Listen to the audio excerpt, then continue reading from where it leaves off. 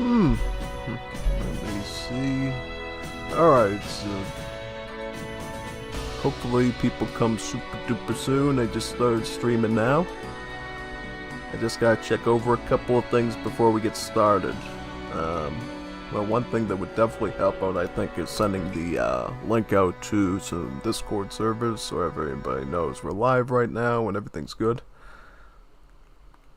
Let me go to YouTube Studio. Start spreading the link around to everybody that might want to come. Alright, let me get that link, that linky. Alright, let's start copying. Let me see here. I think there's at least a good number of servers that might want to come in. Let me do that. Perfecto.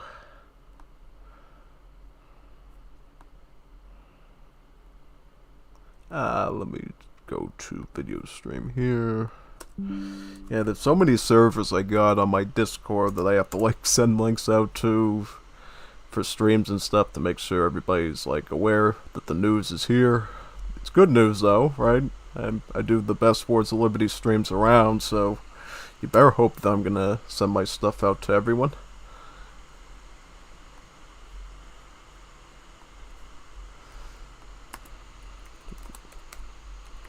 Yep. I think I'm about...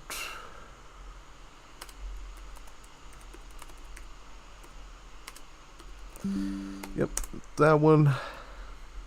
Working my way through pretty quickly.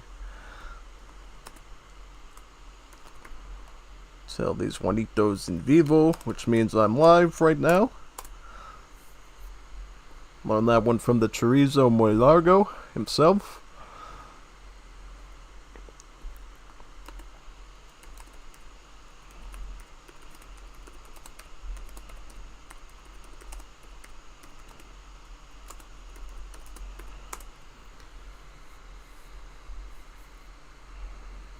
And, which other ones do I have to do? Climbing through, let me see. Don't want to miss any of them.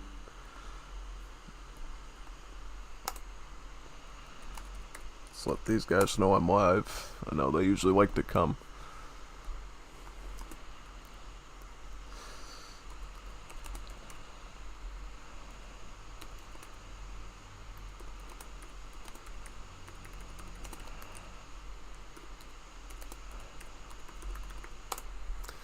Another one I'll put in here as well. Clips and highlights.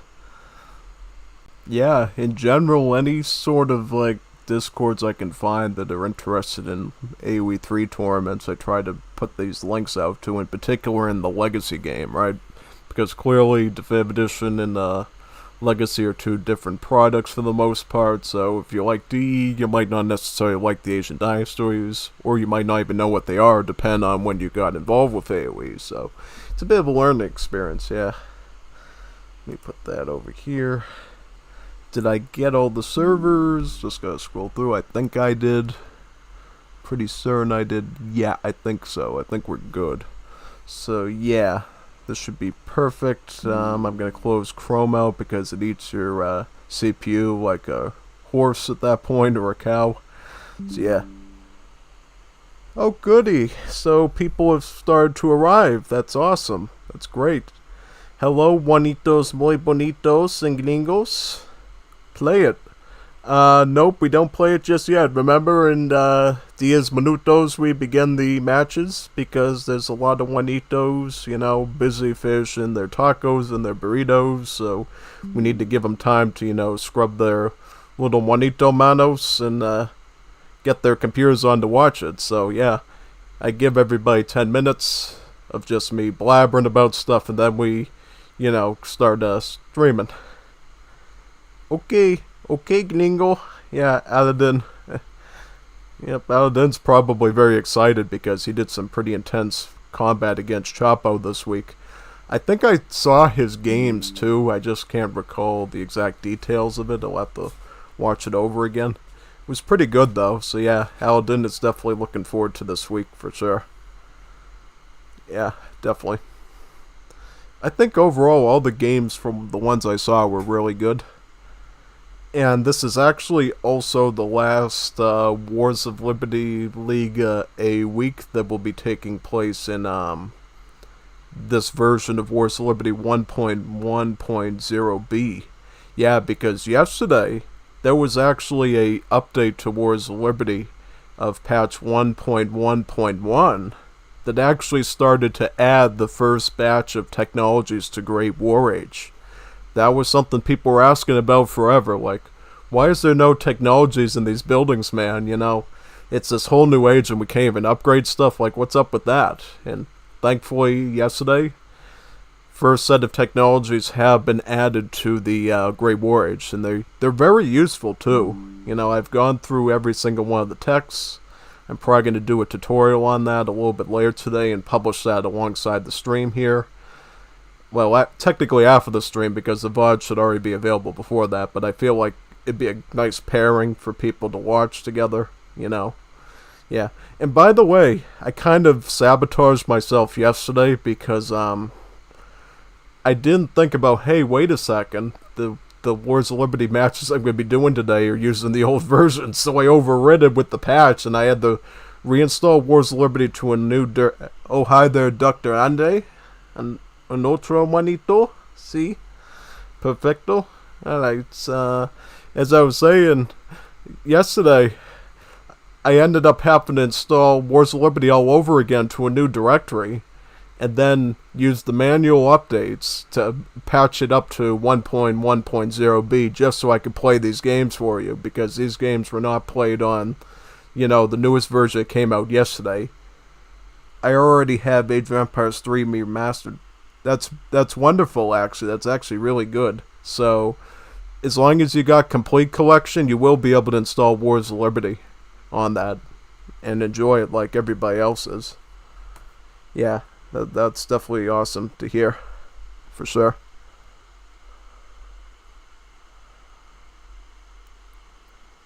Yeah, it's complaining about the bitrate again. That's fine. I don't care about the bitrate. Yeah, I don't mind if the bitrate keeps complaining about that a little bit, honestly.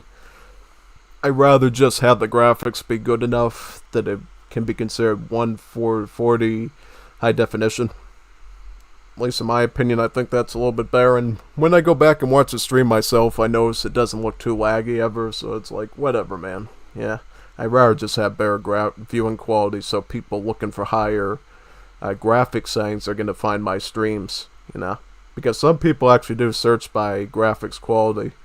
And if it's 440, you're going to get a bigger set of people. Andre Notuul? Yeah, Andre, you need to join us. You need to become part of our wonderful community of Wars of Liberty players, and join our Discords too. That'd be an awesome thing to have you come along with us for the ride.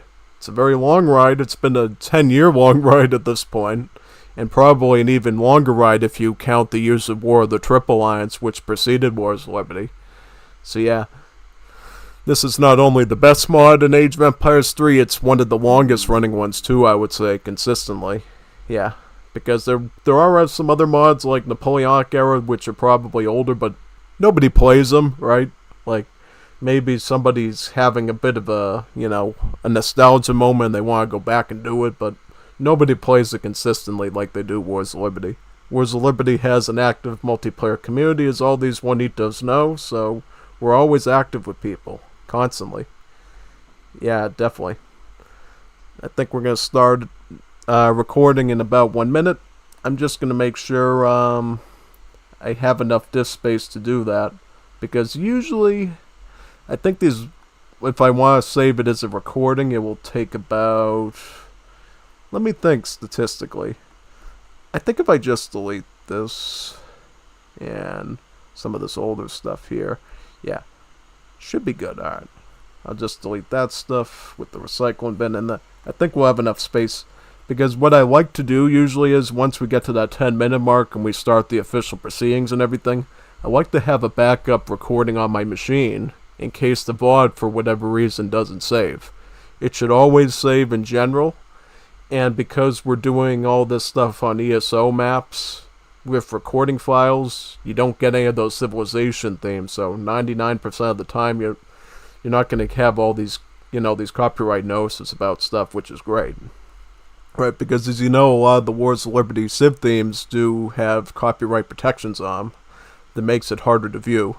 It doesn't, cause any problems for me. It just means, number one, I can't monetize from them. Number two, it's hard for people to view on platforms like Discord when it might not load up and they actually have to visit the site.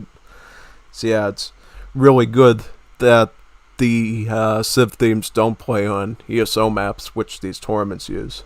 It's really convenient for me. Alright, so it's 10 minutes now.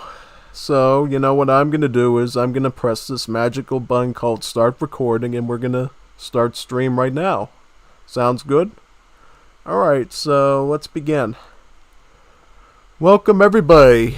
It's Unstoppable Steletsy, and today I am here with you to do an Age of Empires 3 Wars of Liberty 2024 to 2025 Liga A tournament live stream of matches. This week we're going to be doing the casted matches of Week 5. As a note for those who are paying attention to the Wars of Liberty versions, these matches will be played on version 1.1.0b. This is the version that we've been using for a good amount of time by now. A patch came out yesterday that adds some new stuff, like Great War Age technologies and so forth, but none of these games will be played in that. These are all going to be in the older patch. As for the next week, it's likely going to be a mix-in, because I know my games with the Chorizo were played in the new patch, but I think a good number of them were played in the old one still. So until I think like Week 7 of the Liga A and maybe Week 3 of the Liga B, you're going to be seeing a bit of a mixing and matching between the versions, which is totally fine. But I just thought I'd point that out. Let's get started right now, shall we? I think we should get started, begin this great journey of ours through these wonderful games. This should be really fun. So we're going to actually start out with Chorizo versus Kevzio. Let's begin. Also, I learned I have to hold this mic close to my mouth or the sound doesn't quite come out the way I want. So, yeah, fortunately, I'm going to have to keep my arm in this position for a while. Alright, but anyways, so this is our first game of the stream. We got the Chorizo Muy Largo playing as Gran Colombia. His opponent Kevzio is playing as the Belgicos, the Belgians. And these are some pretty fun civs, I would say, for Wars of Liberty. They're not the biggest hitters all the time, well, at least not Gran Colombia, but they are really fun to play as because they have really nice, large, diverse unit rosters. That's what makes them pretty infamous. For the Gran Colombians, it's the fact that they have like 4 different ultimate units instead of 1, as well as a good number of unique units and a good number of immigrant options as well, because not everybody thinks about the immigrants for Gran Colombia. They actually have 5 immigrant options, which is, bigger than most of the civs in the game, right? With the exception of being probably Uruguay, right? Because they're totally based on immigrants. But Gran Colombia can actually get a good variety of immigrant options at the cost of one of their ultimate units, of course. Unless you just want to have a German colony, then you can actually still get all 4 ultimate units, which is great. So yeah, I really like the Gran Colombia design. As for Belgium, though, Belgium has this really nasty feature where at the start of the game they get a frontier wagon. And with that frontier wagon, what you can actually end up doing is you can actually build a trading post with it, or an outpost, or your tavern, right, to train mercenaries. And it looks like Kevzio has gone forward with the trading post here. And because of that, he can actually get a good amount of experience right off the bat from that, which is really powerful. And then if we look further at the Belgians deck, you can see in general Belgian decks can have a lot of crates in them. They can have some unit shipments, which is usually a good way to go, because they're racking up lots of experience, so they can start shipping this stuff out like crazy, right? Some of these volunteers, some of these line infantry, some of these forces publiques, as well as these militaires. So the militaires, as you can imagine, is a machine gun like the Gatling gun. These are just musketeers. Volunteers are just crossbowmen with guns. And then Force Publique, they are a unique Belgian skirmisher. What makes them different is I think they have a better rate of fire, I believe, than standard scrims do. Or it's at least decent. And they have multipliers against native warriors as well, which most skirmishers do not, giving it a bit of an edge when they're fighting natives, which is great. Considering Belgium is a native warrior civ, it's kind of funny that they actually counter natives pretty well as well, with 2 different units, the Force Publique as well as one of their own native units, the Zapozap, which is a native anti-spy unit, an anti-mercenary. As for Gran Colombia, looking at their deck, I see a bit of map control stuff for Chorizo as well. He actually has this card here, Mestizaje, which acts as the same way you would use advanced trading posts. So it makes the trading post cheaper, stronger, gives them a range attack. But, well, actually, when I look at it, it says it doesn't actually affect the HP, but it does give it a range attack. But instead of HP, the thing that's pretty notable about this card is it does give you a build limit to native warriors. And I've used this card a lot of times when using Bolivia in particular, as well as other decks where I know I'm going to use a lot of natives in. And it just helps you mass a lot of them up, and it's really powerful. Some other interesting stuff here too is Cadeximo here, Faster Villagers. This is a card we always tend to see in these Wars of Liberty decks as Frontier Defenses, because it's a infinite shipment, so you can send it throughout the game. And it gives you 2 wagons to build outposts with, which is really powerful. Just so you're aware, outposts are called redoubts in Wars of Liberty, to keep up with the modern times. Same function though, same stats and everything, so don't have to think too much about it. Also some unit shipments too. You know, Gran Colombia is considered to be a very hyper-aggro civ, and in fact, with their Explorer here, as well as any infantry and cavalry units native to their civ, they can actually construct buildings with them called tents. And there's 3 different tents to look at. There is the tent house, the tent barracks, and the tent stable. And with those different tents, you can actually do a lot of forward basing. The only rule is you can't build them within a certain radius of a town center. Because basically the idea is for cities, you should be constructing your normal barracks, your normal stable, and your normal house, right? And on frontiers in the middle of the map and so forth where you're attacking, that's where you can use the tent buildings instead. And the difference between tents and regular buildings is the tents cost half the wood to build, but that also means they have half the hit points as well, so they're easier to burn down. And if I recall, they also don't have their own line of sight to begin with. See? So basically when you build like a tent somewhere on the map, you literally can't see anything around it, right? You're basically totally blindsided if you start getting attacked from the side of the tent. Yeah. Now this is an interesting structure here. Looks like Kevzio has built like a little what is it, like a little pig pen or something around his town center. I can see he has a gate here, he put a little wall up, he also put a house near this mine. This is kind of an interesting structure, and I'm not too sure about it, but I don't think it's a bad thing, you know.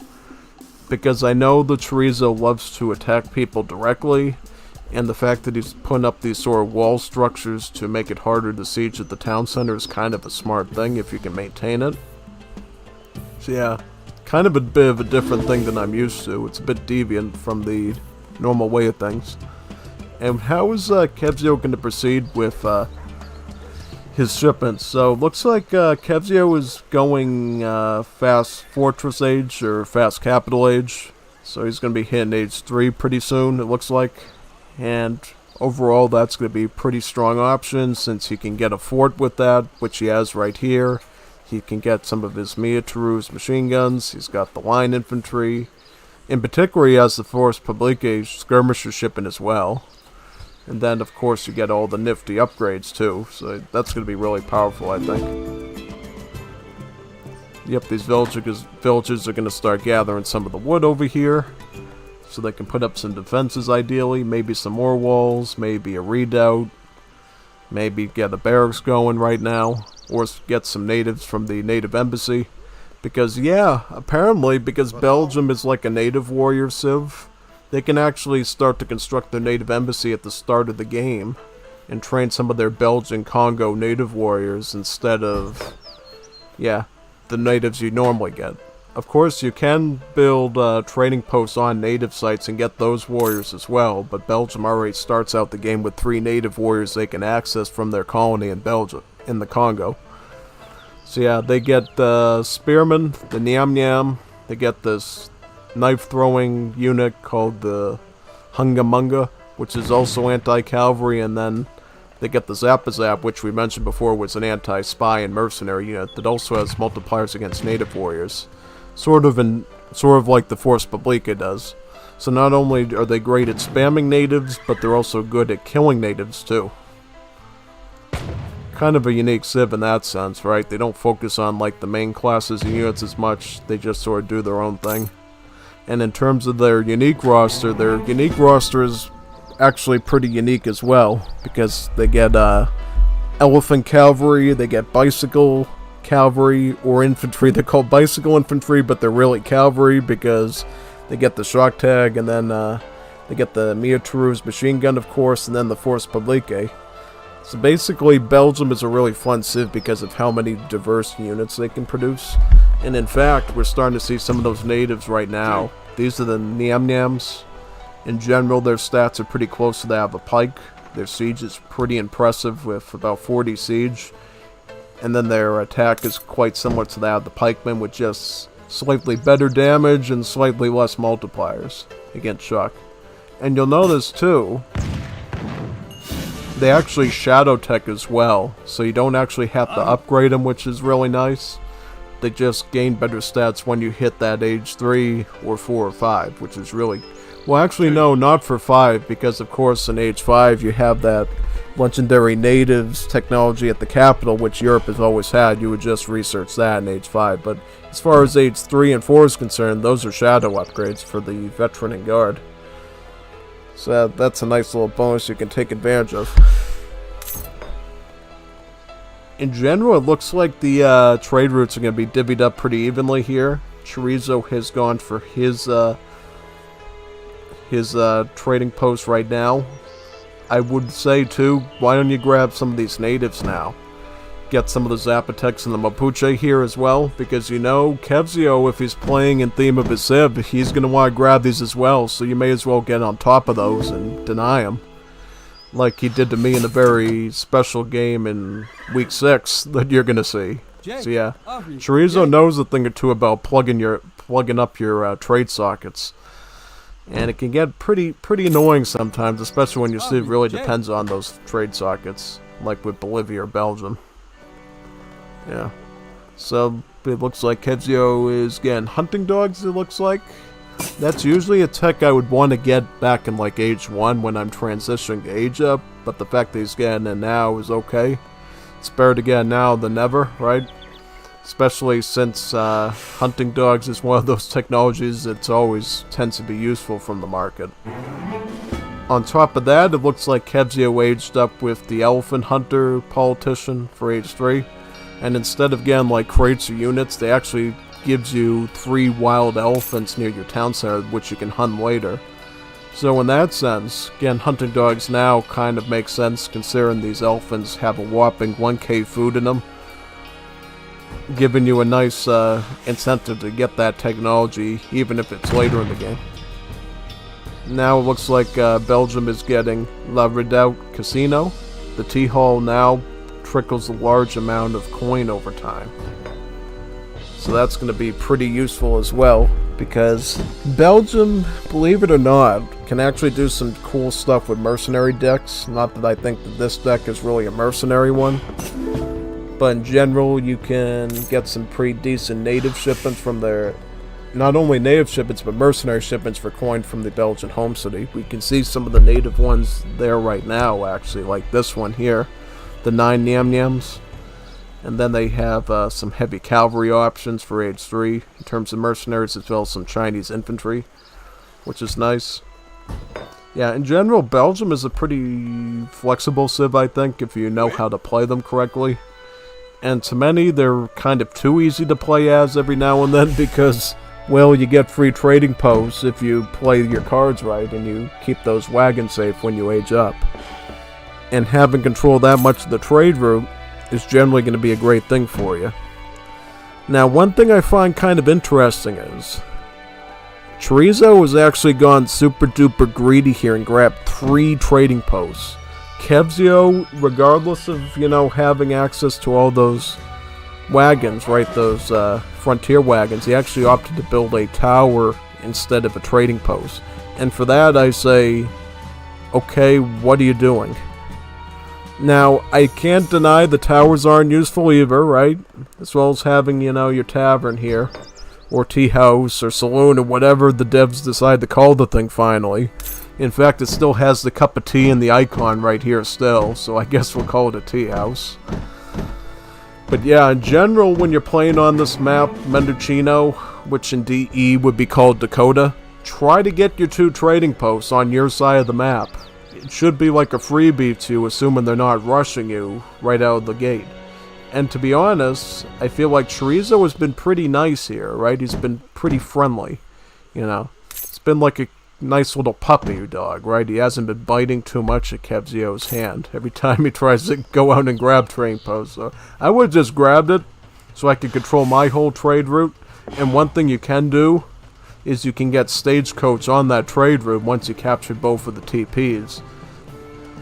So you can actually get some resources into there. Yeah.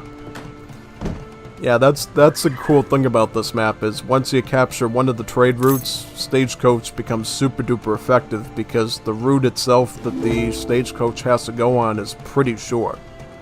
And then in Age 4, of course, you can get the train that goes through here. Some civilizations can get access to trains a bit earlier, which is nice too. I can't remember which one. I think it was I can't remember. I thought it was either Austria-Hungary or somebody. Somebody could get trains early. Yeah. What? Now we do see a bit of combat here. We see Grenadiers. We see the Hungamungas. We're gonna see the Nam Nam somewhere too. Yep, they were back here, playing more protective-wise, and then we got the Miaturus machine guns. Now Grenadiers is something we should discuss a little bit, because they function a lot differently than what you remember them in Definitive Edition.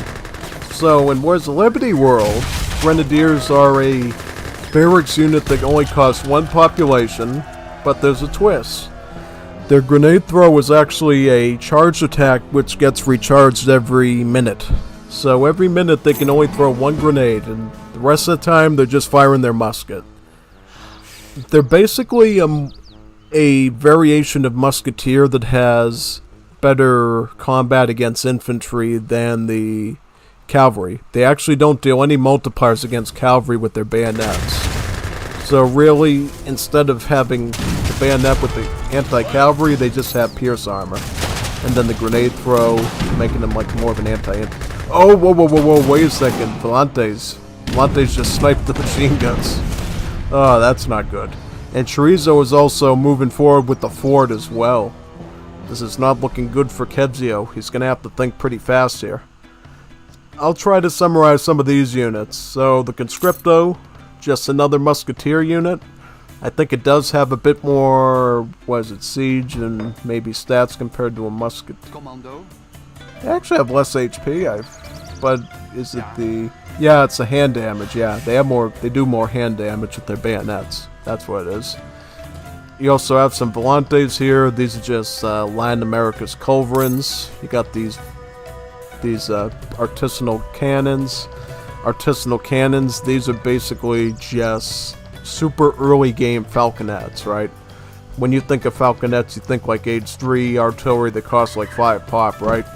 So these guys, these artisanals, these are like earlier, more archaic cannons. They're smaller, but that also means that they're cheaper, only like 150 wood, 150 coin, and they're only 3 pop, right? They have the same pop cost as, say, some heavy cavalry does, which is really neat. And they don't even have a malice against cavalry, too, so they actually deal like full damage to mounted units, which is a nice little side bonus. Seeing all that artillery has petrified Kevziobit, and we see some culverins. Now, this is pretty tricky here. This is pretty cool what Kevzio has made for himself. He's basically created this box, which we saw earlier in the game, and he's going to use this box to protect these culverins from being directly engaged. This is really going to help out here. Let's see if he can aim them, though. First, he's going to try to focus on the Volantes, I can imagine. I think, no, you got to get these... Oh, okay. Well, I think he can take the Volantes out with the... yeah. This is kind of annoying here, because these Volantes are still alive, but just barely. I think we'll get these Hungamungas, do one volley into these Volantes, and you're going to kill them. Then you don't have to worry about them at all. Yeah, just get these, or do a grenade throw with the Grenadiers, because they deal crush damage. And then the Hungamunga does hack damage. One of these units, just have them tossed towards the cannons here, and you beat them. Oh, he's going into melee with the Grenadiers. I don't know if that's... I don't know. I would have pulled them back, and I would have let the Hungamungas do the work for you. To me, that's a little bit suspicious. Like, okay, let's waste our food and gold units for something that this native warrior clearly handles pretty well. Yeah, that's just me. You know, I like to preserve my units as much as possible, right? I do a lot of arena games too, the arena scenario that is. So to me, I like to preserve my units as much as possible, honestly. And sometimes you can macro so well you don't have to preserve units, but it's still a pretty good skill to have, right? Knowing what units to engage with and which ones not to engage with. Yeah. And I think in that case I would have just picked this unit here because it deals hack damage at range, and it would have sniped those Volantes rather quickly. And you could have actually used them against the artisanal cans as well, because if you gang up, that's certainly enough damage to take the lower HP cannon out quite easily. Now, what I'm wondering now is, why are you attacking? You don't really have much of an army to work off of here. You got some random natives, you got one culverin, you got some like muskets, some grenadiers. That's not good. You're not going to be able to do much with that. Why don't you back up, get some economy, right? Or at least get some crates, get a big army and come back. And try to adapt to the composition that you see here. Because right now, what I'm seeing is, you got some musketeer units, you got some skirms here, the escopeteros. These are basically Latin America's crossbowmen, but instead of just doing like a straight attack, they actually have a shotgun, so it does about one splash. And then they get a technology from the arsenal, buckshot, that actually gives them two splash, which is even better. Yeah, and then they have some more artisanals as well, some more artillery. You're going to probably need at least a good number of culverins if you want to go that route, and then you're going to have to really mass up your infantry force. In particular, again, a lot of those Nyam-Nyams for the siege, maybe a big number of, like, I don't know, either line infantry or grenadiers just to have that big mass. But you are going to have to be careful of this unit, the Machetero. The Machetero, though it looks like infantry, right, because it's walking on the ground and it's touching grass, right? But it's actually cavalry. It actually has something called the shock tag. Shock tag means cavalry. And in particular, it's a assault unit, which means it has hand armor and it's meant to fight heavy infantry effectively. Right? Instead of like multipliers, it does it through its splash attack of about 1. So if you want to mass up a bunch of line infantry, just be aware that statistically they have a bit of trouble with Macheteros. Namely because bayonets and Wars of Liberty are modified in such a way that they end up dealing slightly less multipliers against the assault class than they do the scout class, which is, you know, your hussars, your lanceros, you know, your lighter forms of cavalry. Assault is more for heavier units, right? Things with hand armor like knights that, you know, engage in sword-to-sword combat. Whereas the lighter units that, you know, reconnaissance, raiding, they're considered scout. And thus they have a different tag. Yeah, there's a lot of controversy about the tag rework in Wars of Liberty. I think the tag rework's pretty cool. It makes it feel like a different game. So whenever I pick it up, it's like, oh cool, I know another RTS game. So it doesn't feel like I'm just playing AoE 3 all the time. I'm doing something slightly different, right? I think it adds variety and it's cool. It's like learning a new RTS almost. But some, it's like the learning curve is too steep for us and we don't like it. I get that. I just think it comes down to education myself. Like, you need people like me to go in there and teach everyone, okay, this tag does this tag does that, right? Like what tag do Escopeteros get, or these guys, the sailors get? They get the skirmish tag, which is just, it means that you're a skirmisher, basically. And in fact, there's a similar classification in Definitive Edition now. They call themselves light infantry, and they actually use the same tag icon in the multipliers here too, which is kind of cool. They were able to copy it over. Yeah. So basically, we gotta study now what Chorizo's gonna do to attack Kevzio. I see he's brought in some exploding carts. These are basically a more impactful version of Petards. The big difference is, you know how Petards have an animation where they have to put down their explosive, detonate the thing, and basically go kamikaze, right? Now, the way the exploding cards work is they literally drive them into the building instantly and then they just blow up. They're technically a more effective Petard because of that fact. You don't have to wait for them to get into position to blow the thing up. They just blow it up instantly. Yeah. I see Kevzio is now going to Industrial Age, so he's going for a bit of semi-FI. Yeah. Or just FI, yeah. We'll call it that. That's going to grant him access to some pretty powerful options here. Namely, he's going to be able to send Sillon Industriel. Basically what this does is, unlike the normal factory wagon cards, it actually reduces the training time needed for your heavy artillery, so your steel guns. That's the thing that makes it a lot different. Because, see, normally, right, you have to research the technology at the factory to make the artillery come out a bit quicker, because it comes out for free. Now, with this card, you can get that technology and then add this on top of it to give it an additional 25% training point reduction, so it comes out even quicker. Yeah, and that's why right now you only see like one factory wagon for it. And you might be asking, yeah, that seems a little bit weak though, I want 2 factories. Well, in Age 4 to Age 5, so from Industrial Age to Imperial Age, one of the politicians is called the manufacturing owner, and he actually can grant you another factory wagon, so you can eventually get 2 factories, which is really helpful. Yeah. I'm just wondering how this is going to go now. Is Kevzio going to get his upgrades and units in line in time to deal with the Chorizo, or is the Chorizo going to throw a big army at him and he's not going to be able to defend against it? Because it seems like both sides are building up quite a bit.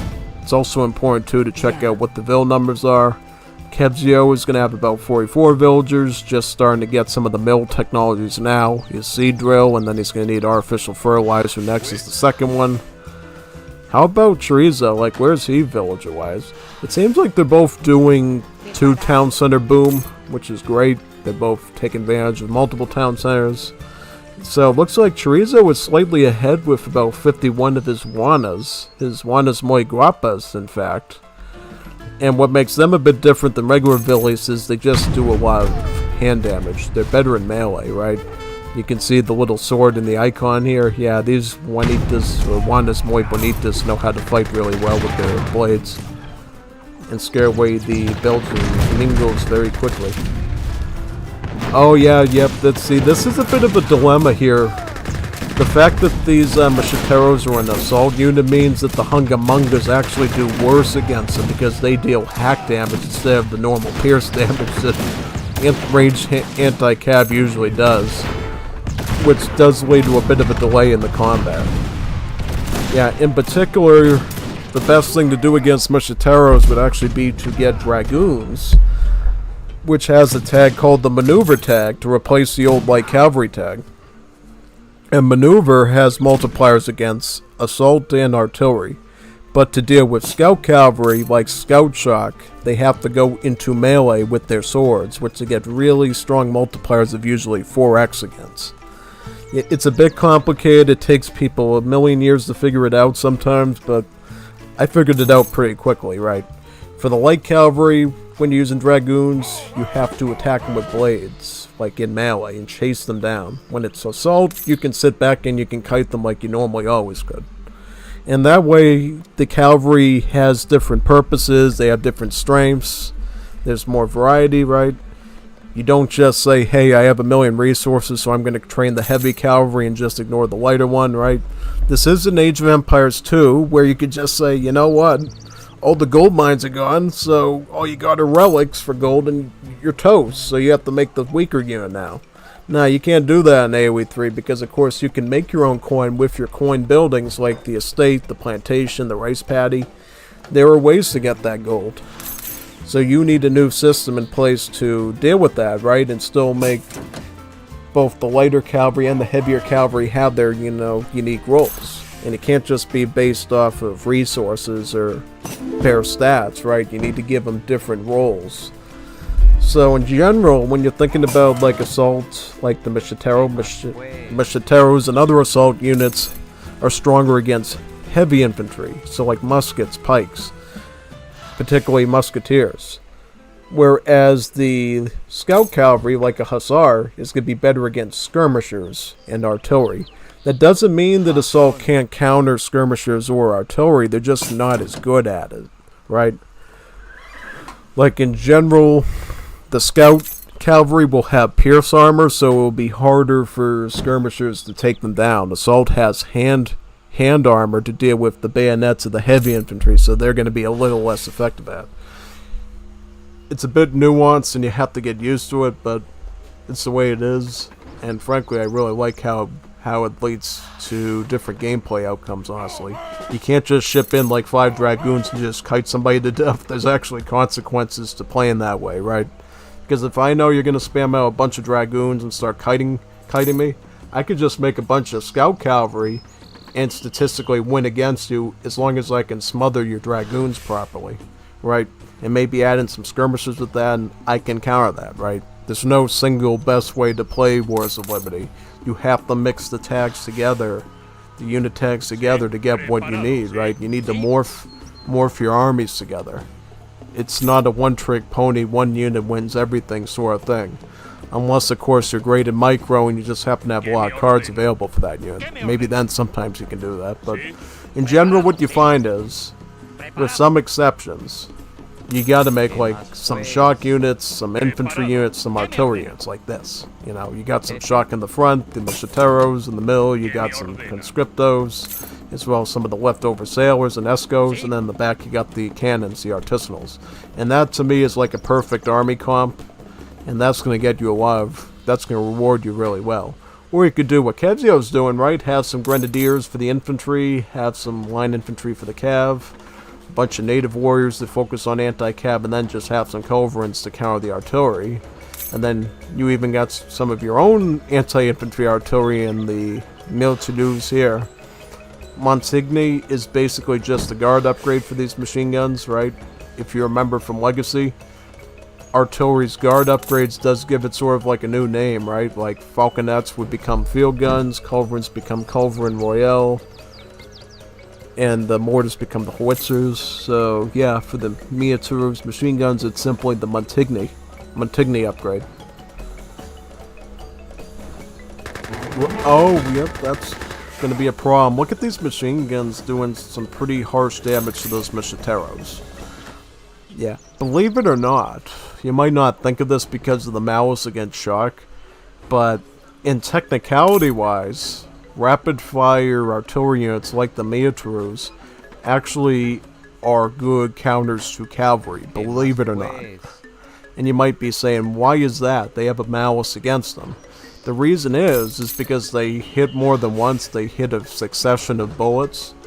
That actually really dents into the shock units a lot, to the point that the malice doesn't matter anymore. Yeah. And that's why in general machine guns are considered to be artillery counters to cavalry. And eventually I heard there's some people that want to make it so machine guns actually get a multiplier against cavalry. And they, while a like falconet style thing would be used against the infantry, the machine gun would be used against the cavalry. So there would be a bit of difference between the two and a bit of, different purposes, right? Because in the end, right, we want more of these cultures to probably have some sort of rapid-fire machine gun, or at least like Europe, Anglos, maybe some of those. And that would be a good distinction between the two. The rapid-fires would be good against the cavalry, whereas the Falcons would be good against the infantry. And in fact, if you've seen Great War Age already, like World War I, which would be Age 6, they in fact have a machine gun unit that has multipliers against shock units already, so that sort of system is already in place in Great War Age. It would just have to be brought to the lower ages with the more earlier rapid fire weapons like these. Yeah. Okay, so now we see Colombia aging up with the Colombian Supremo. Also, it'd be important to check to see if they got any immigrants. Doesn't look like they did. Yeah. So in general, when you look at like age of politicians for Grand Colombia, like the Colombian Supremo, this simply just tells you this will give you access to the Colombian ultimate unit. And you can get the ultimate unit for Venezuela, Panama, and Ecuador as well. So yeah, at this point, considering Chorizo doesn't have any immigrant colonies, he did opt to go for 3 ultimate units already. So he's going to have the Indepenista of Colombia, and then he's going to have 2 more from 2 of the other parts of Grand Colombia, so either Venezuela, Ecuador, or Panama. And if he keeps up on this trajectory into Imperial Age, then he'll have all 4 ultimate units. And it's really... And the one thing I gotta explain to newcomers is, you can't just train those units from your generic buildings, you have to make it from a ultimate building. For Colombia, it would be this one that you get through Grito de Independencia. Basically, it gives you a wagon that you build the presidential palace with, and then from the presidential palace, you would make those special units from. And if that building, for whatever reason, gets blown up or whatever, guess what? You can't make those units anymore, so you have to really take care of it. That's sort of the trade-off that Latin American civs makes with their special units is. So, technically, their ultimate units can be made in Age 3, which is earlier than most civs, right? Most civs have to make their ultimate units in Age 4. Latin Americans make them in Age early, but that also means that it's limited to one source, one building. Or sometimes 2 buildings if you're lucky, right? Because one of the Japanese immigrants does give you a way to have 2 ultimate buildings, depending on what civ you are, so that's sort of like the one exception to the rule. But other than that, right? You got like 1 building, you lose it, you lose access to that special unit, and you have to deal with that for the rest of the game and kick rocks, basically. Yeah. Wait a second. Is Teresa doing the thing he did during his Definitive Edition livestream? Yeah, he is. So, when I've seen Chorizo play on Definitive Edition as the Mexicans, he has this nasty habit of trying to win by trade monopoly. Yeah. And he totally messes up his opponents doing that, and they're scrambling all over the map trying to wipe out the units and everything. So yeah, I see Chorizo has started to do that to Kevzio here. He started a trade monopoly, and he's sort of hoping that Kevzio will not be able to take down these buildings in enough time, these trading posts, to stop the monopoly from occurring. So how many would he have to siege to do that? So, in theory, he would have to siege this down, which he did, and then he's got to take this out, and this out. Unless he can sneak over and take this, or this, and this. Or, yeah. In general, this map has a trading post, so in order to stop the trade monopoly, he does have to make sure that Chorizo is only in control of 4 of the trading posts, right? Because you need a trading post majority on the map to actually beat the trade monopoly, right? So yeah. Looks like, yep. I think Kevzio might be able to beat this. I don't know. Yeah, he just has to take these Nam-Nams and siege his TP down. No. You have to go over here. Get this. Get this right here. Or you could go over here too.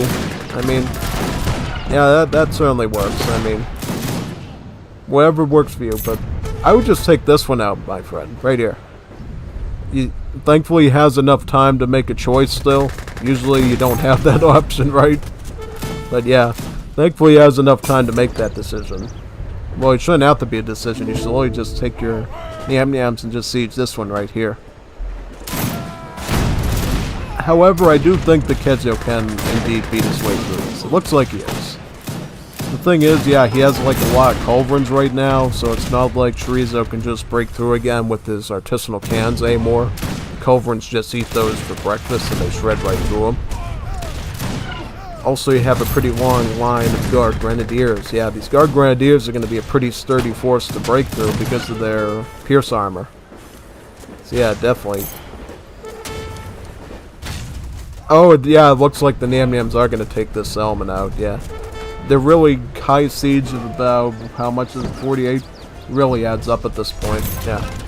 There we go, perfect. So the trade monopoly is over, and now Chorizo is in deep trouble.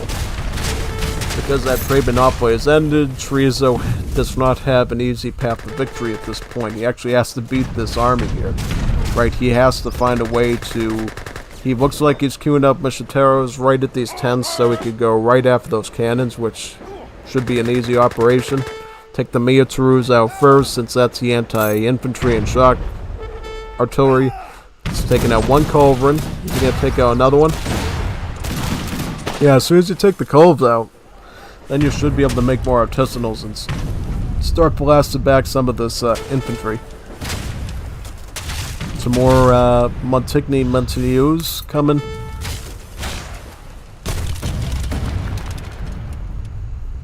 I want to see what Kezio's queuing up now.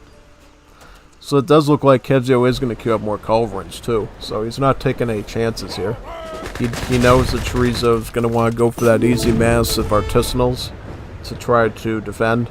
And as long as he has a good line of culves in the back, that's not going to work. The problem with culverins, though, is that you have to know how to micro them, right?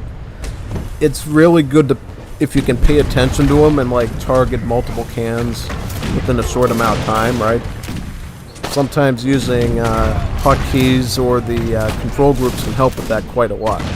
And that's something I learned in Arena is, if you are really good with, like, artillery and you can target multiple weak spots in enemy formation with them, culverins can be a really powerful counter to any sort of like artillery strategy, right?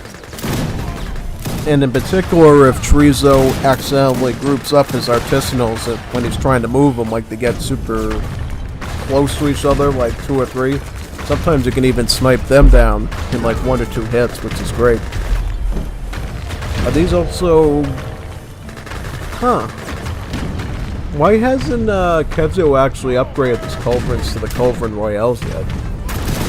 That's a little concerning, because I feel like you should be getting that guard upgrade on these. You know, it's only $250 on the food, $250 on the wood. That's like dirt cheap right now. You should be able to, especially since you're not going to like full pop armies at this point. Just get that guard upgrade on the culverins. Get that extra difference in damage on the field. Yeah. Yeah, I don't think it matters though. I mean, it looks like Kezio did his job and defended his ground really well. Good job, Kezio, on this defense. Really good job, actually.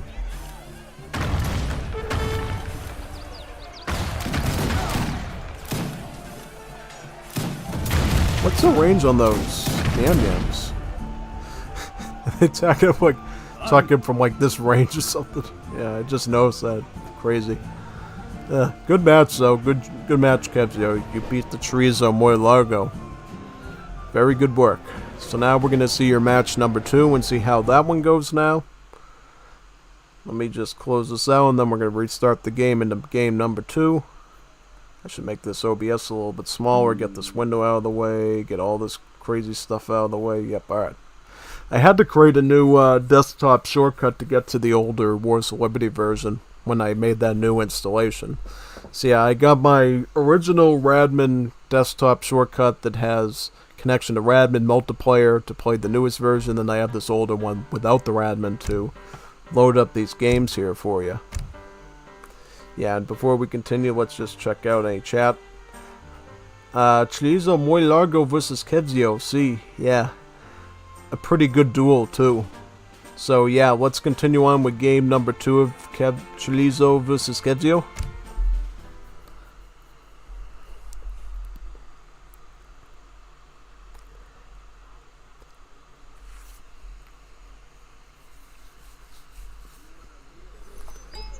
Alright, so Chorizo is going with Germany. Kind of an interesting pick. What's Kevzio doing? Peru. It's two pretty different civs, I would say. Peru is kind of a special one since they can actually take these villagers, the cholos, and garrison them inside of any building that they want, or at least a good number of the buildings, right? So let's say Kevzio builds a house. He can actually right-click them, and you'll see this little door icon here that you can put them inside. And I'll show you that in just a number of seconds, actually. Yeah, because the Cholo is building this casa here for his fellow Juanitos, Peruanos. Yep, you just right-click here, put him in the house. He's saved from all the gringos malos, basically. Yeah. As for Germany, though, Germany is a bit different. Actually, a lot different. You might think, oh wait, weren't they in the vanilla game, right? Aren't they in the Feb edition? Aren't they in the Asian Diocese? Yes, they are, but they're nothing like this Germany. And in fact, this Germany, in Wars of Liberty, is closer to the British in the Feb edition. Because when you construct a house with this Germany, called the Meitskern, you get a free villager with it. And just like the British in DE, the houses are 135 wood to compensate for that, right? The fact that they give you a free villager. Of course, there's ways to cheapen that, and one way to do that is through the Hobreich plan, which is just another clone of the Virginia Company for the British, right? It just makes those Meitskirns cheaper so you can start vill booming a lot quicker with it. Also, they still got capitalism, so you can send that. They got the 3 settler shipment as well. The other thing you notice about Germany, too, is they got these things called Krupp factories, which you see a reference of here. Basically, Krupp factories produce artillery for free over time. The only sort of mini drawback is it does cost 5 population for the building to exist, so you lose a bit of your pop for it. But it's totally worth it in the end because you end up getting a lot of nice free artillery with it. And in general, you can have 1 additional 1 per age. So starting in capital age, when you first get them, only 1, 2 for industrial, 3 for imperial. Yep, and then with these cards here, Essence Style Work as well as Gruesome Works for a Panzer, you can basically gain access to additional production options. Essence Style Work will let you make steel guns from the Krupp factory an age earlier than normal, right? Because when you think of heavy artillery like the steel gun, which is the same as the heavy cannon, that's an age 4 unit, right? But for Germany, they can get an age 3. And then in age 4, you can add the Farpanzers, which is another heavy artillery normally belonging to Balkan civs like the Greeks, the Serbs, the Bulgars, or the Romanians. They can make that as well. So yeah. Germany is a pretty strong artillery civ for that reason alone. They can make a good variety of stuff. But the first thing you want to do with Germany once you start transitioning to age 2, like they will any moment, is best thing to do is start to manor boom, basically. Get these villagers, put them on the trees, start making more of these Meitskirns. Again, lots and lots of free settlers. That's like, yeah, and we see Chorizo doing that right now. He's starting to move some of these settlers onto the trees. And then he's going to be able to build up these houses a lot quicker. He might even send Hobreich plan if he feels like he can get to shipment number 3 rather quickly. Oh, it looks like Chorizo is going for a trading post. Yeah, he probably can go for a Hobreich plan now because he is going to be able to reach that shipment number 3 rather quickly now. So yeah, I would definitely grab that then. And what's this treasure? Porcupines, 1 polar bear left. Definitely grab this, get some experience. Get that Hobreich plan and then go for either 700 wood, or you can even, I don't know, depends on what your build is. See, the thing I'm noticing is, Some of this stuff looks really land war infantry based, but he's missing a couple of key cards for it, so I don't know what he's doing exactly. Why would you have Hanseatic Legion if you don't want to make land war and with the Bismarck plan add to him? Doesn't make a lot of sense to me. Yeah, if it was for me, I would say get the Royal Decree in there, get the Bismarck plan in Age 4 in there, because otherwise your land war infantry, that is, are going to lose hit points over time since they are a emergency unit, right? Just like the Minuteman is. So yeah, you're going to have to be very, very careful of that. Trezo is getting the Harbreak plan, though, just as I suspected, and then the cost is going to go down to about 87, I believe, on the wood. 88, just one more. Yeah. Bit off on the proportion there. Yep, and then Kezio is going to be aging up with the first Japanese waves. Latin Americans do not age up with politicians. They just age up with immigrant colonies, right? With the exception of some like, Colombia, like we talked about earlier. They're probably like one of the only exceptions, and maybe Haiti with their revolutionary politicians. But other than that, you're going to be doing immigrant colonies. As for the Japanese, what the Japanese offer you is their special working unit that you can train from this colony is good at berry bushes. And even if your map doesn't have berry bushes, the first age up of any Japanese wave that you do in the game will give you access to cherry orchards, which you can put those villagers right on top of. In addition, your Japanese workers can also construct shrines. And not a big number of them, I think only like 3 of them, but enough to definitely boost up your economy. And then if you pick Japanese again in Age 3, that build limit of the Japanese shrines / Japanese houses goes up to about, I believe, 5 or 6. So yeah, if you can get all 6 of them, you will notice a bit of a trickle up in your resource on whatever you program it to. Yeah, it's definitely something to keep in mind. And the other thing to keep in mind as well when we're watching military combat, which we might see pretty soon, is with Peru, their units, when a nearby one of them dies, right? Like, let's say one of these Legion Peruana Grenadiers ended up dying. The other ones gain a wider line of sight temporarily and a wider movement speed temporarily. And the idea of that is, if one of your units starts getting killed, you always have the option to back out and retreat and book it out of there. Yeah. And that also means that somebody with a weaker army is attacking you, and they manage to kill one of your units, you actually gain a better movement speed to chase them down and hunt them down with, using that bonus. And it's pretty powerful. And if you don't like the speed bonus that much in Age 4, you get this card called To the Last Cartridge that changes that speed bonus out for a attack bonus. So, as your units start to die, nearby ones will gain more attack temporarily for a good number of seconds to avenge them, basically. And as a holdout.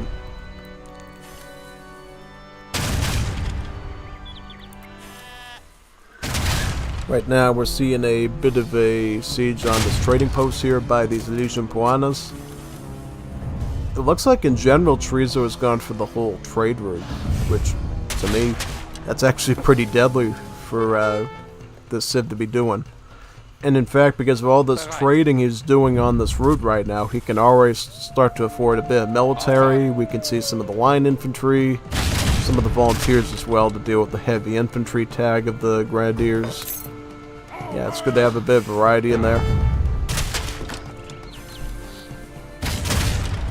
However, it does look like this train post is going to be going down inevitably, because you just don't have enough units to deal with this yet. Yeah, you gotta be careful when you're dealing with any sort of grenadier unit like the Legion Peruana. All it takes is for a good grenade volley, like one of those charged grenade throws, and they could instantly wipe out your entire infantry army in one fell swoop, like instantly. And that's why you gotta be super duper careful with it. They can actually take out your cannons and your cavalry as well. Because looky right here, looky. No malice against cavalry either, so... Yeah, that's a big difference from the Asian Diocese and DE, right? Yeah, so these guys deal like full crush damage to cavalry, which in 99.99% of cases, your cavalry don't have crush armor, so that's going to be like full, what is that, 18 or so? Full 18 damage to them. And that is, when you add that up between all 12 of these units, that's like insta-kill. Yeah, that's like insta-kill. That is not good.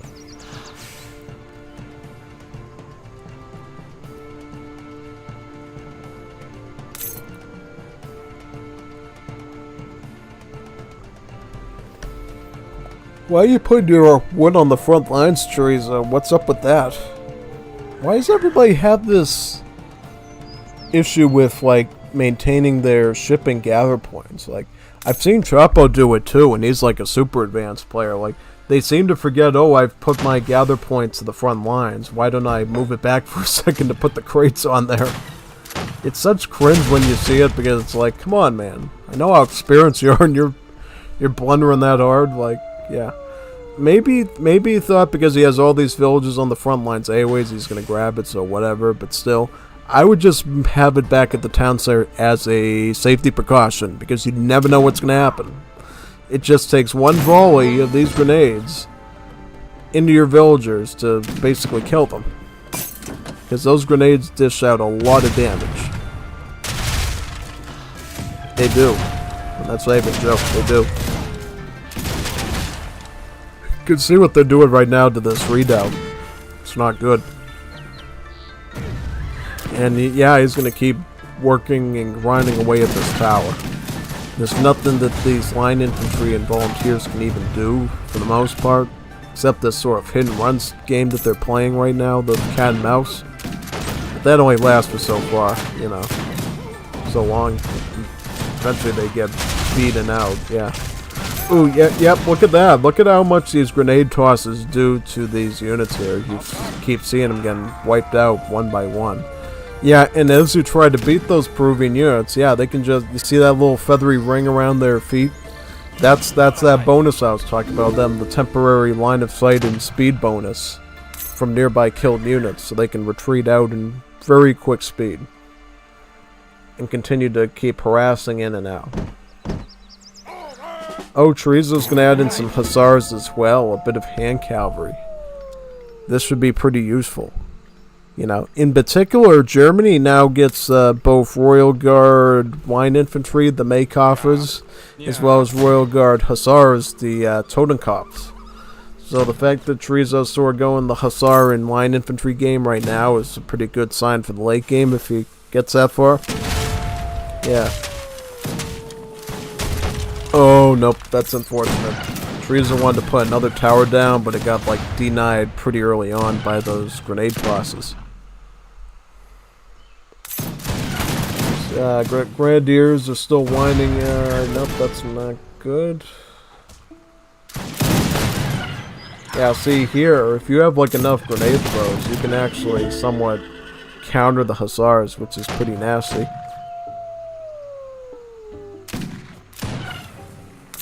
Kind of like, too, how the Explorer and maybe some of the Boneros will move in a bit closer and take up the bullets so the Grenadiers can feel a bit more safe. Yeah, that's a nice little side bonus, too, honestly.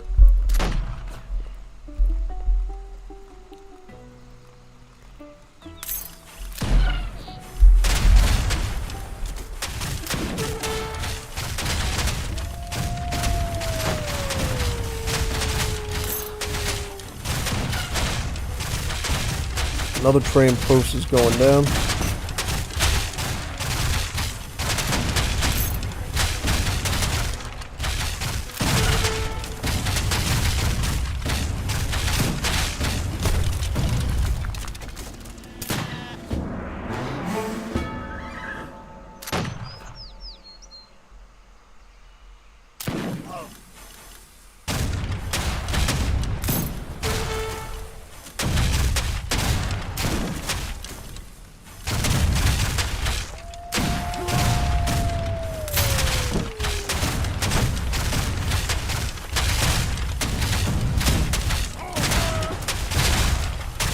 And also, what's the resource count on Ah, so it looks like Kezio has reached the capital age.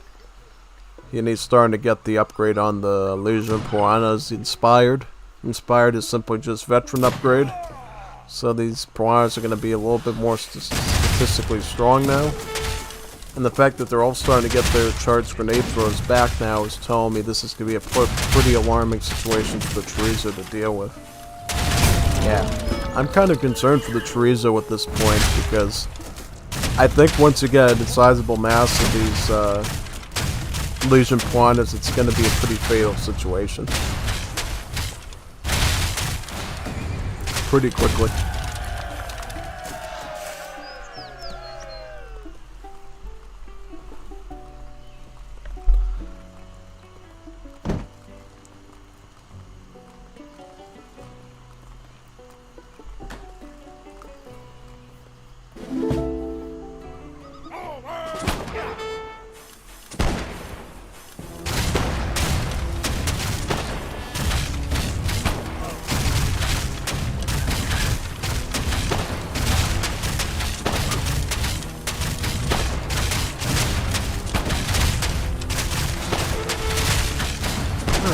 Yeah, try to spread out those Cesaros as much as possible. Because if you group them up way too much, you know what's going to happen is he's going to try to crunch them up as much as possible.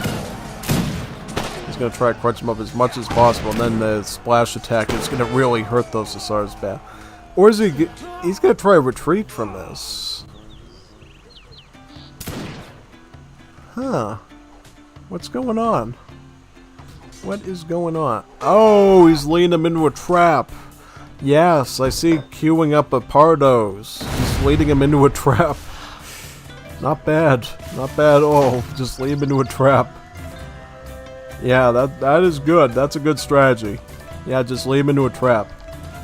Because see what the Pardos are is these are pikemen, basically. These are a pikemen. They're anti-cavalry. Well, they're actually not really pikemen, they're actually considered to be more like halberdiers. But they only cost food, which is kind of a weird thing, right? They only cost like food. But the reason is, for this in particular, is the Peruvian Granero, they're sort of like crossbowmen equivalent, cost only wood. So, really, if you wanted like one Pardo and one Granero together in like a batch, it would end up costing like 65 wood and like 125 food. And I feel like, yeah, that works. You know, you can certainly go pike and shot that way. However, I would argue, if you can get more of the food out, just go Legion Piranha with Pardos. Yeah, because the grenade throws, I feel like, generally help out a lot more than the Boneros do. One reason being the Boneros actually don't deal multipliers against heavy infantry at all. That's one of their drawbacks. They just got the multis against the maneuver units. Oh no, we see a Guanara here. What is the Guanara? It's this ultimate building that Peru can make in Age 3 with this card here, the Guanara ship. And you get a builder ship that makes it anywhere on the war you want. And what it does is two things. It produces these turret ships for you, which is a ultimate unit for Peru. They also get an ultimate unit naval infantry that they can train from this turret ship. And this building, Guanara, also acts as a factory, able to gather resources based on what Kezio wants. You can have it gather coin, it can gather wood, or it can gather food. So it's like a water factory that produces these ships for you. Concurrently, actually, so you don't actually have to configure it to produce the ships. It does it while you're gathering those resources. So it's like two queues going on at the same time, which is really neat.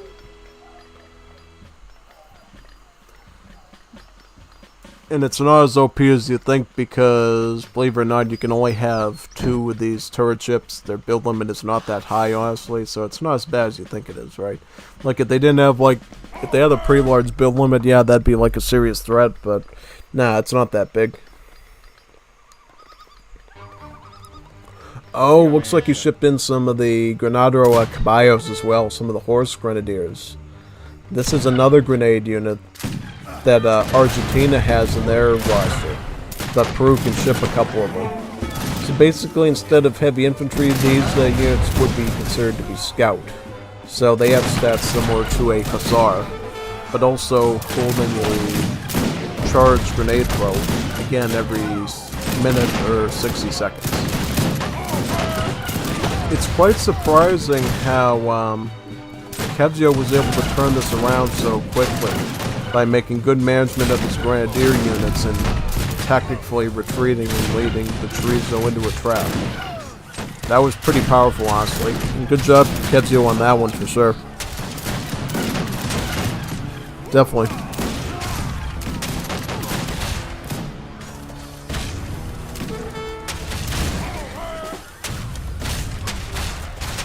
Oh, yep.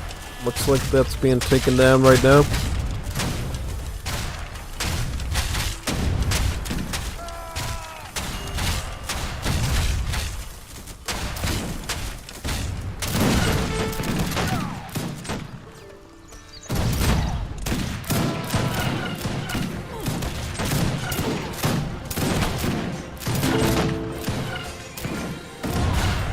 Ooh, yeah, look at that horse getting...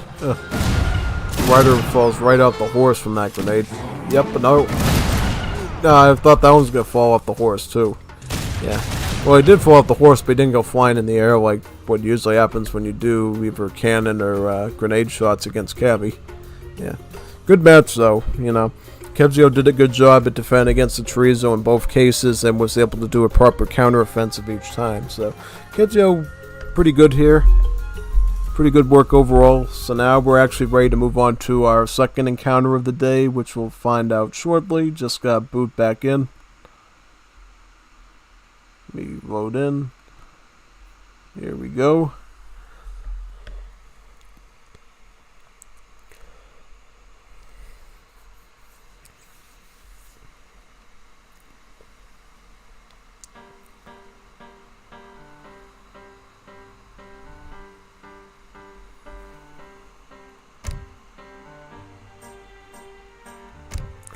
Okay, so it's going to be Rommel versus Sog.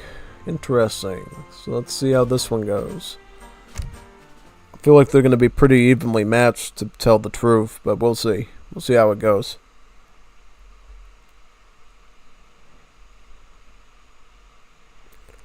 Alright, so Sog's got the Koreans. And what does Rommel got? Rommel has the Ottomans. So Ottomans versus Koreans. Interesting combination. Yeah, definitely. I would personally prefer to be Koreans in this situation because I think Koreans just have a better, you know, better economy, better military, and so forth.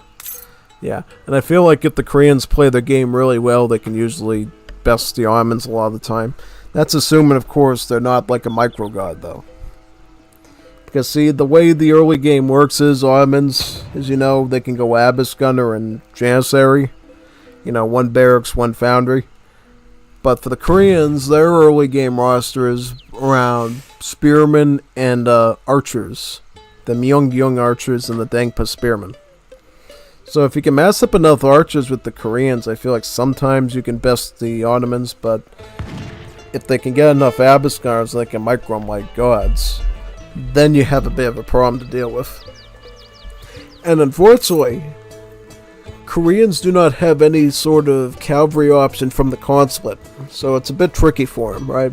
They have to choose either between mainly anti-cavalry and skirmishers, right? Because what are the consulate options of the Koreans? They get the Russians, which gives you Opalshenet pikemen, or the Japanese, that gives you samurais, so it's two anti-cavs. For skirmishers, you can either go with the United States to get the Leathernecks, right? Basically U.S. Marines. Or you can go with the Chinese and get the Chukonu. You know, the rapid-fire crossbowmen. Yeah. It's a bit tricky, you know, but in the end, I think you generally learn what to do usually. If you're looking for a quick siege, I always go with Russians to get the Opalshenets with Korea. If I'm looking for, you know, a bit of a defense against a lot of musketeer spamming or grenadier spamming, you might want to go with the Chinese for their Chukanus, or you could potentially go with the Marines or the Leathernecks of the United States. So, because, believe it or not, naval infantry, the sailors and so forth, actually has multipliers against siege units, which includes the grenadier unit. And in general, you can use that to cut through them pretty quickly, too. Really depends on your circumstances, of course. And let's go into some detail about Korea, too, while we're here. So, Korea, unlike the Other Asian civs, right, they got some unique properties, right? First of all, their house is technically not unique, but when you think about their civ's bonus, it kind of is unique. And what do I mean by that? I mean that you can actually garrison military units inside of buildings. Yeah, you can actually take your own archers, right? Or your spearmen or your fire lancers, any of your units, and you can hide them inside of these houses, you can hide them in the town center, and then you can come out and attack an enemy, right? And that could be pretty annoying, because what will happen is, your units, the enemy will be trying to attack you, and when you go in that building, the unit no longer sees you and starts to proceed with a torch animation to siege the building. And while they're in that animation, you can pop out super quick, hit one unit, drop them down, and then go back in the building and constantly throw them off. And if you can be super good at it, you might be able to do this with like multiple buildings on hotkey. And that can actually throw them off a lot and lead to favorable fights that normally shouldn't have been won. Yeah, it takes some training though, it's not easy. It's definitely not easy. And this is also a pretty interesting wonder too, especially in this matchup. So the Grand Palace actually produces villagers for free over time, exactly like Rommel has with his town center and his settlers. Yeah, it's basically like gaining an Ottoman town center in your backyard when you go with this Grand Palace wonder. It's really a powerful thing. And in addition to doing that, it also gives you access to the level 1 European market technologies for double price. So double price hunting dogs, double price gang saw, double price placer mines, and double price on the, the blunderbuss and the grey coat. Which means in the end you can actually end up with like 3 hunting technologies simultaneously with this particular Asian civ, as well as for chopping and mining. Giving Korea a really nice H2 boom between 2 villager queues and higher gather rates than normal. Yeah, it's really powerful overall. It's pretty special in that way.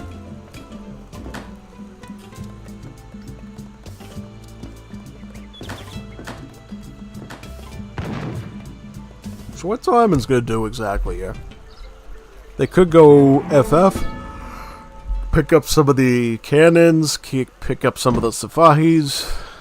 That's what a lot of Ottoman players like to do in both Vanilla and in Wars of Liberty. Yeah, so it's really up to them of how they want to handle this, honestly. However, the Koreans, let's see what the Koreans are going to do deck-wise. So, it's one of these consulate unit free decks that Sog did in the previous week, it looks like. So instead of going for a consulate, what Sog does, he adds this card in, the Hermit Kingdom. And basically you become isolationists. And by that, that basically means no more export gather rate, right? And then you actually gain a gather rate on all resources by 15%, which is actually stronger than that of economic theory, making it a really good economic boost. At the cost of not being able to make consulate armies anymore. At least once you run out of your export, right? And there is still one technical way you can get export even after sending the Hermit Kingdom, and it involves sumptuary laws, which gives you a slight export trickle in general. And then the other option would be, depending on how much resources you have stockpiled, you could ally with the United States consulate, assuming you have enough export to ally with them, right? Yeah. In which case you might need diplomatic intrigue to do that, to get that export. And you can use some of the wholesale technologies that the United States has to get large sums of Korean units out. Well, not really Korean units, but rather American units. Or you can actually, once you get the wholesale you want from those technologies, which trades your food for export, your wood for export, or your coin for export, then you can actually get off and go with the consulate ally that you want, either China or Japan or Russia. But the problem in that case is it's a finite amount of export. Once you run out of it, you run out of it, and then you're stuck with, just the 15% better gather rate from your Hermit Kingdom card. And that's why, after a while, like, after the first year or two of playing Korea, I sort of left that card behind, because I felt like, hey, some of these, especially these Asian-based consulate allies that Korea can do, are actually really powerful, right? China gives you the Chukonu, the Nien Riders, and flamethrowers, which is really powerful. And then what the Japanese will give you is their Kanao cannons, right? Statistically similar to the flaming arrows, then samurai, then Kie skirmishers.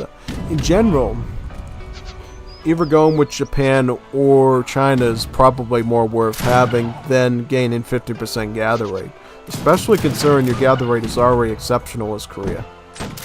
Yeah, definitely. So what we're seeing right now is we're seeing exactly what I predicted at the start. It's Korean archers versus Janissary and Abyss Gunner. The biggest problem with this is the fact that Janissaries have lots of hit points. They're very tanky. They have 250 HP. And then the problem against the Abyss Gunners is, of course, they got Pierce Armor.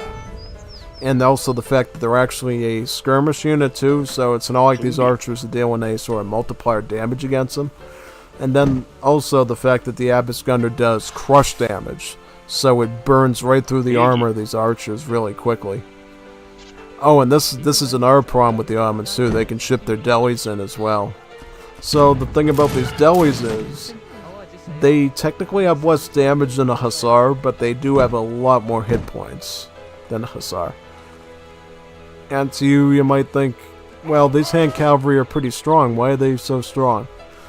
The reason is because Ottomans have this sort of weird setup now, where Ottomans cannot upgrade their units till Imperial Age. So yeah, you heard that. Basically, except for your basic artillery, right, like your cannons from the Foundry, you have to wait till Imperial Age to get any statistical improvement on these units at all. Except for cards, right? Cards, native text, that stuff. And what happens is, the Imperial Age technology is still the 1.5k wooden coin, but it improves the unit by about, I think, either 85 or 95% instead of the usual 50%, leading to a big statistical boost. But that's all the way in Imperial Age, right? You need so much food and coin to even get that far in the game. It's not even funny. So yeah, you kind of have to be good with Ottomans and be able to micro well with them and micromanage that statistical disadvantage over time. And there's ways to get a leg up on you, right? They can, of course, ship in their Safahis. They can use the Donalas guns, otherwise known as the Great Bombards from the factory. They get a heavy infantry in Age 4 called the Nizam Sasid, which you might remember from DE is the Nizam Fusiliers. It's basically a stronger version of the Janissary. Yeah. And essentially with that, you can sort of use that and lower the Janissary once you hit Age 4, so you're technically upgraded, but not really. Yeah. It's kind of complicated, it's pretty tricky to learn. And since it's also technically the ultimate unit of the Ottomans too, the Nizam Sasid, and because it's essentially a replacement of the Janissary, it's one of the only ultimate units in the game that does not have a build limit associated with them. So you can make as many of them as you want once you get to that stage in the match.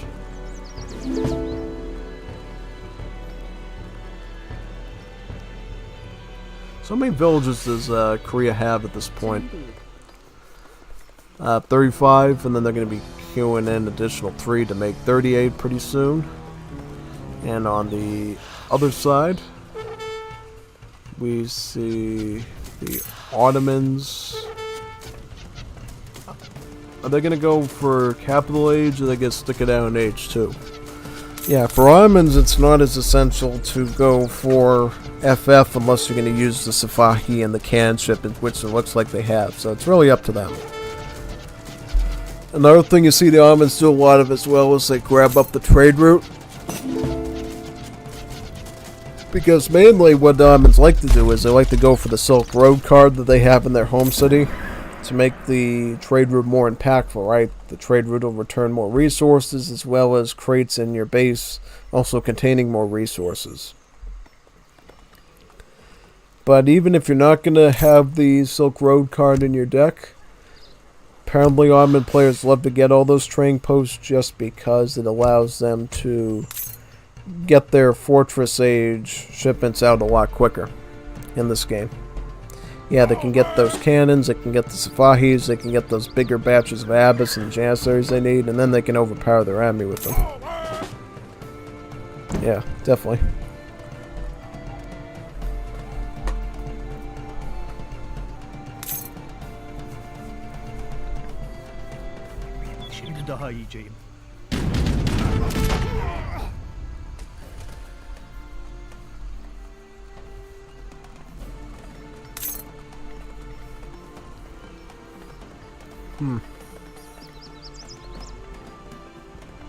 Who's doing better, I would say? I would say at the moment, probably Korea. Because Korea, yeah, they just have to ship one of these coin shipments in, and then they can get right to capital H. Get the upgrades on these archers, start being more impactful against these Jans, which aren't really going to see much of a statistical improvement at all until Imperial Age. And that's sort of how you win out. If you can get to age up quicker as the enemy civ, you can really best the Ottomans well by just upgrading ahead of them. And the way the Ottomans try to make up for that is use your stronger stats like that, the Janissary of the Abiskar and your Delis, and try to claw back and win with just better combat management and better unit compositions. Right. So it's a tricky thing when you're using the Ottomans, you know. One cool thing too about the Ottomans in Wars of Liberty is they actually can make their cavalry archers in Age 2, so they don't actually have to wait till Age 3. So if you did want to go for like a bit of a cav archer raid, or you wanted to use them against the Musketeros, you could totally do that, which is great. You know, you don't have to wait for that at all. You could totally go all-in cav archer against Musketero in Age 2 and not have to age up for that.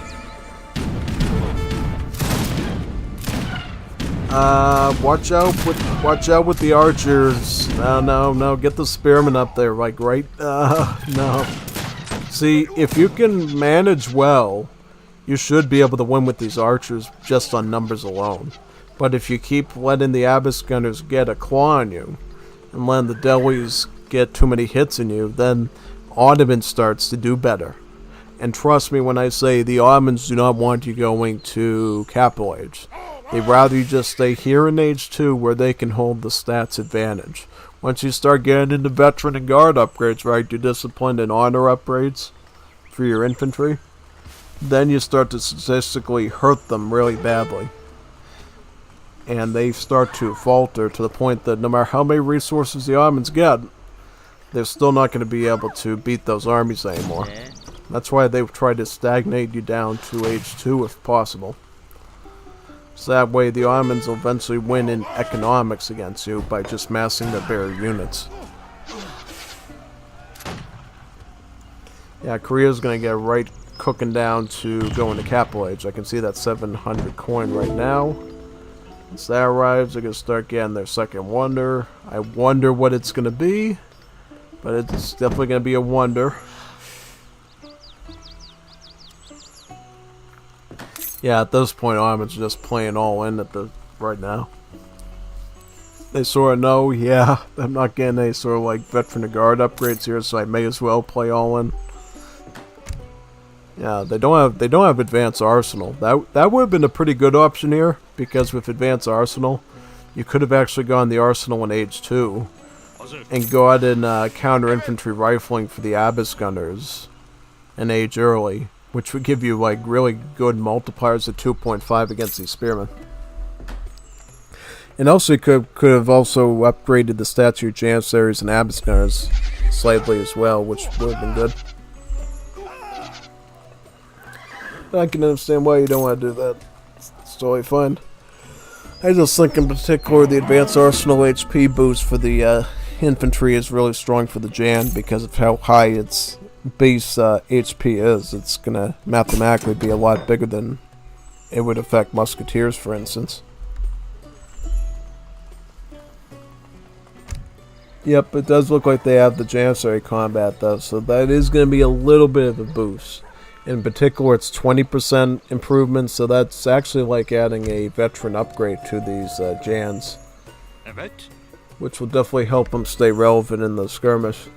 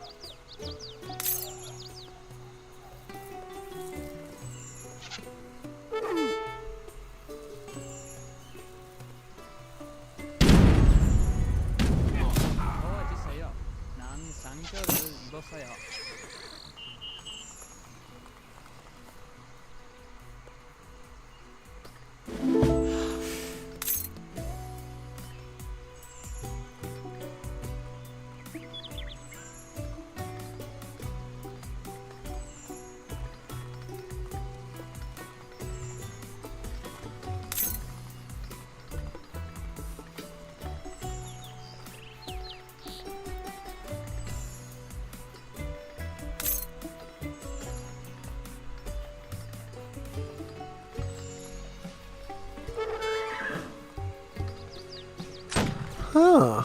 Deli raid. Cool. Now you might be asking, why did those heavy infantry just hide in the town center?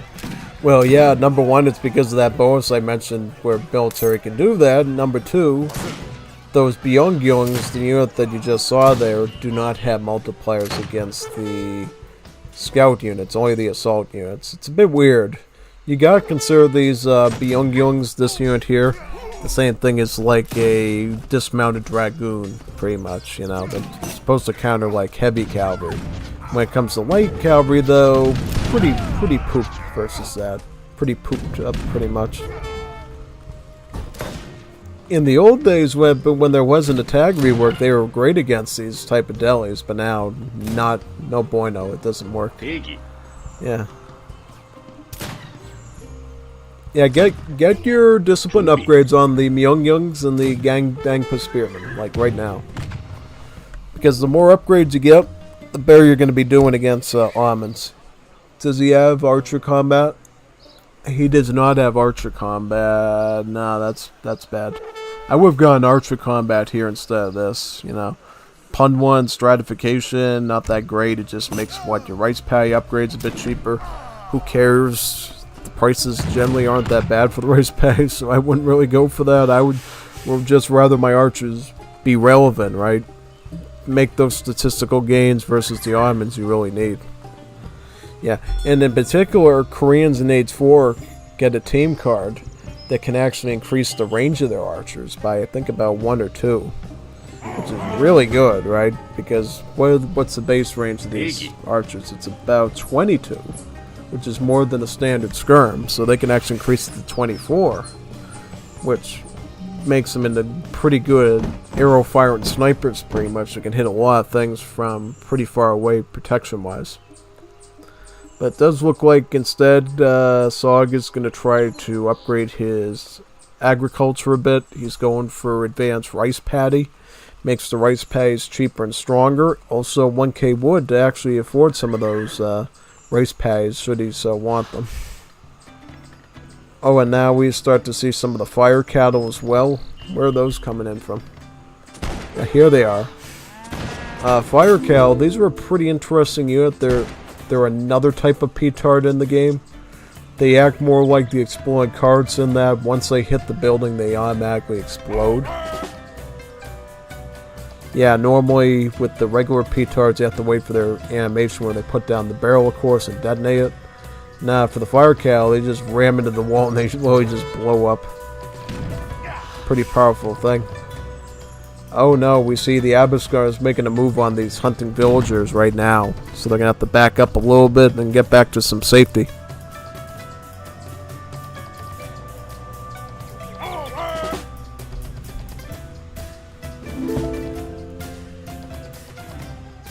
Ooh, boom, boom. Ooh, ooh, woo, woo, woo, woo, woo.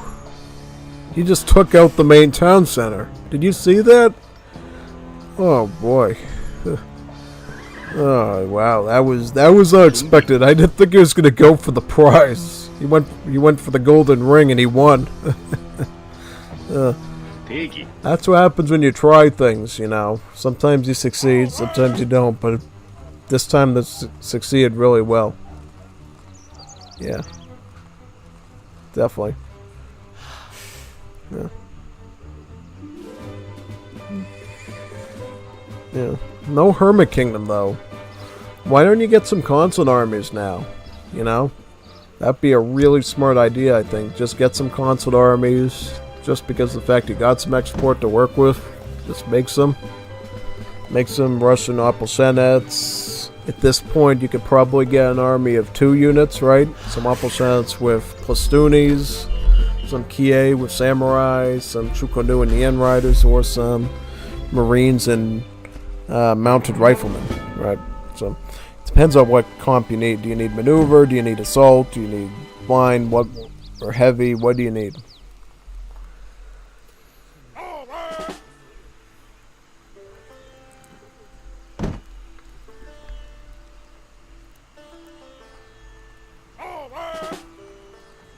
Yep, some of these cheaper upgrades now.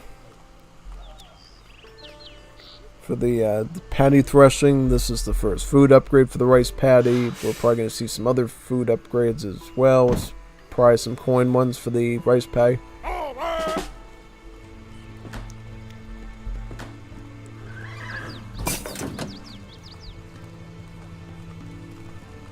What are almonds doing? Are they going FI? Like, what are they doing here? Good chance we're going to see an FI, I think, from almonds. I mean, I don't know. They're going for a bit of engagement here. Opting for a bit of a skirmish, but are they going to keep it up, or what's going on? Yep, horrible place for the Swahi. Well, not the worst place. They are assault, so they do have some specialty against the heavy units with their splash attack, but it's not ideal, right? Not ideal. But what really stings is probably the fact that you got these Byung-Yungs here. They're doing like 3x multiplier. Well, they do 2x multipliers for now. And then when you ship in Japanese training later in Age 4, they gain a multiplier against the assault even further. So they end up with like 3x against assault. Turn them into a really nasty counter to heavy cavalry. Yeah. Pretty painful to deal with if you're on the side of using the assault units. Oh, so looks like Sog is going to use some of his export. He's going to get the Ford wagon as well as the blockhouse wagon from the Russian consulate allies. That is pretty good. You know, he's going to be able to defend this area pretty well with the fort. And then the blockhouse is going to act again as another tower that he can use. So that's going to be pretty good for him. Pretty useful. And you can actually train Korean infantry from the blockhouse, by the way. You know, and then from the fort you can bake both the infantry and the cavalry from it. So that's pretty good.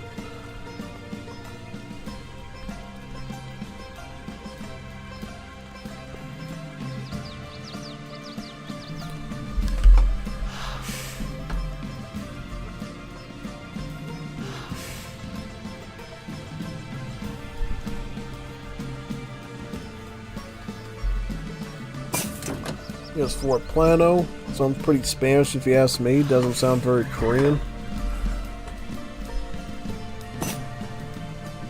They should name it Fort Little Rocket Man. What do you think? Yeah, that sounds pretty Korean if you ask me.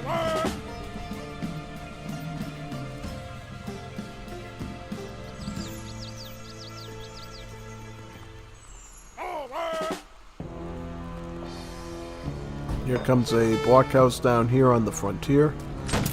Hence a frontier blockhouse.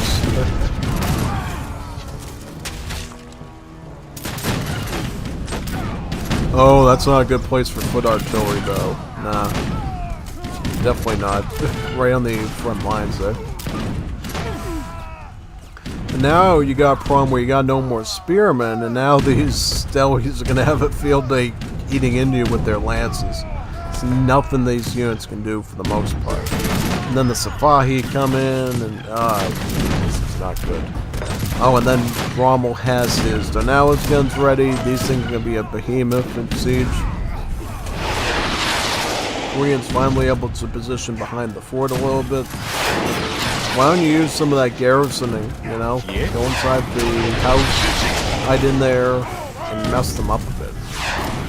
But I guess at this point, there's so much shock units on the front lines that probably doesn't even matter if you do that. You're just not going to get the gains you want. Gungo Cavalry, the Cab Archer. That's the Gungo Cavalry, this one. Yeah, I don't know if that's going to help you out here.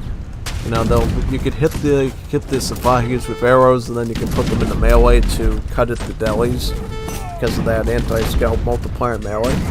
But after that, what do you do against the Abiscars?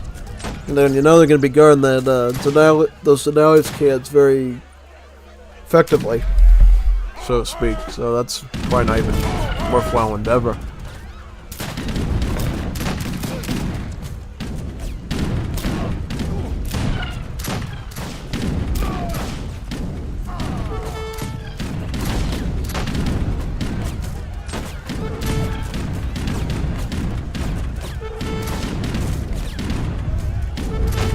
Yep, he's letting them all out of the castle to start attacking again. Fire Lancers as well as the rest of the infantry. So basically what Fire Lancers are, these things, they just shoot at rockets at heavy infantry, right?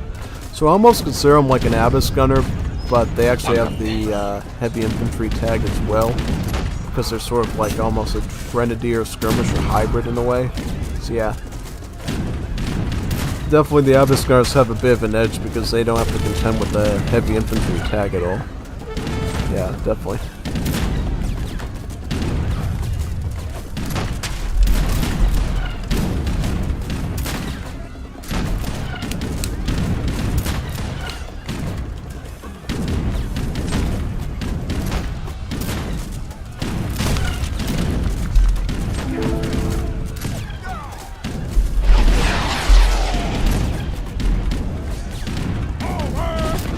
Yep, another batch of Fire Lancers have arrived, and too little too late.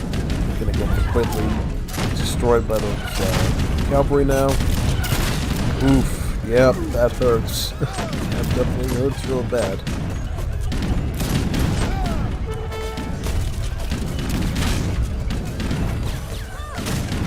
Oof, yeah, very, very painful. Yeah, you know it's done when the cavalry have enough time to attack at your farms at that point. Yep, villagers, civilians getting shot at and slashed at by scimitars as they're trying to leave for their lives. Yeah, that's probably the most painful day as a civilian for sure. Definitely. Wouldn't wish on your worst at me. GG. Good work, Rommel. You know, that FI part of... Well, was it an FI, really? No, it was just Industrial Age, yeah. Yeah. In general, pulling out the Dornalis guns was a very powerful move, but doesn't look... Did he even use... He didn't really use them that much, it looks like. Nah, he didn't really pull them in. He was able to do most of the work with just the Jans and the Abyss and the Delis, yeah, and the Safais. Looks like he had some Humbarsi in as well. Yeah, these you know what these are, right? These are the same thing you see in Definitive Edition with the they're also Grenadiers. So yeah. All right, let's move on to game 2 now. I'm gonna close out and we're gonna boot up again and we're gonna go into game number 2. All right, let's boot up.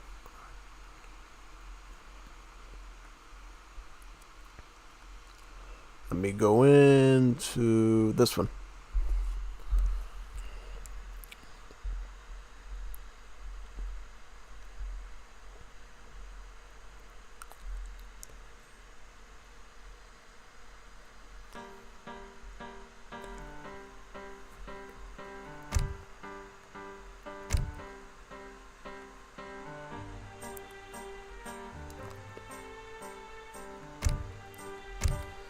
Game number 2 of Sog versus Rommel.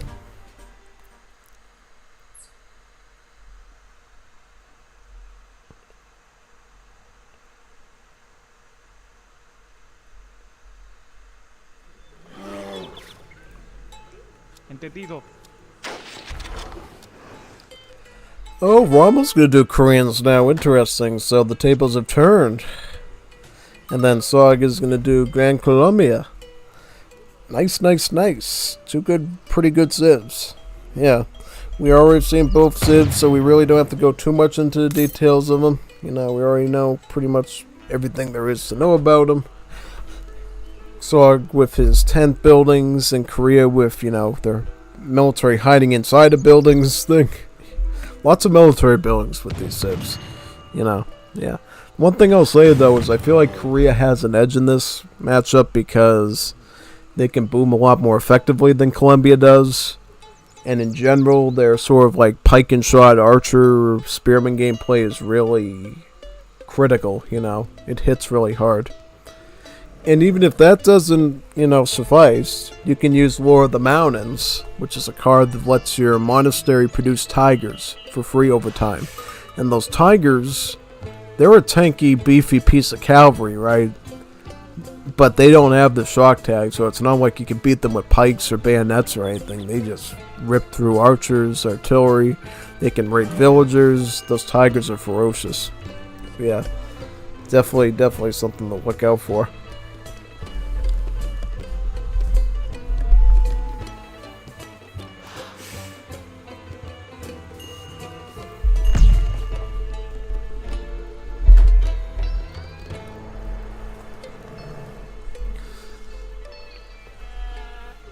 We're going to have to see when they get the decks up, like, what the build is going to be most likely here, because I feel like who's going to win this is going to come down to mainly who does the correct build, right? And just because I see 2 matches in the series, like in my recordings list, I assume that anyone can win these matches, because occasionally we have a Juanito, you know, una Juanito host, right, that forgets to, you know, press record on the game when the game starts, and the game doesn't get recorded, and therefore it's lost, right? Because that Juanito, just before pressing ready for the game, was looking at a Juanita muy bonita ventana, basically. Yeah. Those Juanita bonita ventanas can really distract a little Juanito's brain a lot. And sometimes they just don't press that record button. Yeah. It happens, you know. Juanitas are muy bonitas, so we gotta acknowledge that. And yeah, even Juanas Guapas from Gran Colombia too. Also muy guapas. So yeah, definitely. Y bonitas. Yeah.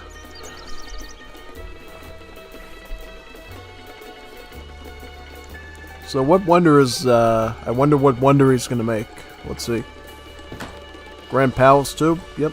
Pretty predictable. You know, excellent booming wonder. Lots of free villagers. The level 1 European market text that you can research. Very powerful. And if you survive the first set of minutes, Gran Colombia is going to really struggle here. A lot. And wait a second. This is the matchup I did against Sog back in the last Liga tournament. Yeah, when I faced Sog. But it was on the Mendocino map. It was not on Hudson Bay, though. What I did was, in addition to my, you know, pike and shot gameplay, I had a stable available to make Gungo Cavalry, because I knew the Gungo Cavalry, the Cavalry Archer, did ranged multipliers against Musketeros, because they're considered to be assault class. And because of that, so I kept making these big armies of Musketeros that kept getting eaten alive by the Cav Archers. It's just so nasty to use on them, it's crazy. Yeah. And then if they go with the actual cavalry that they got, the Llanero, from one of their tent stables, that's a scout unit, so you just make Dangpa Spearmen against them, and they're toast. Or you could even take the Gungo Cavalry and put them into melee mode with their sabers, right, their swords, their little Rocket Man swords, and they'll cut down the Llaneros pretty easily with their 4x multipliers. Definitely. Yeah, so deck-wise, what are we looking at? So this little Korean does have Lore of the Mountains. This card right here. Which means we might see some Tiger gameplay today. We also see Diplomatic Intrigue as well as Intervention, so probably a lot of consulate units this time around, you know.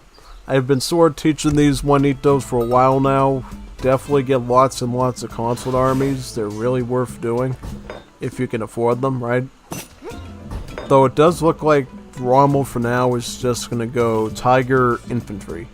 He's getting the monastery ready right now to send Lord of the Mountains, and then those Tigers will start coming from it.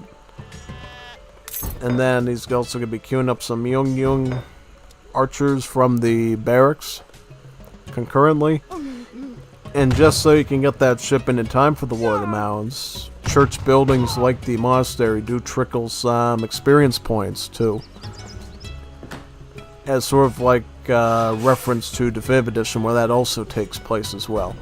And note in the current Wars of Liberty version, which was the patch that we had yesterday, there was a buff to these church buildings. So even though the trickle here of like 0.20 looks really small, the dev finally figured out, hey, we gotta make these trickles a little bit more decent to actually make constructing the building worth it. So yeah, basically I think monasteries now trickle like 4.4 XP instead of 0.2, and then the church is 0.5.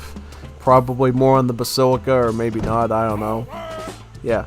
In general, any sort of like church-related builds that you've seen me do, like maybe the one for the Bolivians, where we build 1 million churches and stuff, and get a lot of like trading posts and stuff, that might be like a new decent build to revisit in this current Wars of Liberty version now.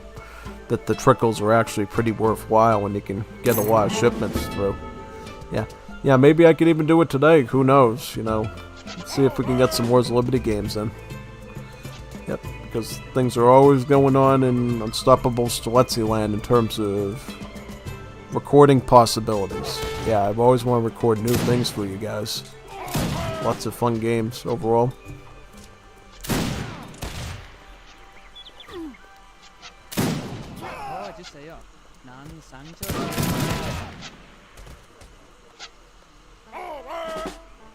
Yeah, see, this is the reason why Korea really rocks in this competition is if they don't end up going with Musketeers, then your Myungyungs just completely dismantle the conscripts, like, instantly.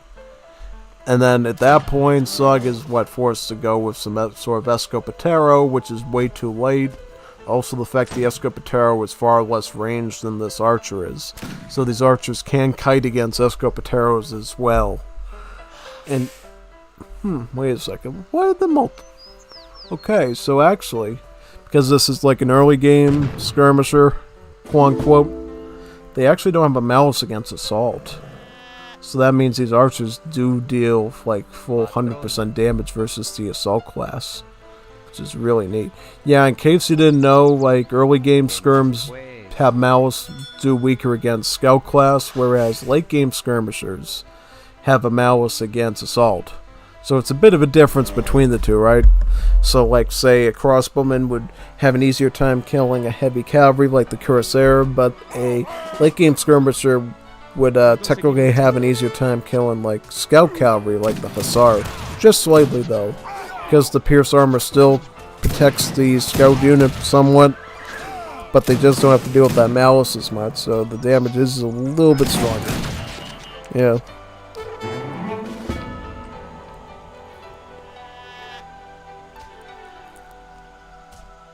Yep, here come some of those tigers from Lord of the Mountains, too.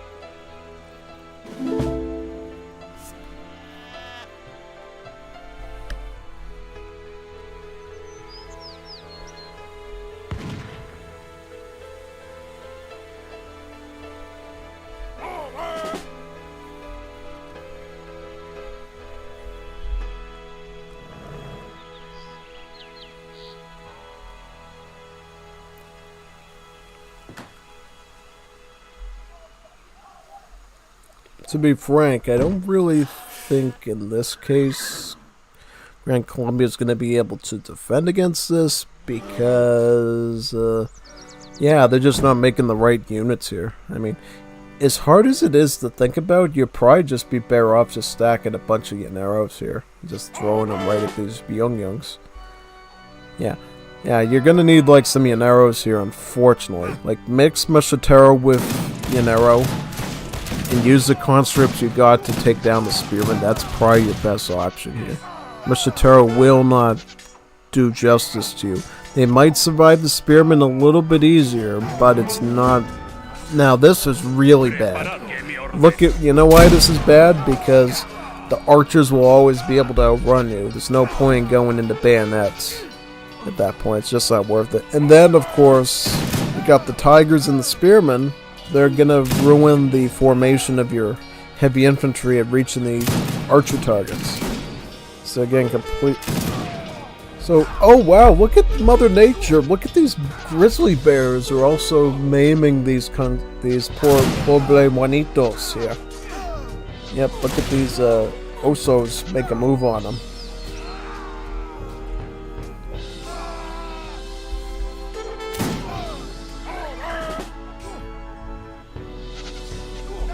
Still getting harassed by a tiger, I see. Yep.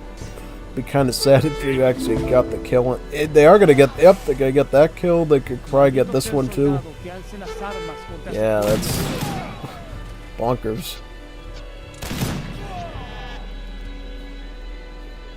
What's the score? Like, yeah, Korea's like double score right now. Definitely not good. Once you find yourself at, like, yeah, you gotta, like, resign at that point. Once you're at double score and you're performing at that weak of a pace, it's kind of a done deal. Fortunately. Yeah, you should have made a lot of Llaneros, you should have made Machitero, Llanero, and just rammed at them, probably. Because the one thing Korea does not get is actually, musketeers, right? They don't get any musketeers, like, at all, unless it's a mercenary from the, monastery. Not even their consulate offers musketeer units even, so that's the one thing with Korea you can always be sure of. There are no musketeers. Unless, of course, again, mercenary or native.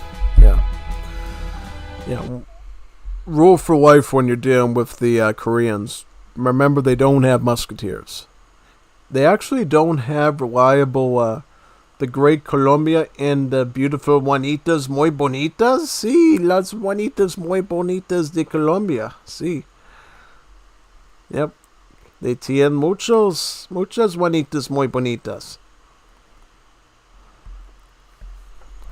Sí. Very much so. Yep.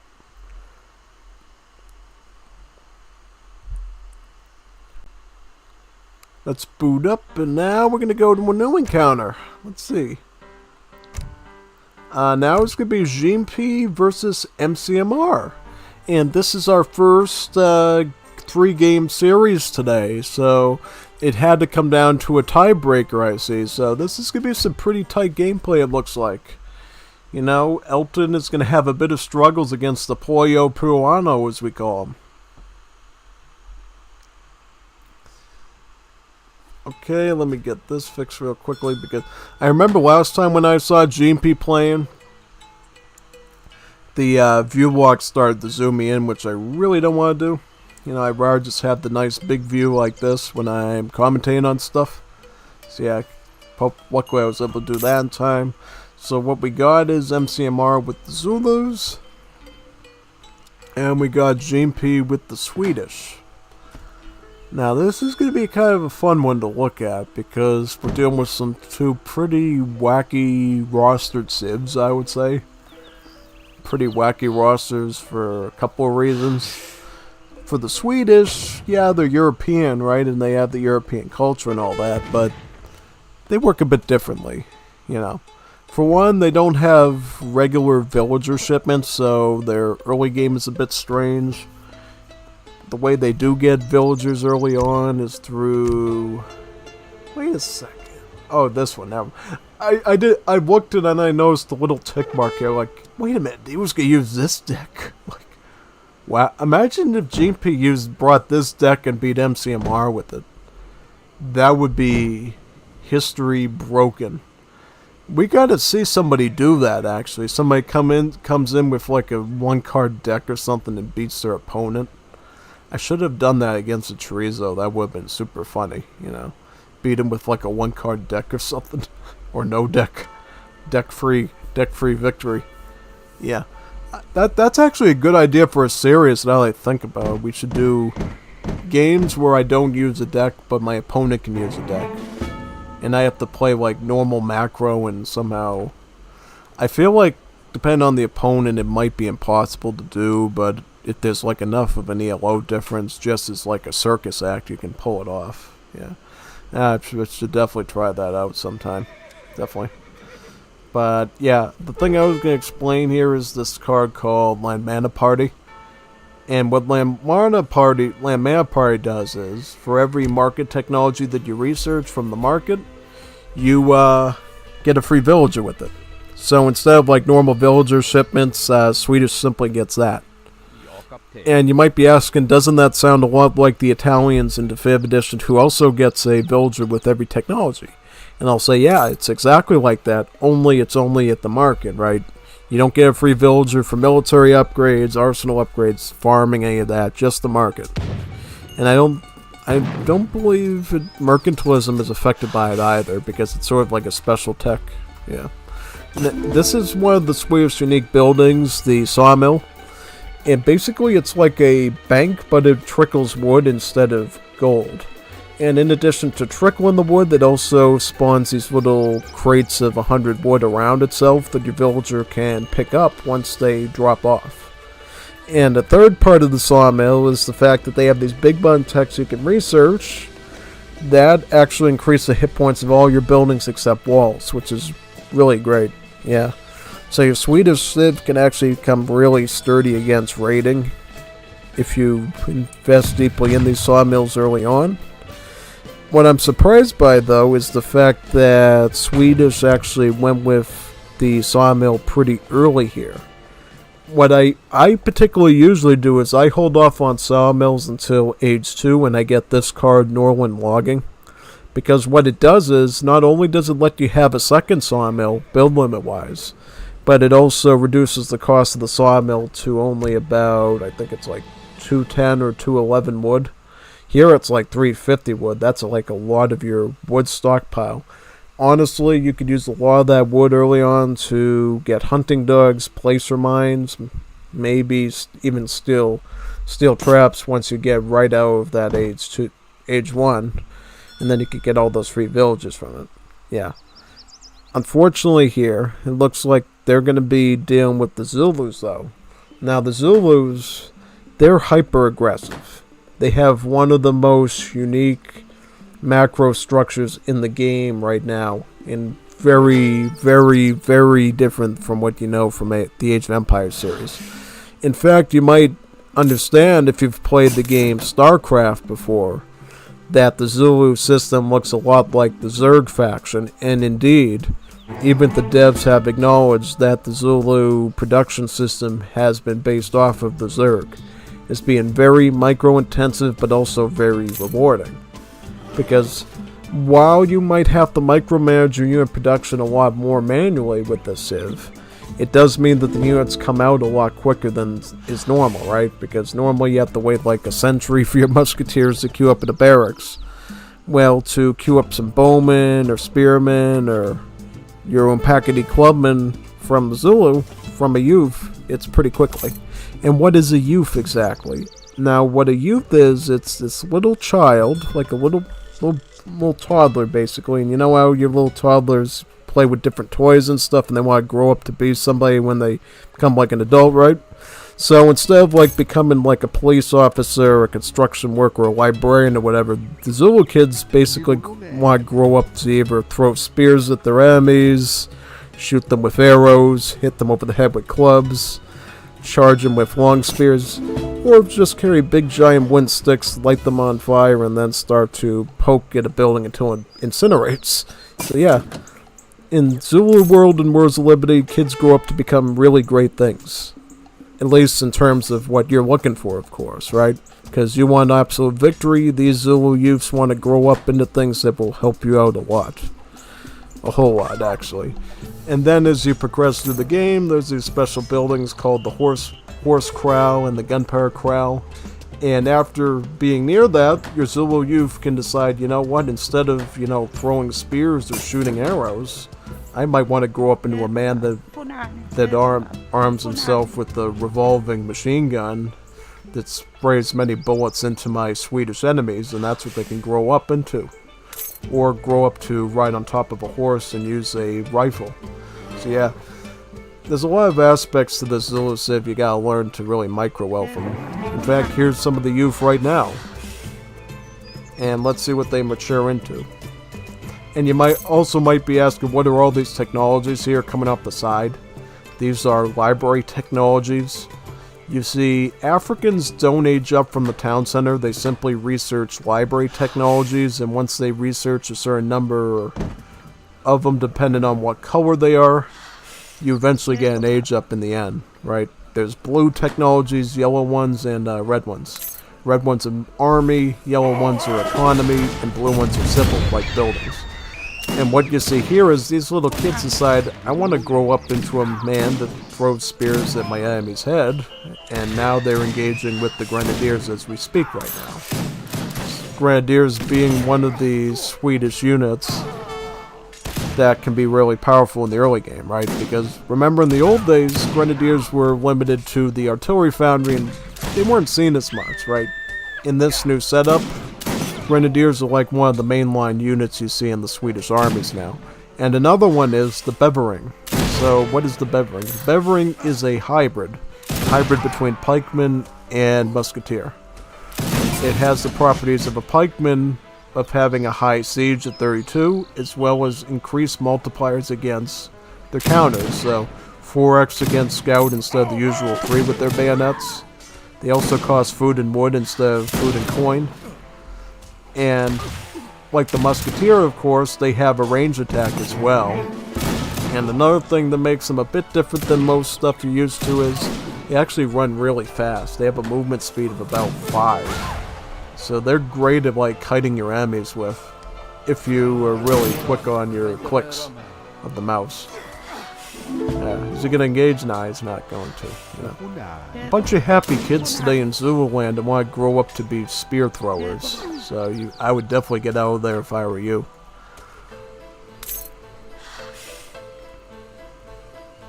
Let me see. Oh no, that's unfortunate. P, what'd you do, little Pollo Puano? Why'd you do that? He fell for the trap.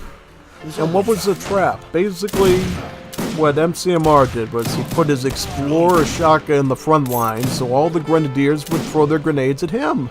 And now, the Pollo Puano has to wait a total of 60 seconds, right? Or just a single minuto for those grenades to come back. And in that time, all these MP, which are basically just Zulu musketeers, can rally up and cut through them a lot easier. And then you got the Askari here, which are the African variant of the skirmisher. Yeah. What makes Askari a bit different is they actually have higher base multipliers than standard skirmishers do. Normally, skirmishers only have 2.2x against heavy infantry.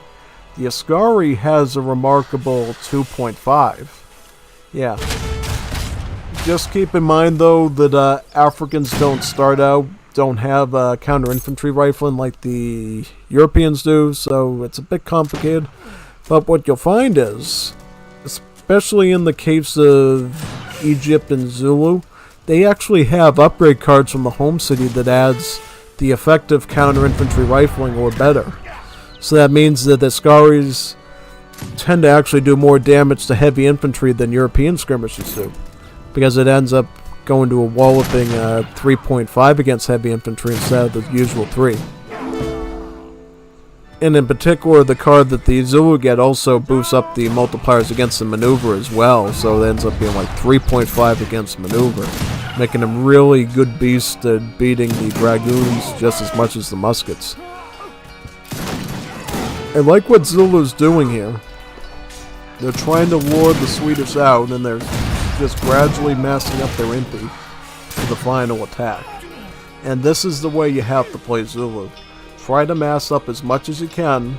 Be aggressive when you can, but when you can't be aggressive, try to engage your army constantly. Don't give them time to rest. Constantly be chucking spears at them, shooting arrows at them, even hitting them with cannonballs, depending on how late you are in the game. And by doing that, you really tap into your Zerg-style military complex to the point that you can constantly be popping units out. It's really powerful in the end if you can do it. Yeah, definitely. And as another side note with Zulu, if you want to get more of these youths to start maturing, you need to build more of these Akandas, which you see right here. This is where they get produced from. The Akandas produce the youths, they provide you population as being giant houses, and they actually include your military upgrades too. So you can upgrade your MP, your Spearmen, your Impacity, your Firebrands, as well as your Bowmen from there. So really all of your gunpowder and non-mountain units. Yeah. Zulu only get one mountain unit, the Escort, and then they get the Ascari for gunpowder, infantry, and then 2 cannons, right? The mountain gun and then the revolving cannon. Revolving cannons are simply the African variant of machine gun. In addition to multipliers against infantry, they have multipliers against artillery, so they're like a really short-range culverin almost. They can also beat infantry as well. So it's kind of like a multi-purpose unit in that sense, whereas the mountain gun is the same as heavy cannons. They're really powerful at just blasting through large groups of infantry, artillery, buildings, ships, whatever you can put on. Yeah, pretty much.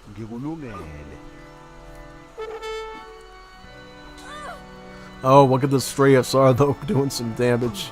Oh wow, they punched that horse until it literally fell down. That's pretty much ammo abuse, last I checked, but when it comes to saving your economy, it works pretty good.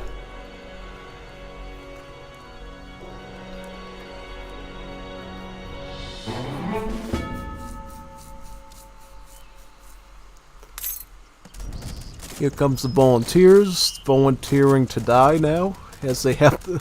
No, they volunteered to leave, it looks like, because they're running for their lives right now because they don't want to deal with the Zulu mass. Definitely not. Definitely don't want to deal with the Zulu mass for sure.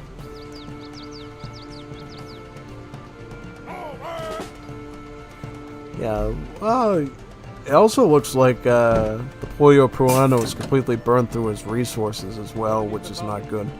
How many vills? 17. 17. That's not good. How many does the Elton have? George Michaels has about 21 villagers, which is far better, I would say. 21. Definitely. Let's see. Well, you're gonna have a better time with these MP isolated, but when the bigger mass shows up, then you're gonna have some problems. Because now you're gonna have a big mass of MP to deal with, as well as the Ascaris supporting them. Yep, just gotta try to go forward, I think. Maybe try to lead them away a little bit. Still gonna get cornered, though, and crushed at the end. Some more volunteers in the back here.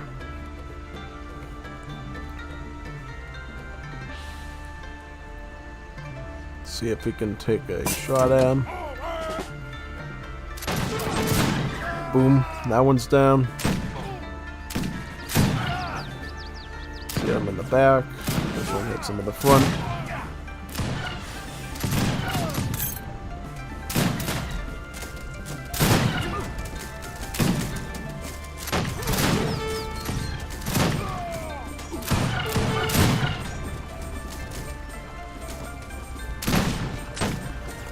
Yeah, never mind. It's kind of a done deal. But as soon as MCMR got some of the Impacity Clubmen, which were a scout unit involved, they're gonna just bash through these volunteers, no problem. Yeah, even with just like 6 of them, they're already doing pretty good. The thing you gotta understand though about the Impacity is, unlike the, I would say like the Hussar, they're actually a 1 population variant of the scout class, a lot like the Musketero for Latin America, which is a one-pop variant of the assault class. So, in Wars of Liberty world, we can have two sorts of like shock units. We can have the mounted ones, which tend to cost more population, but have more HP usually.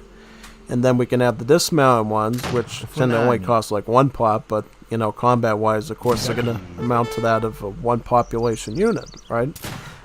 But it's not that simple, because sometimes there's classes of cavalry, as you know, which falls into the dismounted category in terms of their stats, right? Like Cossacks. Remember the Cossacks from Vanilla that, you know, they cost like one pop, they're very cheap. They exist here too, and then there's actually another class of mounted cavalry that does the same thing, called the Yuan. And basically how the Yuan works is, the devs decided, especially considering now Yuan-like cavalry is part of one of the cultures as a whole now for the Balkan civs, they decided, since these Yuans have such little hit points, statistically, basically these Yuan should be in the one population category, just like we would put Coyote Runners, Musketeros, or the Cossacks, statistically. And by doing that, basically you can mass up a lot of Yuans now that you couldn't in Vanilla, making them like a really formidable, massable cav unit at charging skirms with, charging artillery with, and sometimes even swarming small groups of the musketeers with as well. Yeah, so definitely very powerful in that sense. Looks like MCMR is just starting to get his market technologies now. This is actually totally normal, right? Well, I usually try to get my market techs with Zulu around late second age, usually. I usually don't wait till third age, but I guess depending on what sort of military ramp you're going for, you could push it off to age 3. Yeah, I would try to get a little bit earlier, though, because Africans have a pretty good advantage when it comes to natural resource gathering, because in the end, not only do they get 3 technologies that boost hunting, mining, wood chopping, but it also includes berry gathering too, which you rarely ever see, right? So yeah, technically Africans are one of the best natural resource gatherers in the game. And also considering they don't get like plantations for their gold gathering. They actually have to build a rock quarry, a quarry building. And around the quarry you basically train rocks, and the villagers mine the rocks. And the rocks gather rate, you know, is the same as that of the mine, but it is depletable, right? It's a finite source of coins. So at the cost of having to constantly micromanage your economy as Africans, you get resources that tend to gather pretty quickly, whether you're including the rocks from the quarry, the lots from the granary that you can build around the vicinity of the granary. You can build little lot farms, or the spice stalls around the spice shop, because Africans are the second culture in Wars of Liberty to actually use export along with the Asians. Whereas Asian villagers trickle the export as they work, Africans have to gather it from spice stalls around their spice shops. And also from that same building is where you can train some allied colonial-powered European units. But unlike the consulate where you have to pick between allies of different countries, the way you handle it with the Africans is you get one unit from each of those 4 different African, European, or other powers involved in your politics, and it's just like one unit you can always make. It's almost like a permanent part of your roster in that sense. And they could really be just about anything. They could be musketeers, Yuans. Unfortunately, it hasn't been updated in a while, and some of them are kind of deprecated at this point, but hopefully in the African rework they'll be able to revisit a lot of those older units that might not be relevant anymore and replace them, because, for instance, the Dutch still use Reiters, the Carbineers, right? But those have been removed since the start of the Great War patch with a whole slew of other stuff that they could potentially add, like the Zwart Hollanders, for instance, which you actually already see in the Zulu's home city. They already have Zwart Hollander shipments. It's just that they haven't integrated them into the spice shop yet, which, you know, hopefully they get around to it. Anyways, for This game, it looks like MCMR really demonstrated good usage of Zulu here. He was able to completely dominate against the Swedes overall in a way that they weren't able to recover from, it looks like. So after this one, we're going to be booting this game up again into game number 2 of the series of best out of 3 of MCMR versus GP. Just gotta wait a second for it to load.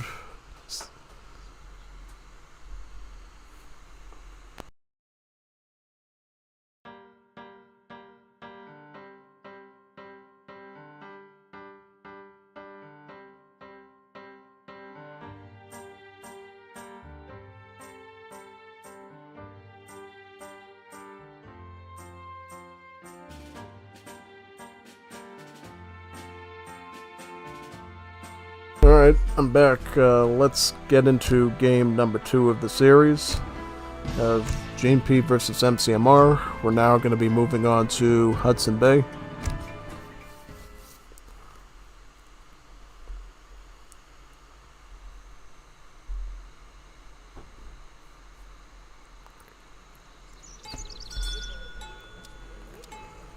So what we got now? We got MCMR Germany versus the Pollo Peruanos Chileans. So another Chileanos match. Very interesting. Now this could be a pretty interesting matchup, honestly, because we're looking at 2 very boomy civs that can get villagers very quickly. For Koreans, it's through their Grand Palace. For the Germans, you would use the Meitskier and houses to automatically get a free villager when it finishes building, right? Same as the British Mayor Boom. So yeah, in general, we're dealing with 2 villager booming civs here. Only difference being, of course, their cultures as well as their rosters, right? Germany has a lot of... Well, for instance, Korea doesn't have musketeers. But Germany has some of the strongest musketeers in the game with their Maykoff line infantry. Because not only do they get a lot of upgrades, right? But they also have improved rate of fire, which you rarely see with like a line infantry upgrade, right? And you can in fact see it if you look at one of these decks. Like, do we see any of these?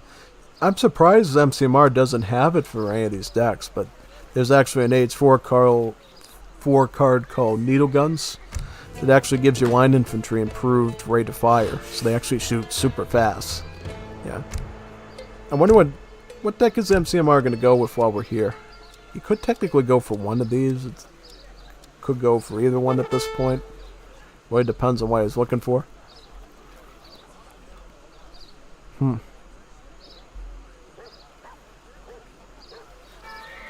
Hamburg Stock Exchange. Huh. I remember that used to be a really good card back in the day because in the past, instead of a market wagon, it used to give you a bank wagon. So you actually got a bank with it. And that ended up making a really good mid to late game card. But now that gives you just a market with like the advanced market effect. Now it's really not too good, honestly, and I don't really recommend it that much. Yeah. Now these 3 cards can be really powerful. You got the 3 settlers, again, just like in the previous Germany game, we might see the Hobreich plan being sent to make those manors a lot cheaper for Germany, so they can mass up a bunch of villagers in a British-style mayor boom. And then you get this 3rd option here called the Ruhr Polen, which can either be used as a villager booster or as a emergency card. In a sense, because what it does is for every 2 minutes, for every 5 minutes of the game up to 30 minutes, it gives you 2 Polish peasants as a not actual settlers, but the Balkan villager, the peasant with Polish voice sets to him. Yeah. And based on the mathematics you see here, basically by minute 30, you can get yourself a nice total of 12 villagers from it, which is really good. And also, in that sense, you have to consider the fact that the Germans' settler build limit is actually only 84. And the reason why it's only 84 is because you have to account 5 population for each croup factory that you construct, because croup factories eat up 5 population. So the way the devs figured it out was, since croup factories are almost like semi-villagers because they're performing a resource-based action to produce an artillery over time, right? And they're definitely not like totally extra like the factories are. Let's make them like, consider them to be like semi-villagers and make them cost population, so that we can still allow the factories to coexist. Because during the development of one of the earlier patches, some of the devs wanted to remove factories altogether from the German civ and just have them use the croup factories instead, and I was like, some people might actually like to have the wood trickle or the food trickle or the coin trickle that the factories offer, including me. I really liked it, And they said you had to make a choice between either having croup factories or finding one of these many options to make them coexist, and I ended up choosing the one that we have today because I felt like it would put them in line with sort of how Paraguay works with sort of those heavy works buildings, producing artillery but also costing population. Well, at least the old Paraguay, right?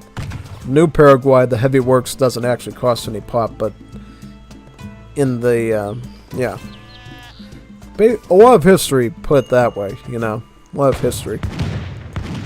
You could probably study Wars of Liberty history for probably like a million years, right? You could literally get a bachelor's, a master's, and a PhD in Wars of Liberty mod history because it's only been around for like 10 years, plus all the years of War of the Triplight. So there's so much like patch history stuff that you could follow, and it's crazy, especially from a game development perspective. Yeah, definitely. Verstanden.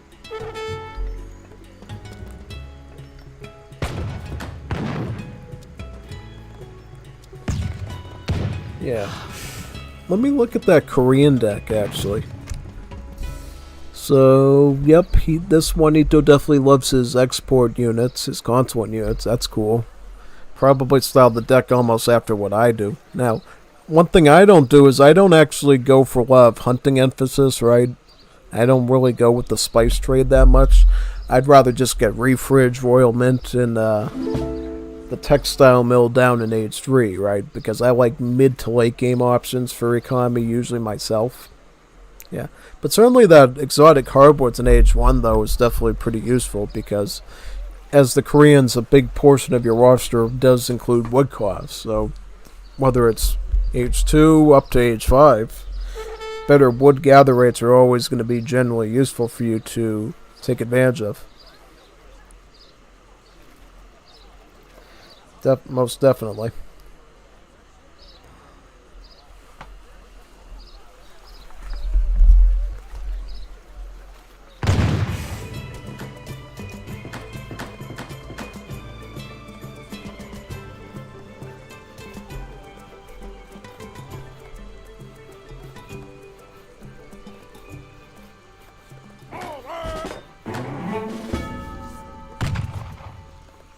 Huh, so JP's actually going for forward-based Dankpa Spearman.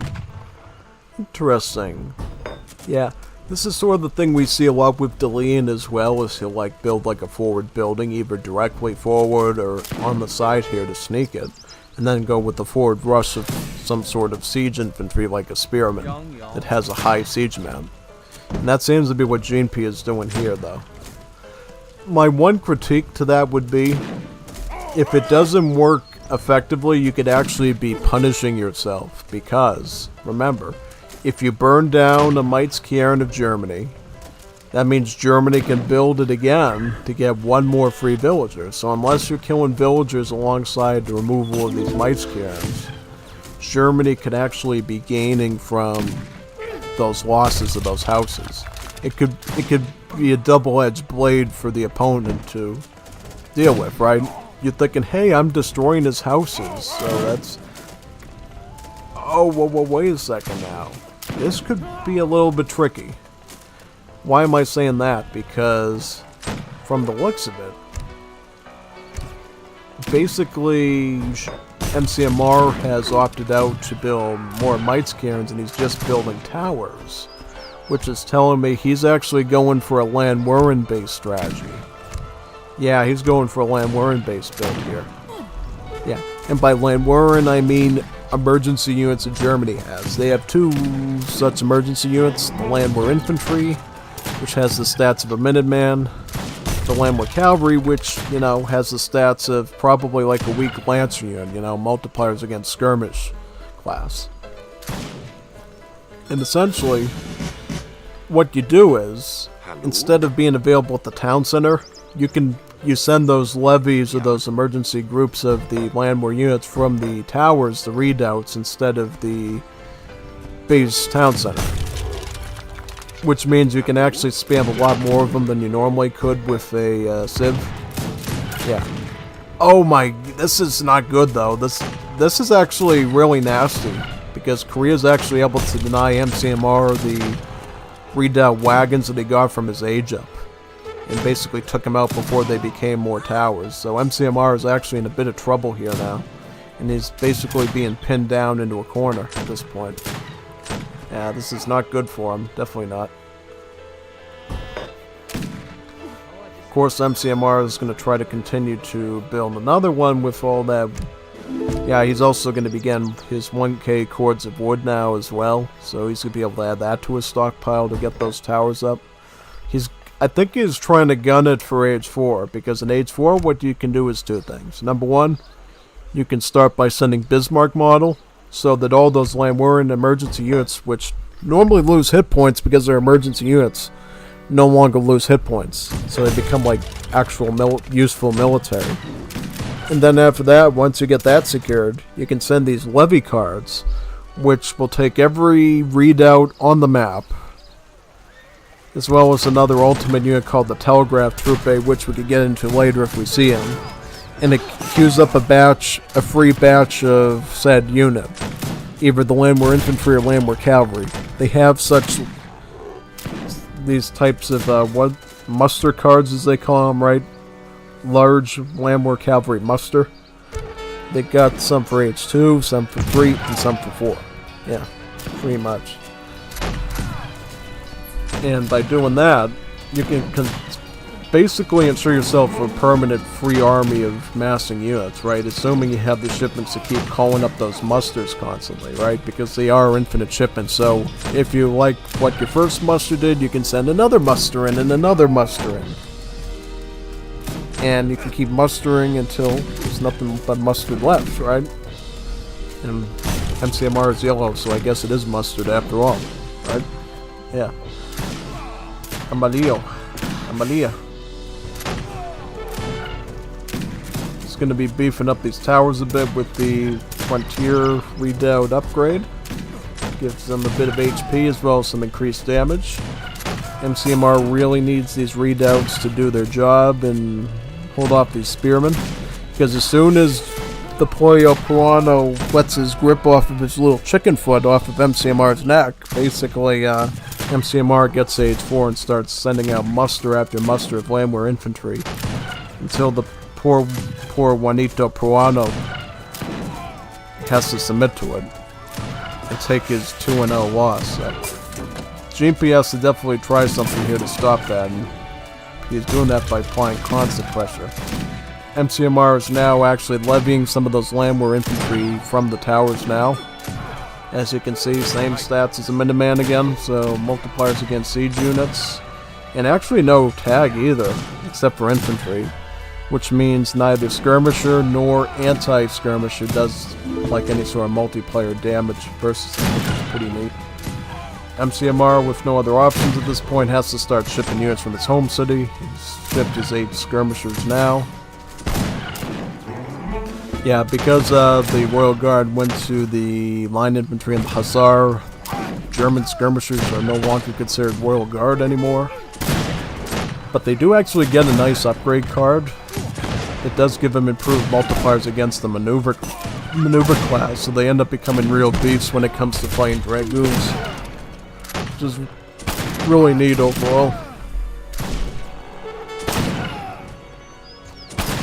Yep, perfect job taking out those spearmen though.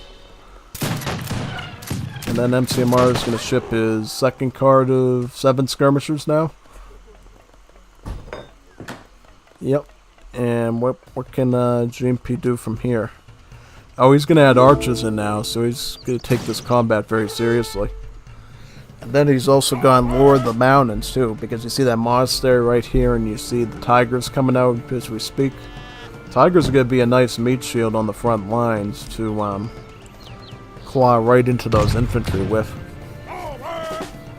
Really powerful overall.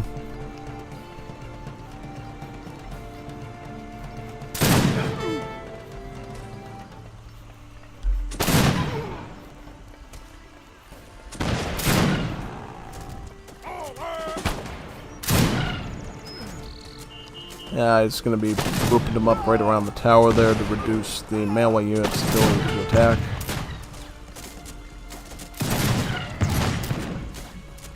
Yep, that's pretty good.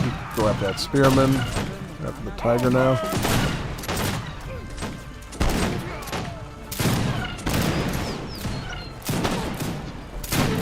Ooh, good. Took that out. Take out another tiger. Take out the warrior monk on the horse. And how is MCMR in terms of eco? Like, is he going to be queuing villagers up? No, he's just going for that 1k coin now. He's already chopped enough for the wood and got enough food almost. Yeah, he can stop mining at this point. Start eating up those sheepies at this point to get to age 4. And what can he get in age 4? I think he can get even more skirmishers as part of the age up, I believe, or hussars or something. And that should provide him enough of a defense. Yeah, he can't get the coin right away though, because he does need a defense of towers to actually justify the sending of the musters, because if he doesn't have any towers to send the musters with, the musters are going to be pretty useless, so you're going to want to have at least like a good number of towers to fall back on, right? Yeah. But at this point, because you're not focusing, now he's queuing up villagers, but before, now economy's basically in a stagnant state, and technically GMP can ride on top of you by, constantly using the Grand Palace to add additional units to the stockpile, right? That's what GMP is really counting on here, is that he's going to gradually grow with Koreans, because Koreans is a great villager booming civ. And eventually he's going to be able to beat up MCMR to the point that he can't keep up this defensive game anymore, and he eventually dives to it. Yeah. Yeah, MCMR is probably not happy as well that he actually has to start making the Mites Cairns again for population purposes. But he does need to keep in mind, too, that if you don't have enough population for a muster when it arrives at that building, like the queue stops, the muster won't actually spawn in because it's a muster. And I guess that's the way the musters work, basically. So MCMR is going to need these Mites Cairn houses anyways. And it does provide the nice boost of giving you some additional free villagers that you can provide your economy. Yeah, you're going to probably want a lot of them to come back here to start eating these the moose here in the back. As you technically have enough resources at this point to get the coin needed for the industrial. It's the comida aspect which you have to be careful of.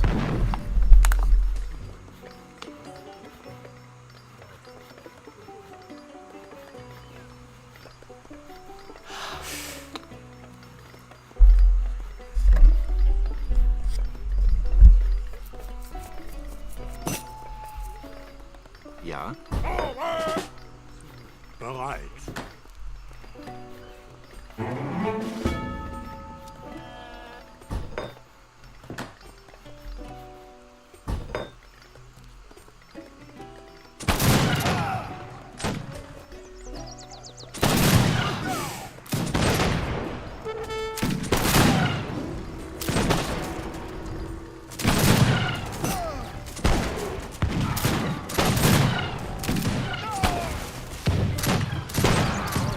Oh, interesting. So GP actually went with the Japanese console allies here.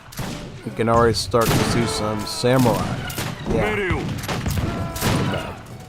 Pretty good option, I would say. Definitely.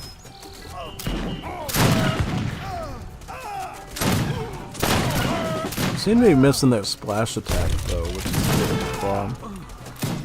Yeah, developers watching this just know there's no like splash attack. I think they should have like a splash attack, I believe, of like 1, right? Something. Yeah, definitely. Yeah, yeah, this is like a halberdier otherwise. 2-pop halberdier, which makes no sense. Yeah, either get rid of like make it a 1-pop unit or like give a bigger mass or get some splash in there or something. The one thing that's cool about the Japanese console allies for Korea is it actually makes your military units cheaper. So yeah, notice here how the resources look a lot cheaper than the usual 65 food and 35 wood. Now it's about 62 food and 34 on the wood, so it's even better.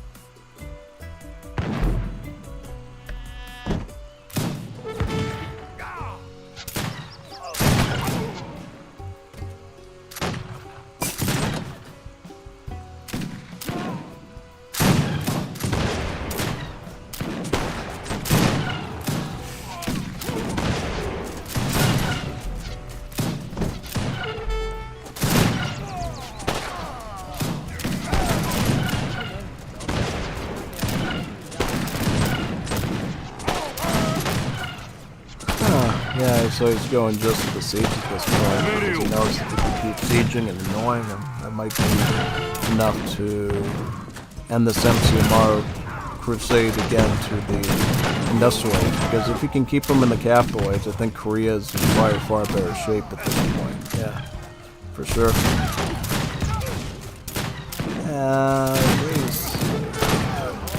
Yep. And I think at this point MCMR is in a bit of a preservation state as well, trying to preserve. Oh, he is getting to the industrial age, so yeah. Unless like Korea has some super fire capital strategy here, I think, you know, GMP is going to have some issues real soon once these musters start arriving. But the problem is you don't have enough wood, have enough population to make the musters appear though. So what MCMR is going to have to do is he's going to have. Oh, he's going to get the Albright plan. Okay, so that fixes that. He's going to have enough population. He's going to get some free villages out of it. And he's going to probably have enough wood in the end to get the rest of the redoubts out, the other two. Yeah, so that's going to work perfectly in his advantage. Yeah. Surprised he doesn't have Königsberg fortification here either. You know, because it lets you send an even bigger levy of the landwehr infantry from the tower as well, in addition to the smaller one, so you can basically mass up a lot of landwehr infantry really quickly. Yeah. And I guess another problem too is the fact that MCMR is opting not to upgrade them with the Royal Decree. Because what the Royal Decree technology does for Germany is it basically allows you to upgrade the landwehr units and be able to train them from your military buildings. But the trade-off is that they don't end up working like normal military units, and they actually become more expensive the more of them you have on the field at any given time. So you really can't just spam like 1,000,000 landwehr infantry for the Minuteman tagless effect just to spam it, you know, unless you have the food for it. And then that falls short pretty quickly because there's certainly quite a few units, including artillery as well as certain assault units in the game, that do have full anti-infantry multipliers. So you gotta play that very carefully. Yeah, it looks like right now though MCMR is holding in there for dear life, trying to cut through the archers so he can get right to the spearmen now. Going somewhat successfully. Yeah, yep. Now he's gonna be able to move on to the spearmen now. Up here comes the first muster. First mustard. First mustard, yeah. Mustard, what's the difference? Well, actually, quite a big difference. Mustard has an A at the end. Mustard has an E, so it's a bit different. Yeah. And of course, the D in the mustard, too. Yeah. Yeah, well, whenever you say mustard, I think of mustard because it sounds almost the same. You know, you're basically saying it for the most part, like pronunciation-wise, yeah. Why didn't MCMR build additional readouts? Oh, because he wanted to upgrade them. Okay. Now, this is probably pretty useful because if you know your opponent, the Pollo Peruano, is going to be, you know, attacking your towers constantly, you got to get that Industrial Age upgrade on him because the Industrial Age tower upgrade, of course, gives them the heavy cannonballs that deal crush damage and they deal some splash damage. So basically like little pieces of artillery, like bombard towers in AoE 2 pretty much. Yeah. It's going to be really hard for GMP to keep attacking like he's been doing, you know. Once this becomes like a full tower upgrade, it's basically a done deal. And then once these land wars start coming in, you're going to start to see some big armies massing up, you know. And then MCMR is going to get more XP from attacking the Korean units, and then he could start to upgrade his regular units, and yeah.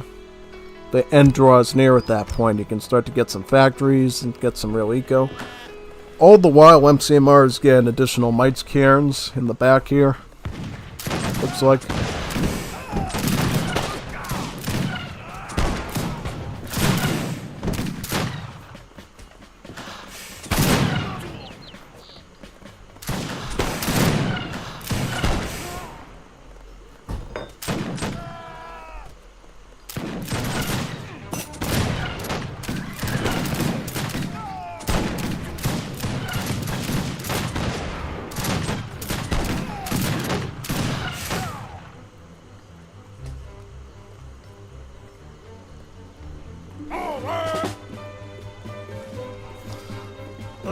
Did he get the... No, he did not get Bismarck model though, so these are going to basically slowly die to like 1 hit point.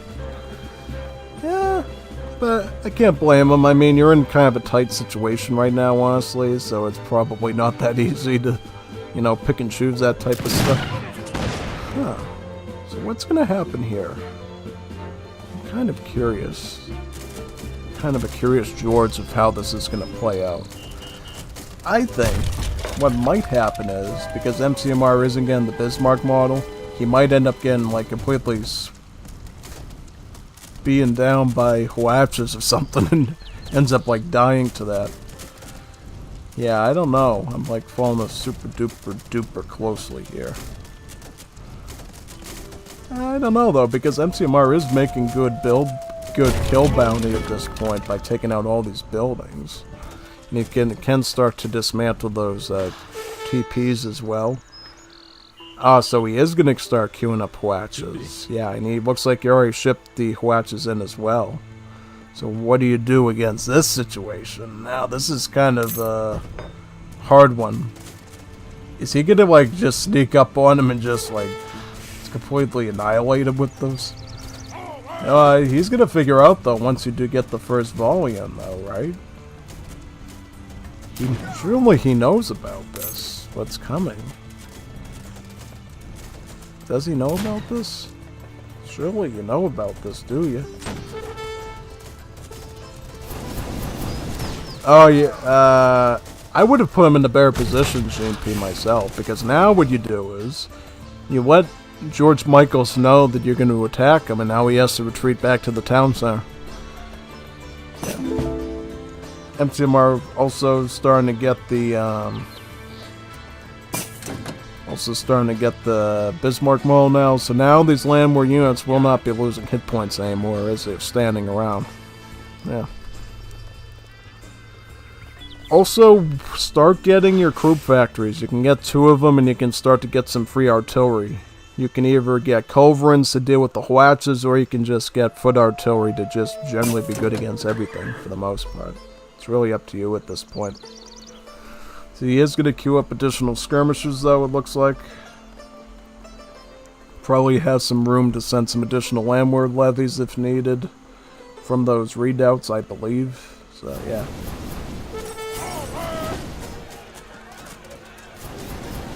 Yeah. I think MCMR is still in better shape at this time. Yeah. I think he's still in a better position at this point.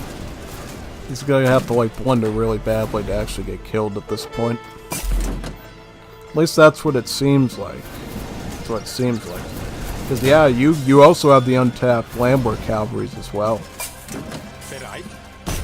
Not bad. Not bad for stats. You know, like some decent like lancers that you can like move around and redeploy. Yeah. Just move them in right here and right at the pressure. Yep, pressure right on top of his cannons.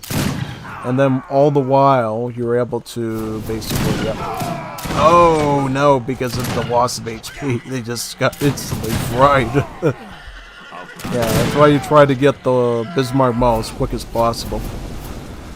I mean, you're not in trouble yet, but you're definitely not out of the woods yet either, I mean.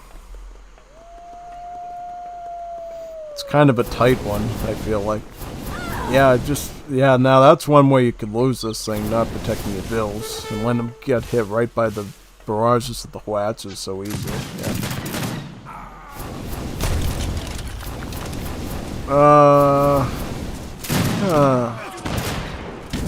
So what now?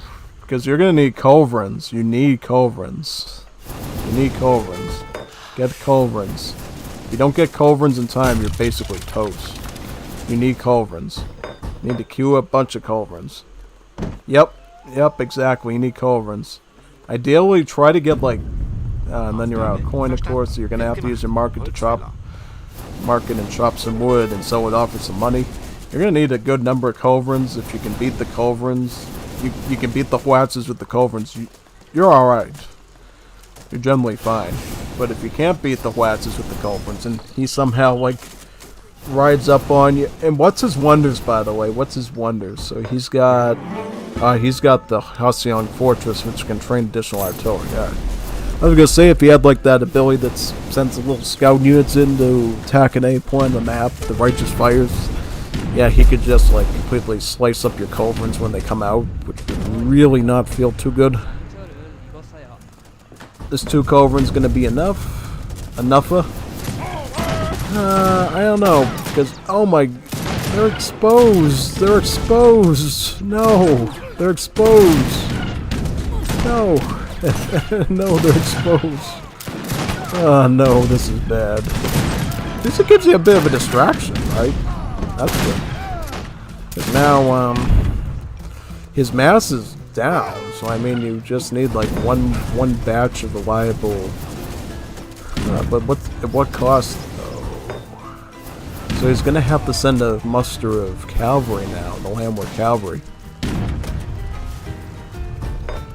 That's unfortunate, because now he's going to have to, like, kite this out super carefully now.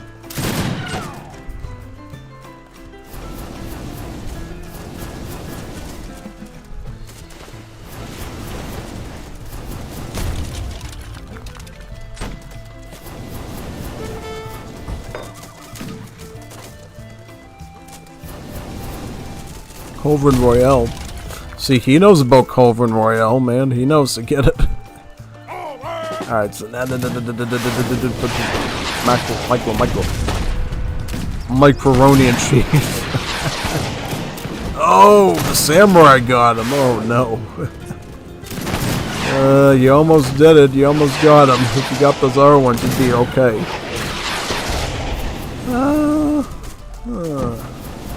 Because you're upgrading the... Oh no, this is how it goes, doesn't it?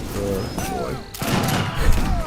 Yep, it happens sometimes. You're just kind of too much of a corner, and he's gonna have to construct another artillery foundry to get some culverins in. At least he's got some Landward Cavalry coming in to fill the void a little bit. Landward Cavalry should be a little bit of a support. Not super big, but a little bit. Yeah, it should be a little bit of a support. Now he's trying to queue up the culverins once again. I mean, mind you, he doesn't even really need, like, Culverins Royale just yet, just because these are Age 3 artillery still got the age advance, so, I mean, you probably don't need to get that until you're, like, secured, like, you know, the opponent is out of your base at that point.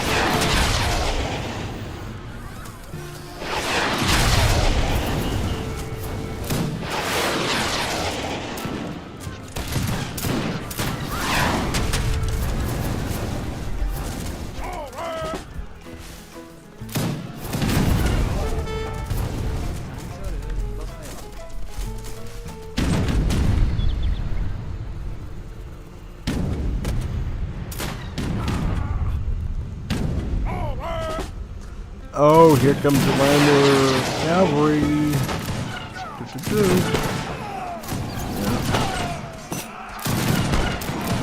Not bad. I mean, they are doing some good damage here overall. They still got a samurai though that's causing some problems. Oh no, we got this. It's not good. Oh, get the samurai. Get the samurai. That thing literally cost you the Colvin's less. Yeah. Yeah, he's completely blundered him at this point. Yeah, you gonna get him with that one? No. Too late. Too late.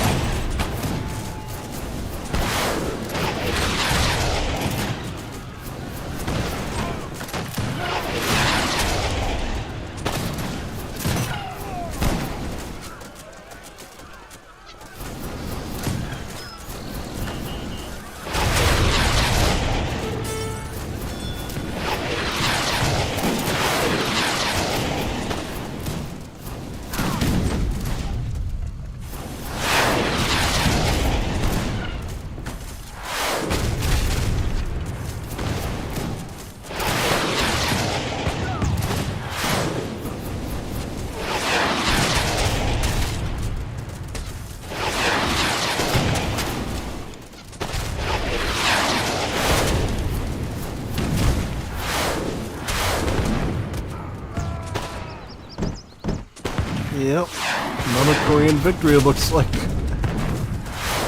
Firelance is getting the job done with the Hwatches.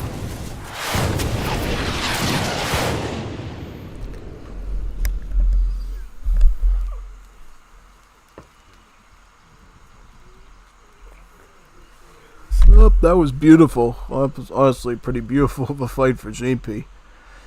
And now we're rewarded with the game number 3 to their encounter, which is really awesome. Really awesome overall. So let's get into that right now.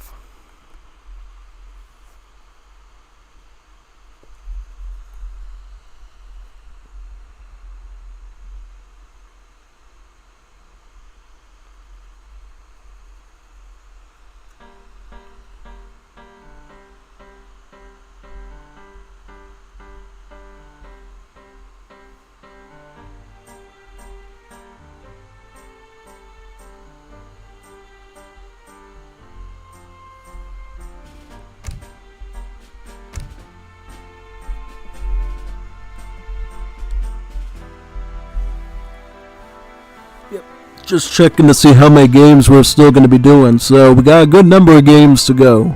Just let me grab something real quick and I'll be right back.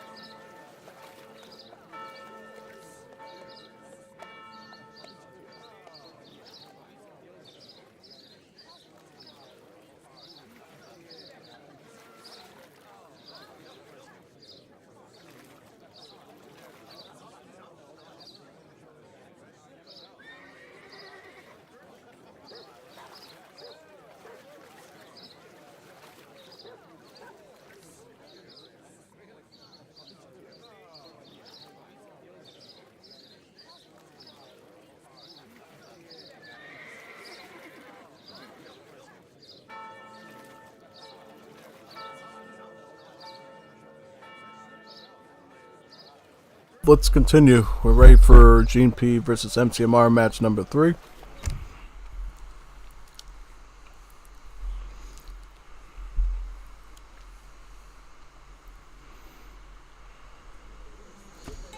Alright, so MCMR is playing as the Portuguese.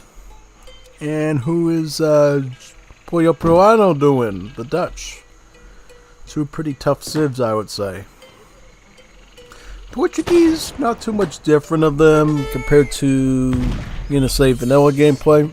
At least in terms of the Asian Diocese, of course, right? Because DE has all those cards and mechanics and everything. But overall, the Wars of Liberty Portuguese are pretty close to that of vanilla as you can get.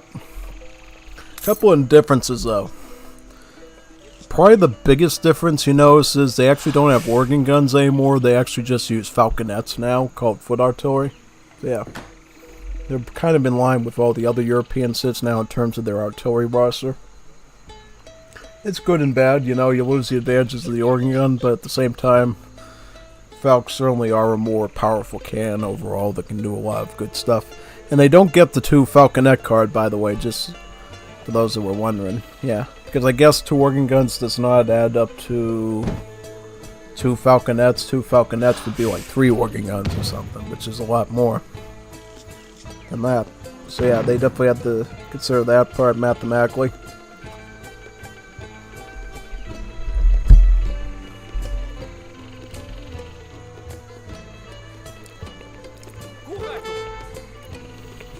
As for this Dutch civilization, though, Dutch and Wars of Liberty are pretty different from what they are in vanilla gameplay. Instead of having banks, they have 3 different types of villagers. You got the Javanese laborer, which is better at gathering from trees. You get the regular settler, which is better for gathering from mills and berries. And you get slaves, which are better for mining and for working at the plantations. Yeah. So basically, Dutch sort of works in sort of like a Trinity Civ in almost a way, like a triangle, where your food costing villager and ultimate unit is from the Netherlands, your coin costing ultimate unit and villager is from Africa, and then the wood ones would be from Indonesia. Yeah, and I said that right, they actually have 3 ultimate units. So, sort of like Gran Colombia that has 4, except for Dutch, they can train them from their regular buildings. And the reason why they have 3 ultimate units is to represent the 3 parts of the Dutch Empire. The Ashanti connections in Africa through coin, the wood ones through Indonesia, and then the food ones through the Dutch, and those big fancy windmills, the Netherlands for, right? So yeah, that's why they do that overall.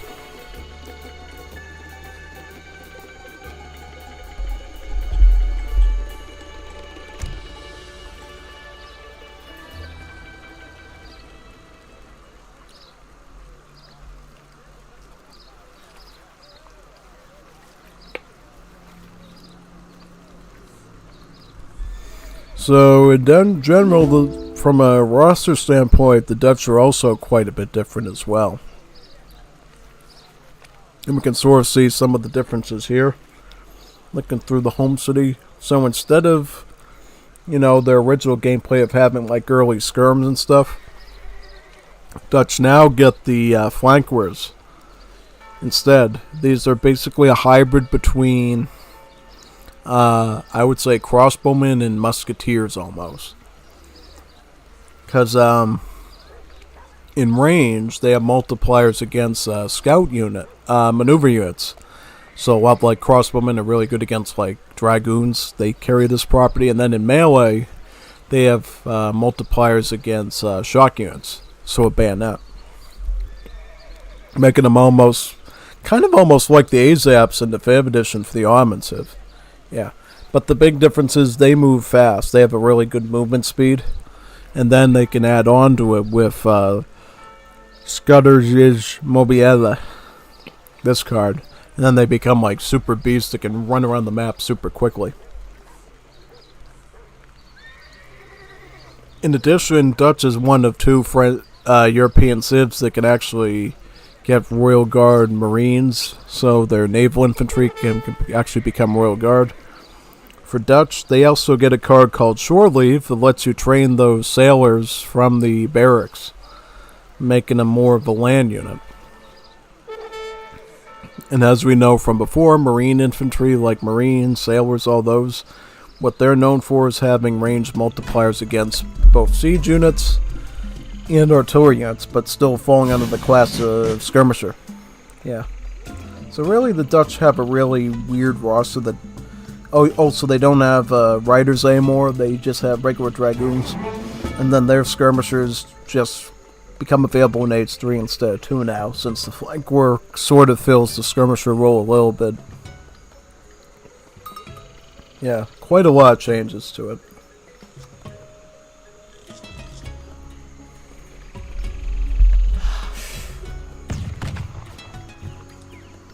And oh yeah, the Grenadiers, of course, too.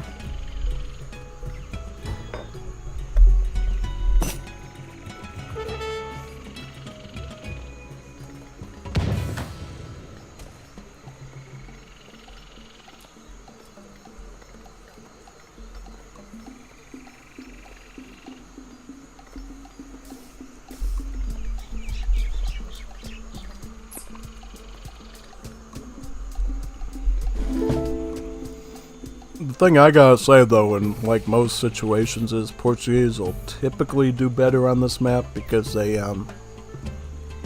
have both the advantage of keeping their town centers close in this little vicinity here, which also acts as a protection against water attacks as well. Because sometimes you see a very angry Juanito build a dock here and start to attack through the little pond like this. So having town centers in a group like this around here can be a good defense against ships.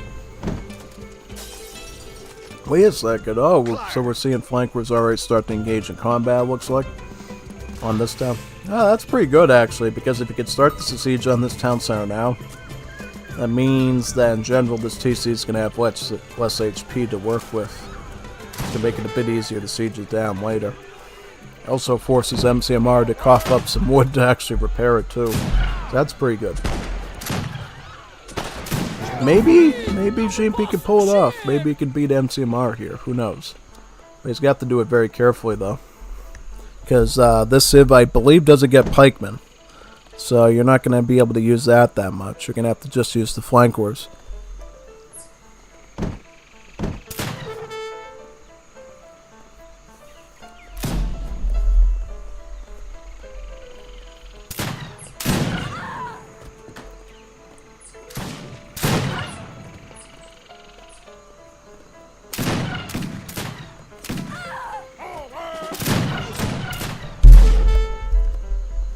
Looks like he's just running around the vicinity of the TCs right now, seeing what he can kill off. And I'm imagining MCMR is, going fast fortress, fast capital, with gunsmith, right? Gets you some free castadors. As you know, pretty big hitting skirmisher with a lot of range armor, great against flankers. The one curse that the flanker suffers from is, since it's both has a bayonet and an anti-dragoon range attack, it falls under the tags of both heavy and skirmish, which means even though it's a musketeer, essentially, some scout units like the Lancero, which have or the Sawar or the Japanese cavalry, which has multipliers against skirmish, can actually counter these units because of their skirmish tag, which to you thinking, that doesn't make any sense. They're skirmisher, they're musketeers, they should counter cavalry. No. Just your everyday scout unit with a multiplier against skirmish can actually beat flankers, given they have the sufficient numbers for it. And depend on micro as well. Like if you're microing them really poorly, probably not. But if they're microing really poorly or they don't have enough numbers, you can totally beat them out. See. And this is what you do with Portuguese on Malaysia, because I did this against Chorizo yesterday. Is you just mass the TCs up in this little quarter here. You basically create this giant tank wall along the shoreline, that prevents the enemy from adding in light ships to raid your villagers here or your houses. And remember, the ships have an anti-ship attack here, which does like 112 damage, as you can see in 40 range. So yeah, it's probably your best defense against early naval aggression. Because you wouldn't think that you'd have to worry about that since it's really your body of war, but nothing's stopping these Juanitos from putting a dock in here, or using home city shipments to throw some stuff in there. It's totally possible.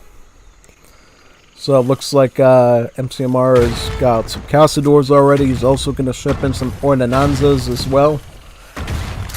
Basically a very cheap but weaker version of the pikemen. Like a spear militia. And Portuguese get them in this.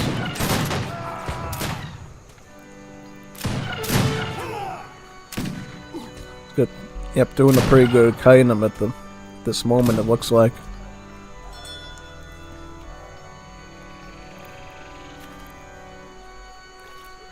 Yep, basically beating him pretty well.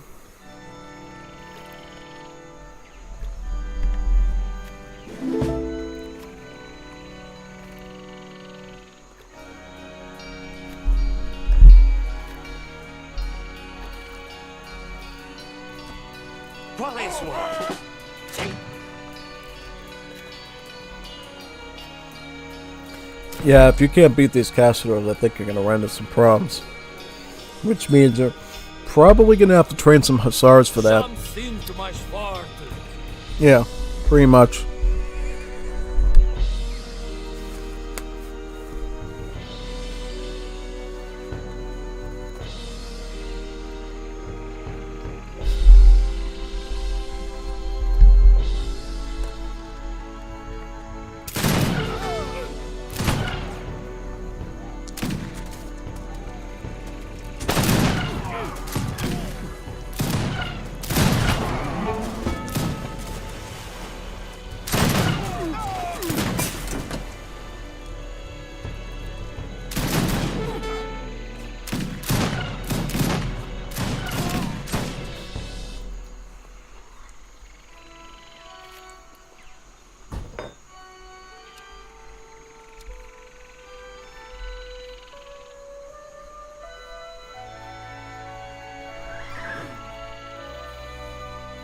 Yep, now it looks like Dutch are going to be getting the Shutterzij Mobile.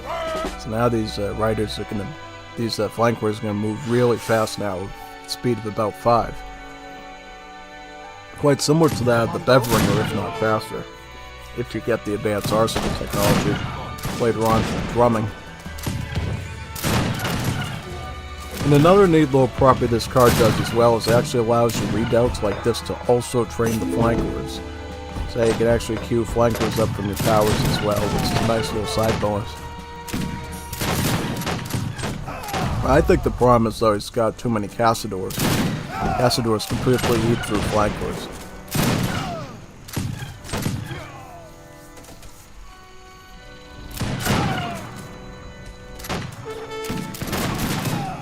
Yeah, getting completely shredded there. SAR's also coming way too late. Because he still got massive Oronankas there to defend them. Yep, those.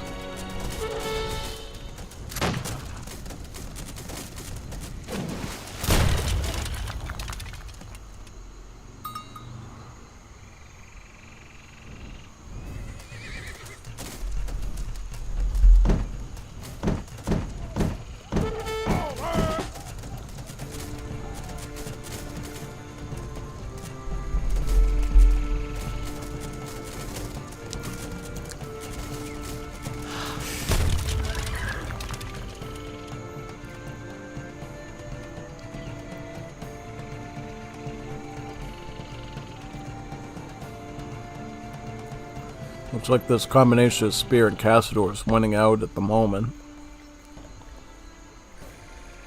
Now Dutch are going to have to come up with a different game plan if they want to defend this and get their second win here. Right now all they can do is just go for this defensive formation raid with the Hussars. You group them up in defensive formation and that way multiple units can hit one unit easier when they're just riding through. See if he could get like one. Yep, he got one. I get two. No. Ja. See, they win the siege. They kind of spoiled that.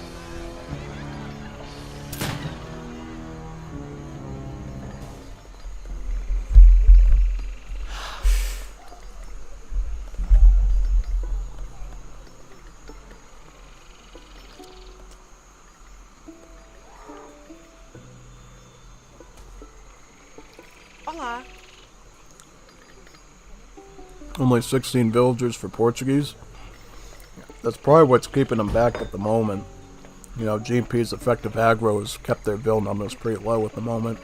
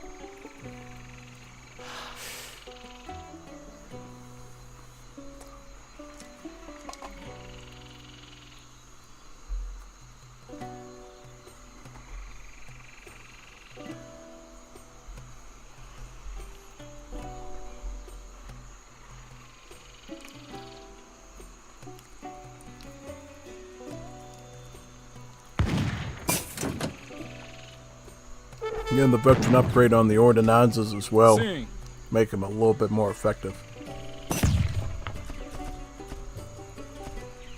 One difference you notice between them and the pikemen is the ordinances actually have more damage output without the multipliers, like 19 versus like whatever 10 that the pikemen would usually have.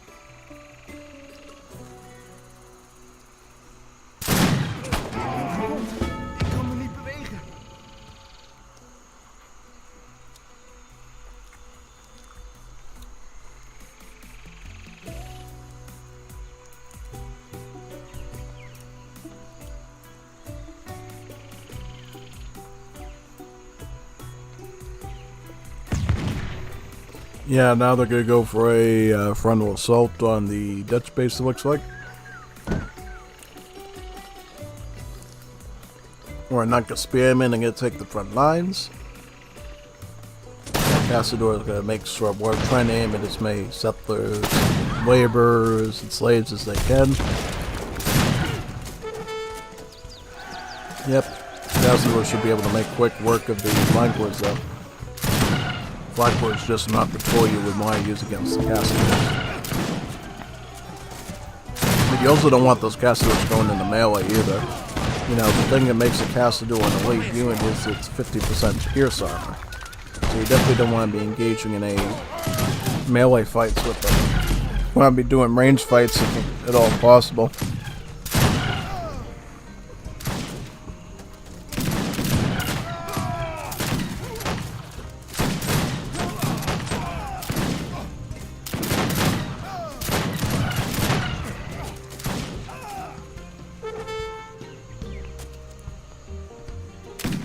Yeah, you can see some of those flanker numbers start to get shredded off now, and GP is going to have to think of a solution to this real fast.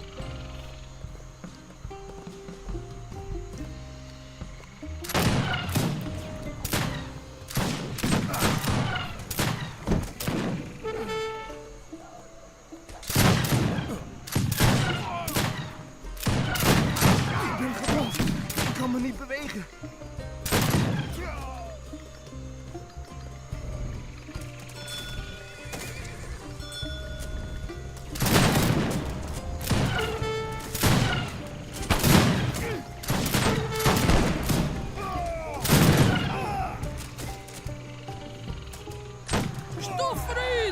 Ordinankas being the main source of siege here, because they have some, yeah, almost 40 siege, so yeah, they could definitely be used for quick siege work. The thing I like about them is that they only cost like 30 food and 30 wood. Didn't they used to be like 25 at one point, or 20 or something? I can't remember. I thought they were cheaper at some point. Doesn't matter, I mean, it's still a very massable unit that you can use and spam a lot of. Yeah, see how good they are at just like cutting through enemy positions.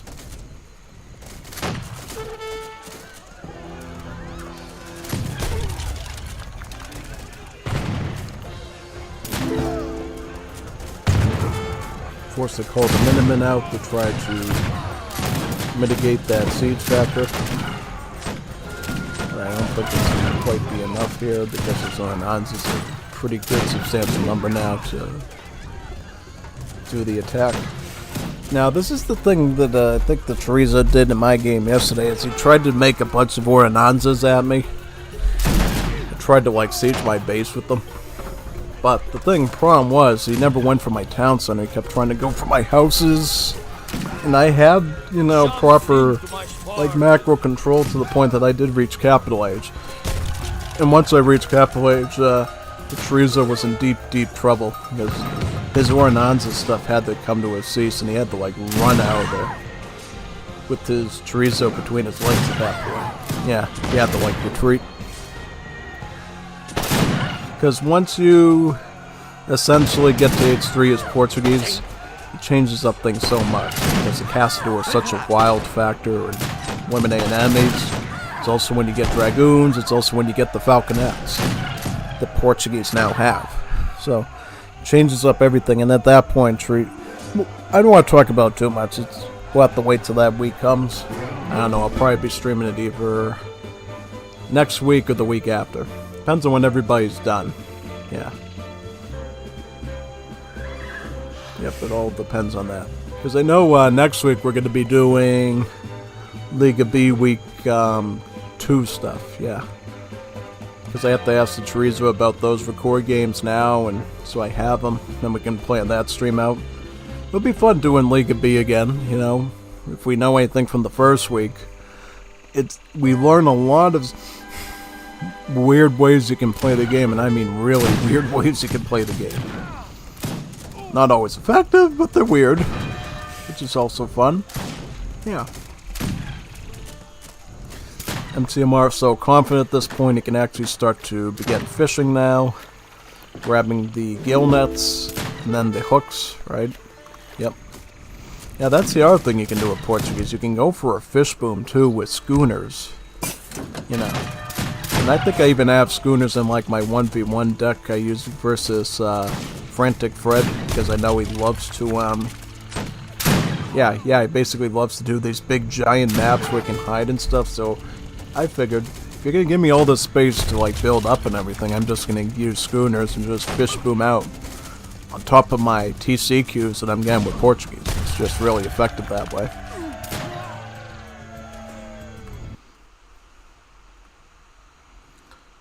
LOL old AoE. LOL old AoE. It's not that old, man. I mean, Wars of Liberty has gone through a lot of efforts to like modernize stuff overall. You'll notice in a lot of areas, like for the French villagers and some other areas, Wars of Liberty actually uses some of the icons that are in Definitive Edition right now, so it doesn't feel as old as you might think it is. In some aspects, like churches, trickling experience, and some stuff like that was actually taken from Definitive Edition and added to this game, so to say that Wars of Liberty is super duper old is kind of, you know, it's not exactly true. Yeah, playing the Asian Dynasties might feel slightly aged, but Wars of Liberty is kind of like its own category. It's still being developed to this day. In fact, the patch, as you know, for the Great War Age technologies actually came out yesterday, and now we finally got a bunch of cool technologies to do in Great War Age. And I'm probably gonna do a tutorial on those tonight, because I want people to know what those techs do if they haven't seen them yet, and so they could sort of grasp of how they would actually want to use them, right? Because some of them, you know, might be tricky to understand at first and how they fit into the scheme of things. Some of them are a little bit more basic. Yeah. In general, from what I saw, technologies were added to the shipyard, the assembly line, or the heavy machinery, whatever it's called, where you make the tanks and stuff. It was made at the field barracks. The command center itself has technologies, and then the airfield has technologies. So, a lot of techs that you can work with now. And because your Great War Age units don't have, like, I would say traditional upgrades, right? That means there's a lot of room for more technologies, right? And they sure add quite a few of them that you can use now. And I'm sure in the future they're going to add more of them as well in another batch, which should be pretty good. Yeah. It does feel a little bit more complete, though, knowing that there are some technologies to research in Great War Age. A lot of them are pretty expensive, though, but that's to be expected since Great War Age itself is pretty expensive. So that's like super duper duper duper late game. Yeah. When you want to get a lot of these techs. And they affect a wide variety of things, right? Some of them affect, like, economy. Some are just, like, general military upgrades. Some have these weird properties to them, like line of sight into enemies' bases and stuff, basically, right? One that lets you see the docks, one that lets you see the oil. Yeah, we'll go over those tonight. So everybody knows how many World War I related technologies Great War Age has now, and it's really impressive. Yeah, it definitely is.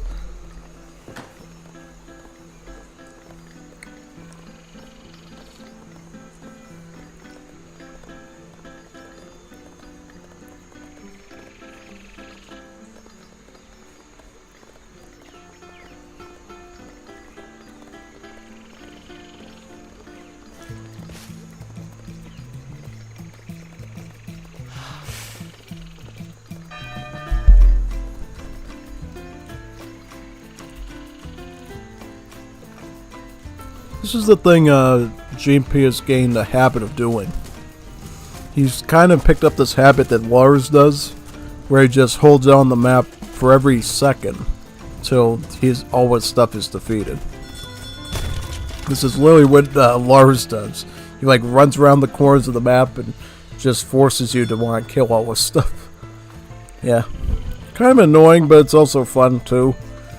Because he tries to make it hard for you to get the actual win, so maybe there's a 1% chance he might actually resign and let him take the win because you don't have time to chase all those units down. Which would be kind of funny, right?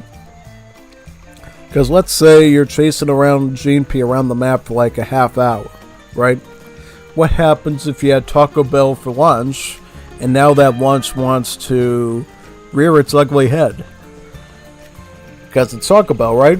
You might have to run for like a half hour in AFK, which gives the Pollo Peruano 30 minutos to rebuild and destroy you while you're having your Taco Bell emergency. Because you decide to forget to press the pause button, and now it's too late for you to say, "Oh no, I was AFK, how could you do that to me?" No, you never paused the game, gringo. You never paused the juego. So yeah, it's on you. It's on you, gringo. You should pause the juego if you have Taco Bell emergency. You know what I mean?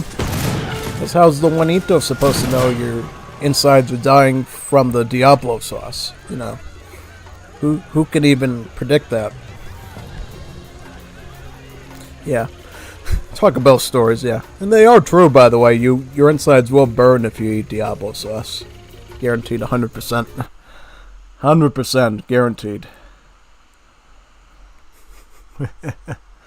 Yep, let's move on to the next game now.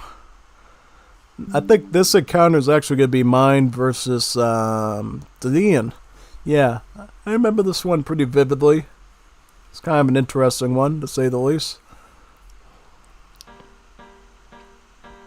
So now we go to recorded games, and now is Stelezzi versus Delian. Me versus Juanito. The only gringo in Liga A. I'm the only gringo here. Solo un gringo.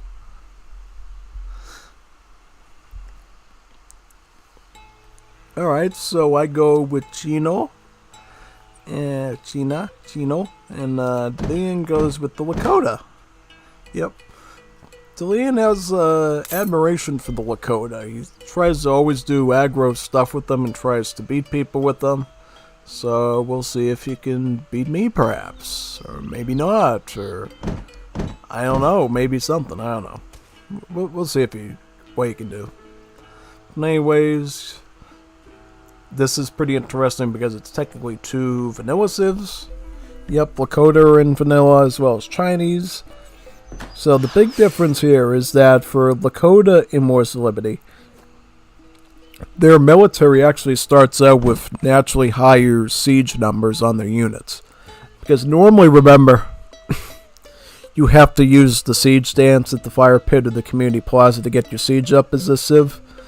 Now, the way Wars of Liberty did is they still have that dance available, but to offset it a little bit so you don't have to have it active all the time, they nerfed the dance a little bit, but also your units now siege naturally higher when the dance isn't active. So you're always going to be a wrecking machine.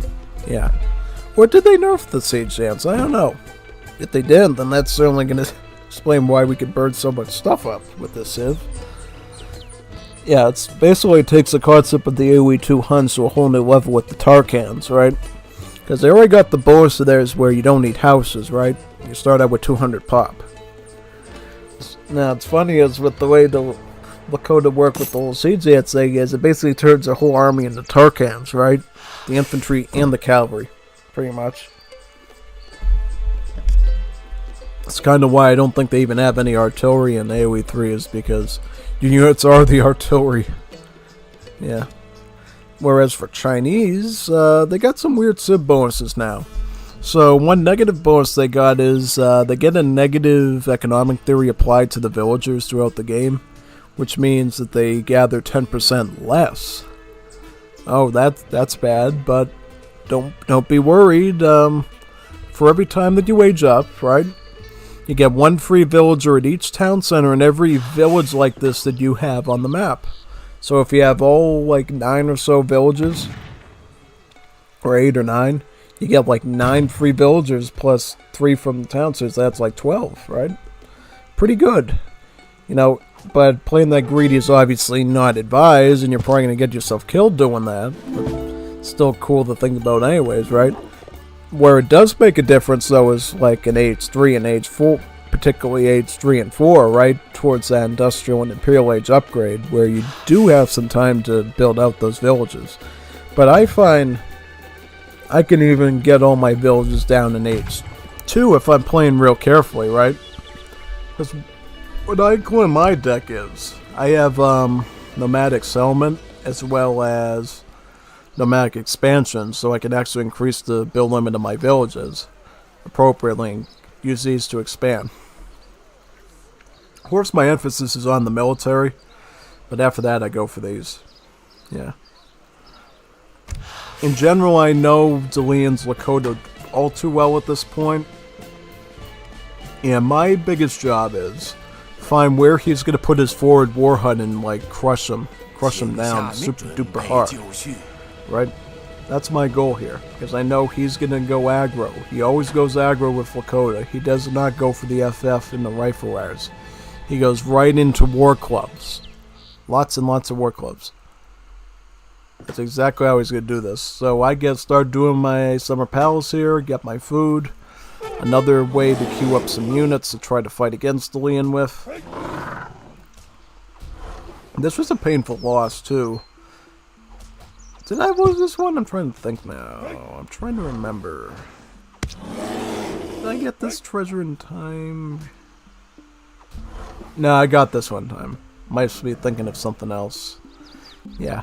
Must be thinking of another time I lost a treasure or something. That time I definitely was lucky and got it. For sure. So what's going to be key here in this situation is having enough archers. Yeah. Because, yeah, occasionally Delian can ship in axe riders or the dog soldiers, as they're still called here, to provide a shock unit aspect, but in general, the way you deal with mass war clubs is lots of Chuko news. And it's also ideal to have like some sort of like chum block, the chum blocks it a little bit. Could either be the Tigerman, the Wars of Liberty equivalent of the Quangs, or the Nien Riders, the mountain unit that actually has multipliers against infantry themselves. So you got some options, but unfortunately they do suffer from multipliers from the War Clubs since they are a shock unit. So sometimes the Tigerman seems more favorable, sometimes the Nien Rider. Probably it comes down to a lot of numbers, I think, honestly. I'll be honest though, when I was like doing this against Leon, I was pretty impressed with this level of aggro. He was like really on top of me for a while. Like he really wanted to take me out here.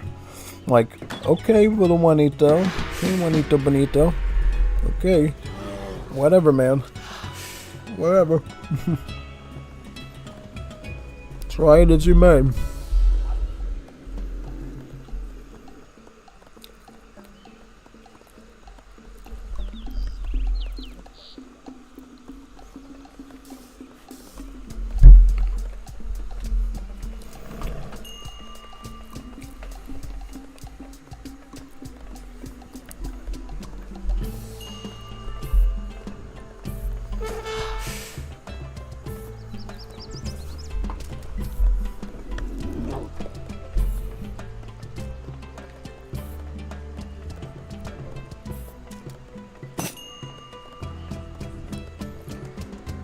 I always get the diplomatic intrigue first, personally, because I like to start out with the consulate. Because I know the consulate is a nice, easy, starting mass of units that you can throw right onto the field with. And I was like cherry picking between different units. And what I thought of was, if we're gonna go right for the war hut, right? Because I don't quite know where the war hut is. I'm going to go Russian so I can make a lot of Opelshennett pikemen and use that to try to siege at the war hut. I could have also gone with Germany and got some Maycoffer line infantry. I could have gone with British and got some Grasshopper green jackets. Or I could have gone with, I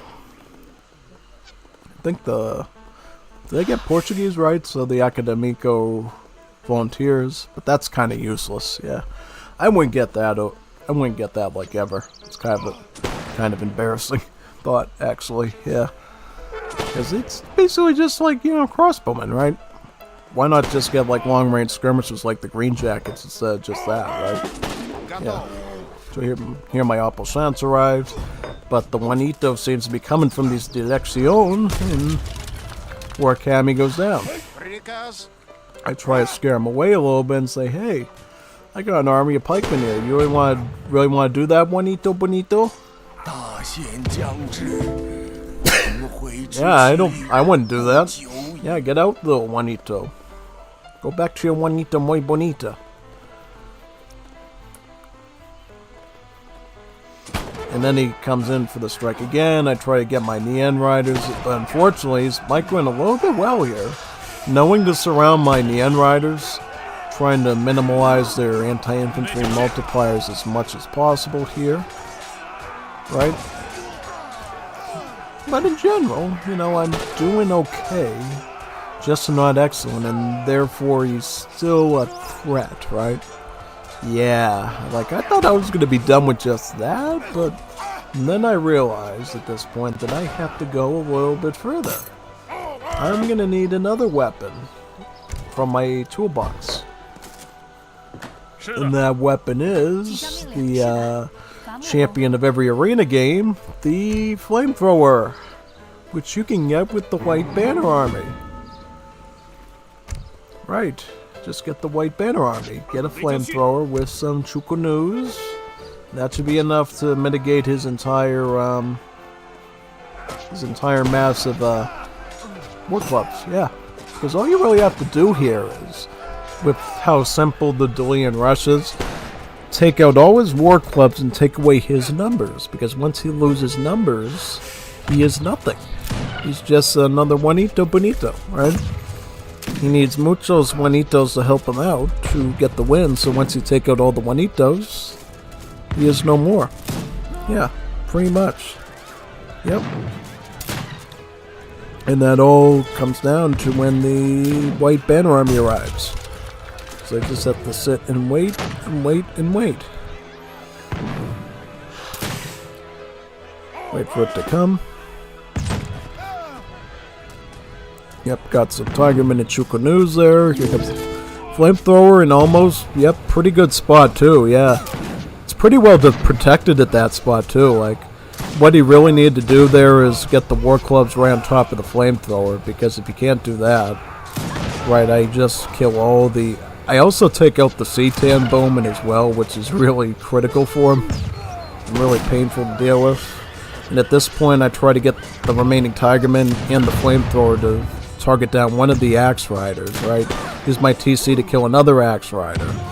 Use the Chukonoos to take out that Axe Rider, and then, yeah. It all comes down to precision with the micro. And the fact that I still had some Tigermen still alive helped out as well. And then at this point, yeah, see, now that he's lost his massive war clubs, his rush really doesn't do that whole lot of danger to me anymore. And I can sort of just sit back and do whatever I want. Well, I can't do whatever I want because he's going to continue to be queuing these units constantly. And I have to be prepared for that, so I have to meet to the occasion, pretty much. Yeah. So yeah, definitely you have to play it definitely carefully by ear.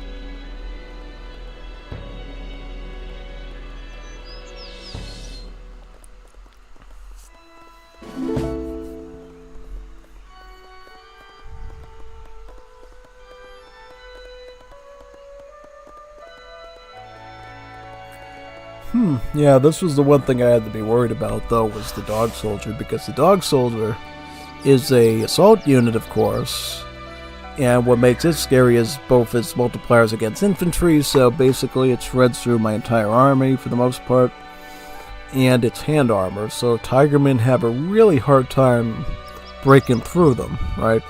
So actually the best thing you want to do against them is mass up a bunch of Chukonoo and rapid fire right into the Dog Soldiers. That's usually the way you want to go about it. Yep, see what happens when you focus fire into the Dog Soldier? You just melt them with the arrows, you know. If only Chorizo learned that when we did our Liga game in DE that one time when I completely shredded his entire army of Mexican outlaws with just 2 Tokawa soldiers. Yeah, if only you knew that then, you probably wouldn't have ran into a big issue. But for me, I knew how to do that with my archers, and killed one, the other one mortally wounded. Yeah. And at this point, I'm planning my final siege at this point. Right, because I know what I have to do now is I have to plan like a final attack. Take out that war hut. Take away his spacing between me and his base. Because once I get rid of the war hut in his forward position, the Pobre Juanito is going to have to go back to his casa and await my attack there, where I slowly will pick off villagers, stop them from gathering, put a stranglehold on his tortilla, and not much he can do after that. Yeah.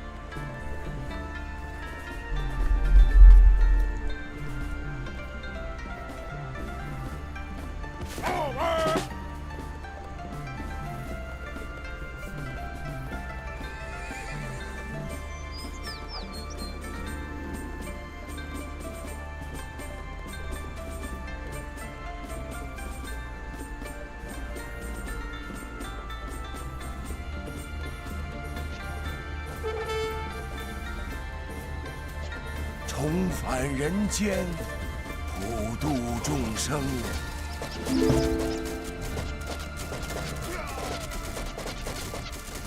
Yep, I start to engage with the attack on the... One other piece I usually don't add in as well here is I actually add in some disciples as well because I know they're a pop-free unit that I could just poke in to do a bit of kung fu for me and maybe get lucky with the critical strikes. Yeah. It didn't go out as planned. The War Clubs actually completely annihilated the disciples, but it did offer enough of a distraction that I could separate some of the Axe Riders here and try to cut through them a little bit. Yeah. Because once I isolated the Axe Riders enough, I could slowly beat them out, and then my Opal Senates arrived, and then we knew it was time to make a move on the corral next. Yeah. How many villas does Delian have at this point? 23? How many do I have? 27, so I'm a little bit ahead, have a bit of a bumper. Yeah. But the difference is, though, I'm like constantly making good use of my army, right? I'm not losing army, so the resources that I'm putting in are definitely helping out. As well as making sure I try my very best to try to queue up. Yeah. What happens sometimes is, like, if I'm in an urgent situation like this, I'll maybe hold off on Vil queuing slightly so I can get that banner army out, but in general it's important you try to keep villages going all the time. Yeah, it's very little situations where you want to do otherwise. Because as soon as you do that, your army gets smaller, your techs become less, you feel a really hard crunch. It's just not good. But you could tell, like, at this point, Delian, after all that, I mean, he's not going to get a big enough army to defend against this with this amount of res, right? Like, 5 Axe Riders, that's not going to clean this out because the Opal Senates just completely ruined that, right? And then the Chukanus add in. Another factor completely wrecks it as well. Yeah, exactly.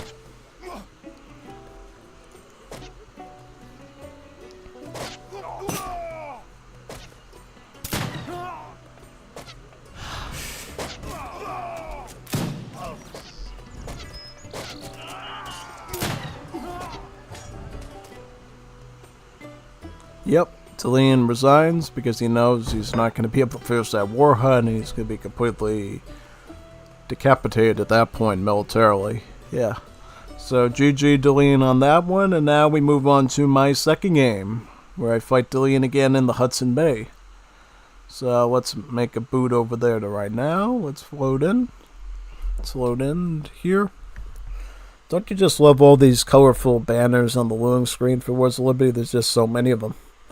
Not only is there ones for European powers, but there's still ones from the Latin American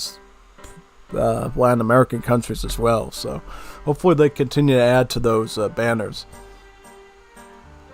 That would definitely be great.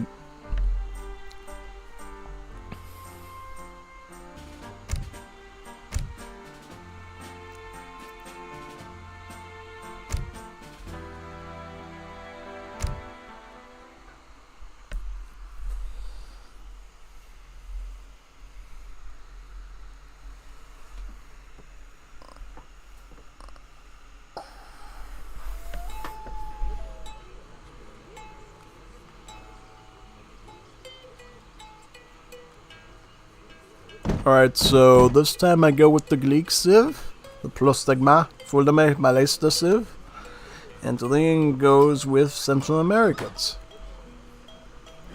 Kind of a repeat from the last Liga tournament where Sog was Central Americans and I was Greeks. However, this time I come with a bit of wisdom from that and I'm prepared to make some more intelligent decisions about that.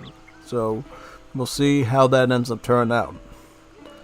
So the biggest thing you're going to notice about Greeks is, or any nation state is, you get a wagon that you can use to build an initial building with. For the Greeks, you can also turn that into a dock as well, so that's what I do, because the Greek docks will produce fishing boats for free over time. So basically like an Arm town center, but on the water, basically. Yeah. And the way that all nation states is, like the Greeks, age up is actually through other buildings than the town center.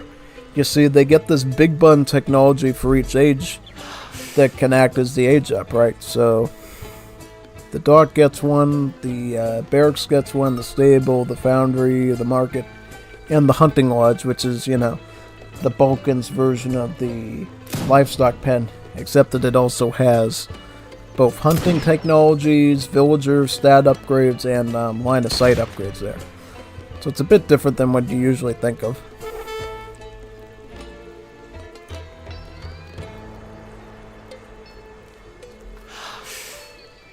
In general, the Greeks militarily, they got some pretty strong cavalry, I would say. So they get a cavalry combat card for their hand ones in particular. And then in terms of skirmish, their kleps then become Evzonai, and then they are pretty strong as well. Yeah, generally Greeks are a pretty solid civ all around. I mean, they don't have the beefiest stats in the world, but the way I make them work out with the fishing economy is pretty good usually. Yeah, overall. They also get some nice infinite shipments too for the Marauders too. The Balkan version of the Yuan is great too, because you can just mass up lots and lots of them. Especially considering the fact that they're one population now instead of two is really helpful. Yeah, definitely.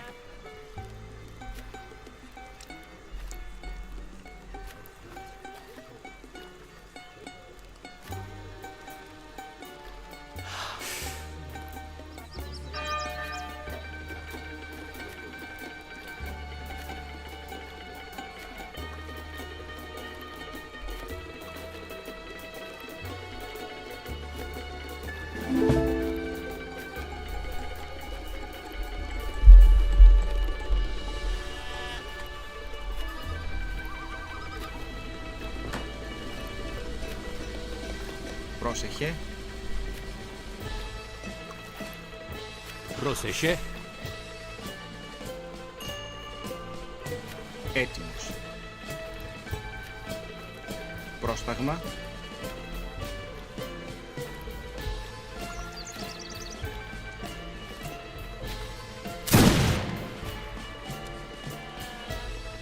So I guess I'll do a bit of a summary too for the Central Americans while we're waiting for the real fighting to commence. Central Americans, their villagers are called the Holneros. They are able to yield more resources from natural resources. So basically what that means is while they're gathering their food from the animals, or wood from the trees, or coin from the mines, or food from the berries, they end up taking less food from the resource itself while they're doing that, which means they spend a longer time gathering from that resource while, you know, still gathering at a good rate, right? So, let's say an animal, like an elk, has like 500 food. Central American villagers, if they're like gathering together, could get like, I don't know, like 600, 700 food out of that animal instead of the usual 500, just because they can serve the resources in the thing longer. It's even more so in mines and trees and berries because, unlike meat sources, right, the food dwindles on animals. It doesn't dwindle on berries. So, for those resources, it's even more effective. Then, in addition, you got this villager called the Caletero, which is a sort of a booster unit. That's also a villager, but what the Caletero does is it boosts the gather rate of the nearby Holneros from the natural resources. So you see this little green and yellow ring around the villager. That means that he's gathering somewhat quicker from those resources. And then the other thing the Caratero does is it actually constructs natural resources itself. They can build banana trees, which counts for berry bushes so that you can gather food. They can build trees, tropical trees, and then they can build gold mines for coin, which ends up leading to a lot of late game power because your villagers can be in the Imperial Age and still be having a mining economy, a hunting economy, and a woodchopping economy. So really, a civ like that doesn't even need factories really, which is really cool for him, so it works out really good. And then we see him going up too with the Polish wave. So for the Polish immigrants, they're kind of a bit different. They focus on mostly a combination of healing and herding. What do I mean by that? Half of their stuff is their immigrant houses that shields nearby units like a field hospital. And then in terms of herding, every Polish rancher you train from the immigrant colony comes with a free cow, which you can take to your livestock pen, grow up, and then turn them into a steak, right? Turn them into a filet mignon, pretty much. So yeah, really good with herdables. Some other areas where the Polish immigrants do well with their technologies is they have technologies to improve outlaws, to improve, to give you some nitro petards, which are a really powerful siege unit, which you can use. They could even grant you a hospital wagon, which is like a hyper-powered field hospital. Like a super-powered up one. Though I would say the hospital has lost some traction since it no longer has technologies like the old days. If you remember the old days of Wars of Liberty, hospitals used to have technologies, right? Some for farming, some for herdables, some for unit hit points, some for max population on the map, right? So you could have like 210 population instead of the usual 200, right? And I believe at one point it was 215 on the population, so quite a big difference, right? That's enough for like 5 horse units, unless you consider the marauders, and that's like literally 15 marauders you can include in, since it's a 1-pop cavalry like these. Which, by the way, this is a good opener when you're playing as the Greeks. Start out with the marauders. Just go in there, cut down some villagers, do some raiding. And that's generally how I open up, is like this. I make marauders, I try to get as many as possible, and I try and make that my initial army. And by doing that, you have the poor Juanito thinking, oh, the gringo is making calabarias, so I have to make conscriptos to deal with that, right? And the Juanito is going to make a bunch of conscriptos, and then, you know, hey, now I have to add in skirmishers because he's going to make line units. And then what you end up doing is you get them with the big swarm of skirmish units, and then you throw the marauders in with their high damage, and they together shred through that army of conscriptos rather easily. Not always easily, but it eventually works out. The problem I had in the first game was I made too many marauders and not enough kleps, which led to Sog's conscriptos overpowering me, and then he was able to afford artisanal cannons, which ended up shredding my infantry. But this time I understand there's a balance between infantry and cavalry. You have to be balanced, right? And you also need to include scythemen, because the scythemen are your pikeman unit that has a bit of splash. So include some scythemen in case any musketeros are put on the field, or any lanceros as well, right? They're equipped for both of those things, basically. Yeah. And this, by the way, is the farmer's market. Basically, to gain the next level of market technologies from your market, you have to level it up, right? And it costs an amount of wood, but what you get in return is you get some instant XP added to your stockpile. So instead of having a technology like mercantilism, what the nation states simply do is they simply get that mercantilism effect over time through the different level ups of their market. And the way the hunting lodge works for the hunting is, instead of giving you experience, what it does is it gives you basically the Great Coat and Blunderbuss upgrade for your villagers, for your peasants. So yeah, so you don't actually have to research that separately. It simply does that when you're leveling up the hunting lodge. So you can get the second hunting upgrade, and you can get the second herdable upgrade in terms of fattening herdables, which the nation states have 2 of them. Yeah. Some neat stuff to know.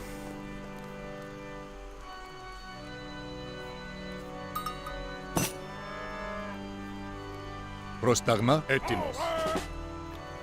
Esto. Vulume.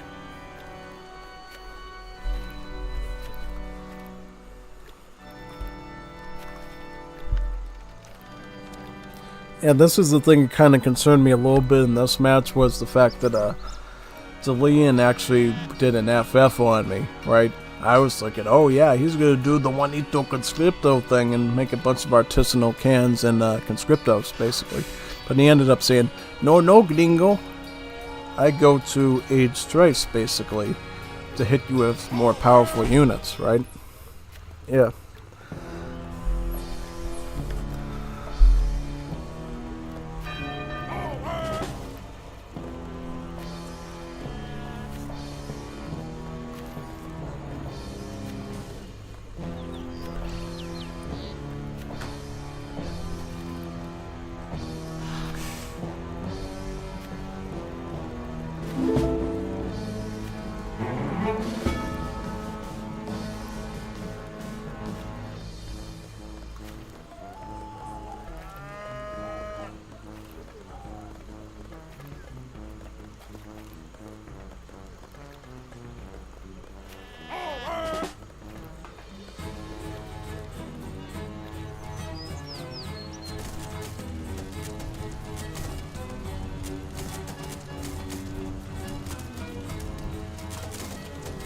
Yeah, I noticed that DeLeon had a training post, so I figured I'd start throwing that down first. Get some XP off of that. And now I'm actually ready at this point to start going to Capital H myself. So what I'm doing is I'm waiting for enough wood to build a artillery foundry. You need about 300 wood. In the old days, they actually were pretty lenient with it and let you build the artillery foundry for Balkans with 200 wood. But I guess they decided, hey, let's make them pay like everybody else does, right? So yeah, they upped the price on it. So I can get the age up from the artillery foundry. Because this one has a generally pretty strong age up, I think, in terms of value. It's the age up of, we'll see very shortly, of Kitsos Tsivalis, basically, Tsivalis. And basically what Kitsos Tsivalis does is he gives us a mule artillery to work with, and a special card here, which you can see, called Exodus Misalunghi. Basically gives your kleps a multiplier against buildings, so they become pretty good at sieging stuff, which I'm thinking, you know, mid to late game you might need that, right? But even if not, having some mule artillery be delivered from your age up is pretty good, right? Since mule artillery are, well, artillery, but not strong artillery. You could consider the mule artillery to be sort of in the same category as the artisanal cans of the Latin Americans. Their population cost is about the same as the artisanal cans and the costs. Well, not in food and not in wood and coin, is actually in food and wood instead. It's about 300 food and only 100 wood. So if you don't have any mines on the map, you can actually still continue to make a mule artillery to defeat infantry with, which is really neat. And then of course you have the option of making scythemen and kleps as well when you only have food and wood, since the klep is a ranger or a volunteer, and then the scytheman is a pikeman. Now basically what you get later in the game with the Greeks is access to a royal guard technology from the town center, which turns your kleps into the Evzanai. And what that does, it takes away their wood costs and replaces it with the coin cost. So once all the trees are gone on the map, you can still make your kleps now for the food and coin costs, making it a far more effective unit. Yeah.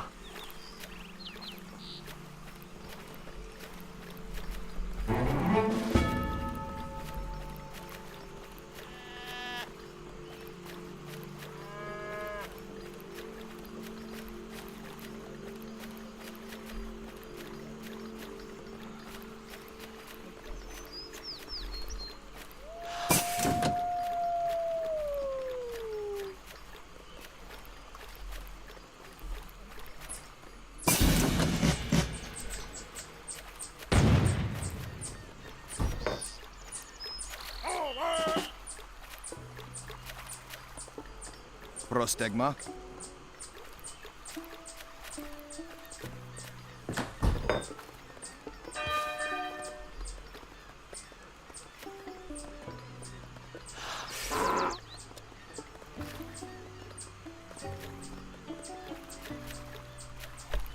And oh yeah, one more thing I should mention to you that you can see here as an example. Basically, since Age 2 artillery, like the Neo artillery and artisanal cannon, are trainable in Age 2, that means you do have to upgrade their veteran upgrade. Only it's really cheap to do. It only costs about 100 food and 100 wood. So it's like really, really cheap to get. It's not a challenge at all, so definitely pick that upgrade up. One more unit I'm going to add in here, and part of the reason why I went capital H myself is to get the Honor Guard. The Honor Guard is the assault unit of the nation states.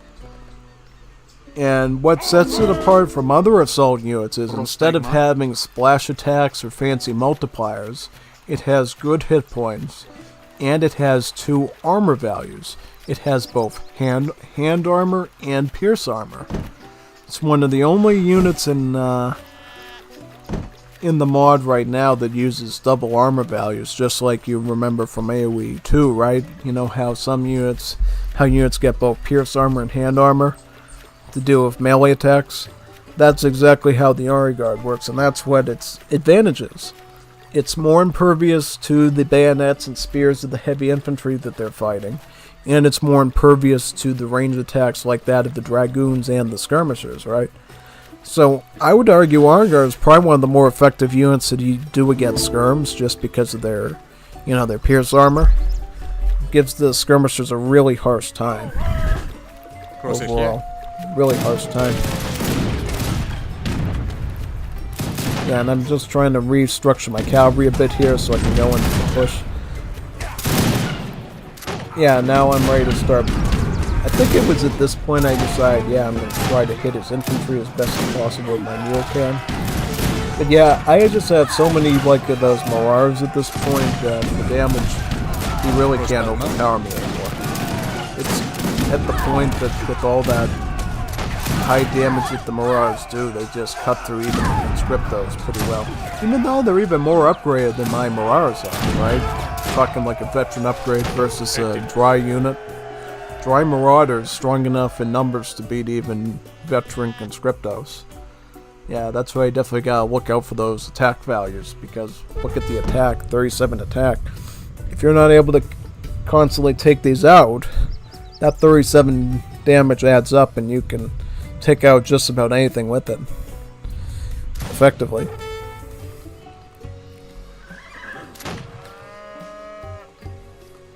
And at this point I'm going to start queuing up more of the Scythemen, veteran upgraded, make some Honor Guards, and from the homestead I'll just be shipping in Marauders. So combination of Scout, Assault, and Heavy Infantry here. And of course I got my Mule Artillery as well to focus fire his cannons as well. And also keep his cannons occupied on those instead of my Scythemen, which I need to start sieging with. And of course he makes some firemen from his immigrant colony. Yeah, so apparently with flying Americans, their emergency unit from the town center is actually something called the Sereno, which is a spearman that apparently has multipliers against siege units still, even though it's a spearman, which is kind of odd. And then the unit, you can make an emergency unit from your immigrant colonies called the Fireman, which is exactly like the Minutemen that you know from Europe, except he's a fireman and he's wearing a helmet, like a really strong helmet. Yeah. Pretty strange, isn't it? Because you would think of a fireman as fighting fires, not firing on civilians and units you targeted to, right? Very different type of firing taking place. I'm going to take that redoubt out.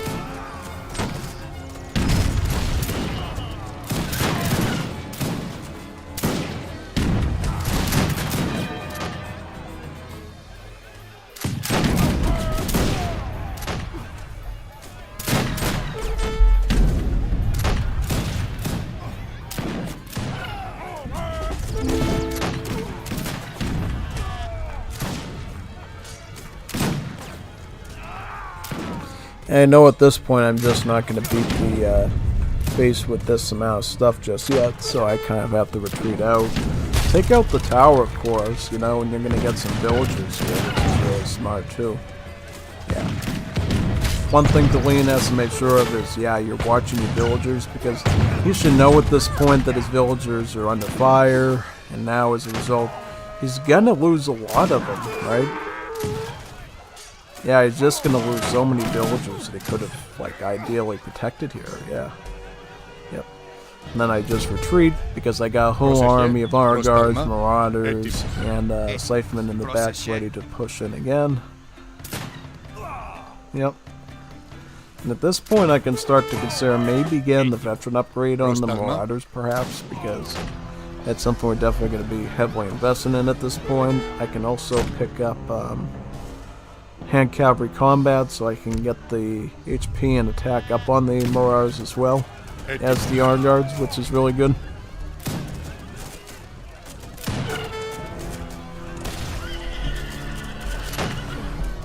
Yeah, but see, it looks like Deline has shipped in some Musketeros and Lanceros.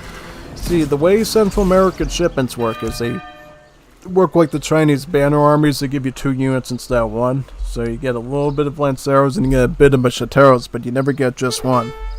Right, so yeah. I think this one's pretty powerful because basically instead of getting 3 Lanceros, you get to swap that out for like having 2 Musketeros added in with it. So it's kind of a combination factor. Works pretty good, I think.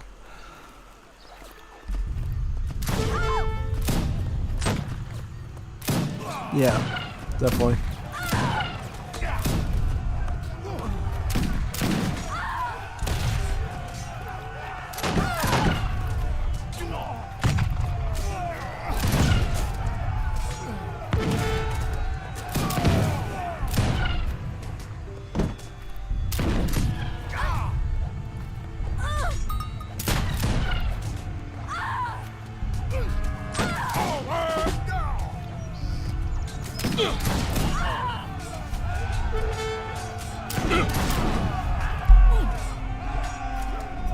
Yep. GG. Good work, Deline. Definitely tried hard on that Lakota game, I could tell for sure. Unfortunately, going for an FF with CA against me was probably not the best idea, because that's where I kind of want to go, right? Because that's when I can get my honor guards out, my really powerful assault units, right? And I just feel like with Central America, you're running into a lot of problems because, you know, they don't have like a normal roster per se. The way they work is you have to pick between 6 different rosters in any given time to get access to about 5 infantry and cavalry, respectively. And of all each of those nations, one of them is a royal guard. And if you want to get all the royal guards, you basically have to cycle through all 6 of those rosters throughout the game by rejoining the Union through the Town Center Big Button constantly. So yeah, gets a bit tricky there.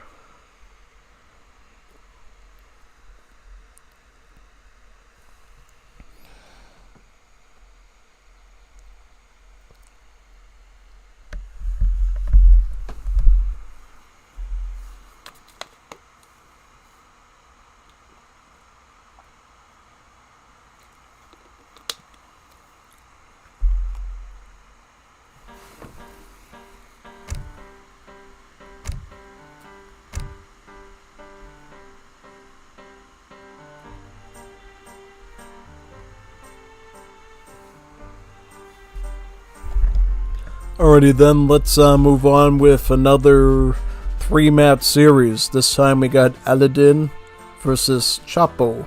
Juanito versus Juanito. Let's go.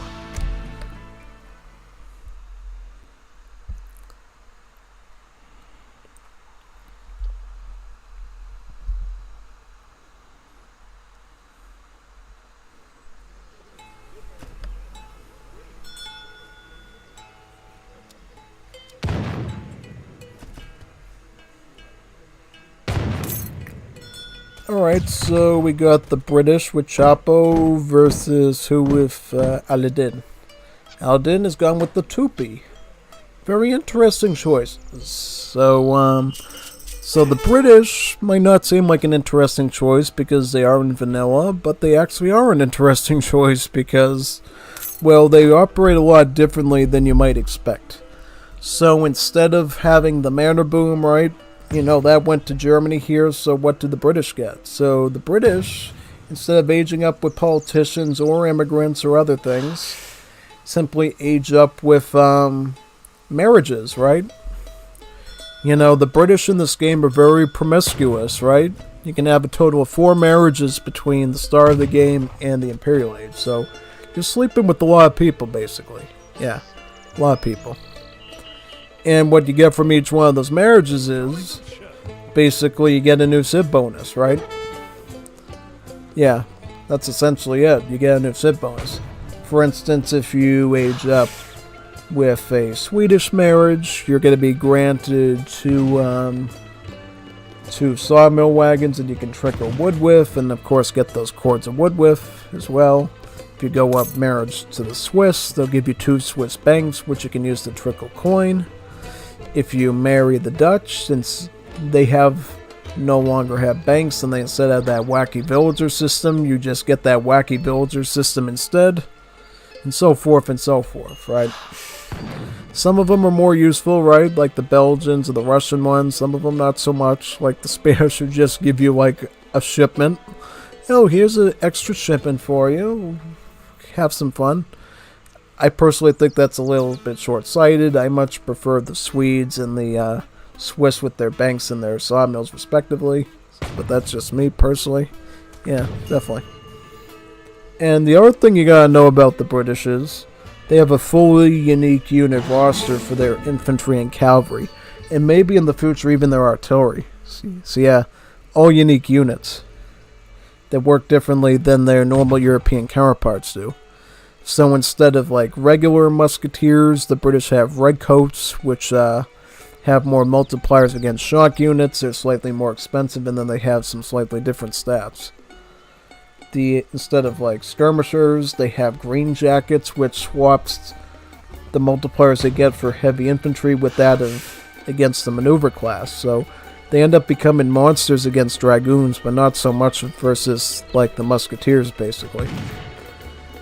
They get the cherry bum, which flips the food and the coin cost of the hussar on itself, so it ends up becoming a 80 food and 120 coin cav unit that moves really quickly compared to regular hussars, so it's a pretty interesting unit to say the least. And then of course you got the Scots Grey Dragoon, which uses a straight sword in melee, so it actually deals some splash damage while it's engaging with units, which is really neat. And then you get the Household Blue, which is sort of like a Corsair without splash now.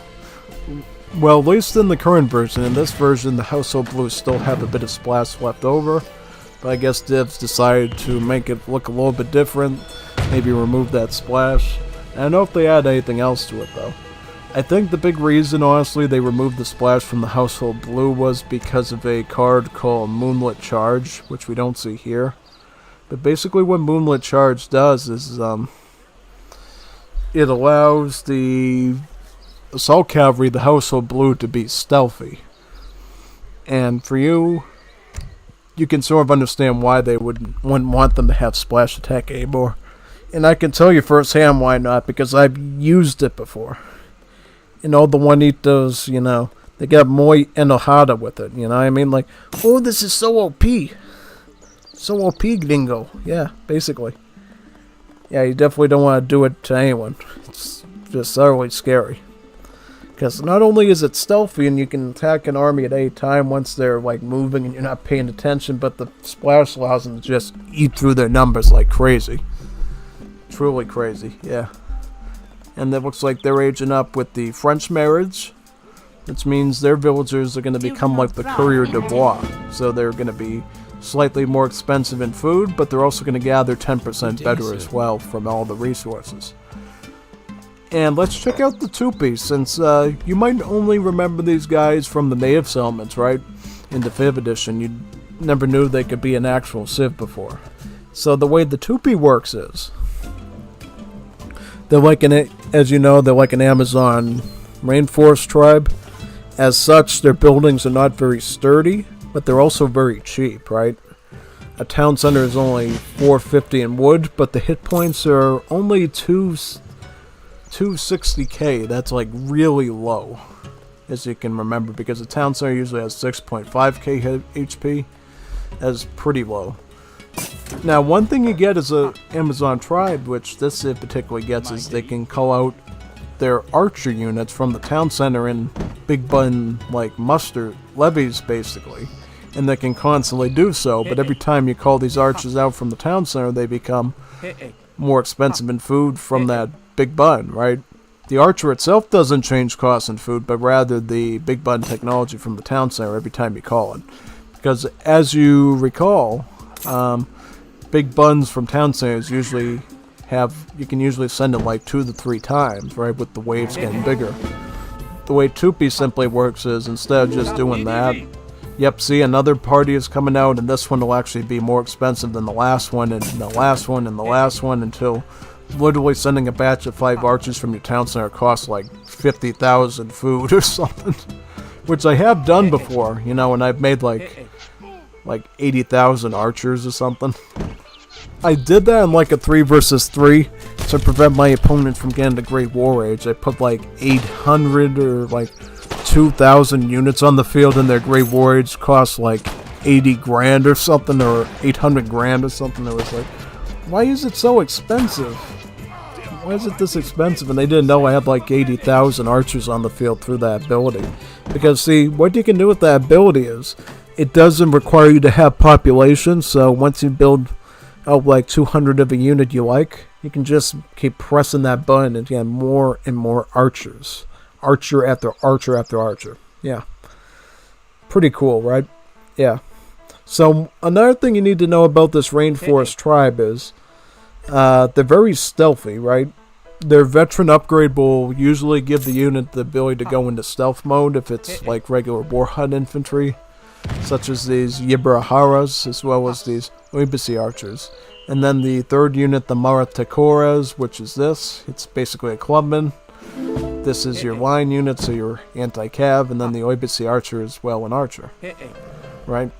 So yeah, that's basically how those work overall.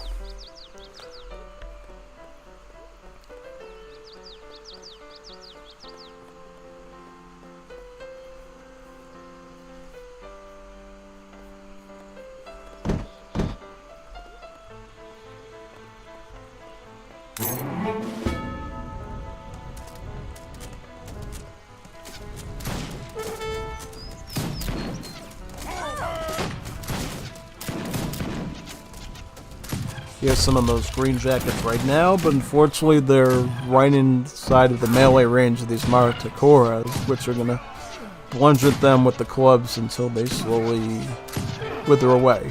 Yep, those green jackets have been dealt with. Now the civilians are getting bonked in the head by these big, hard sticks of wood. Yep.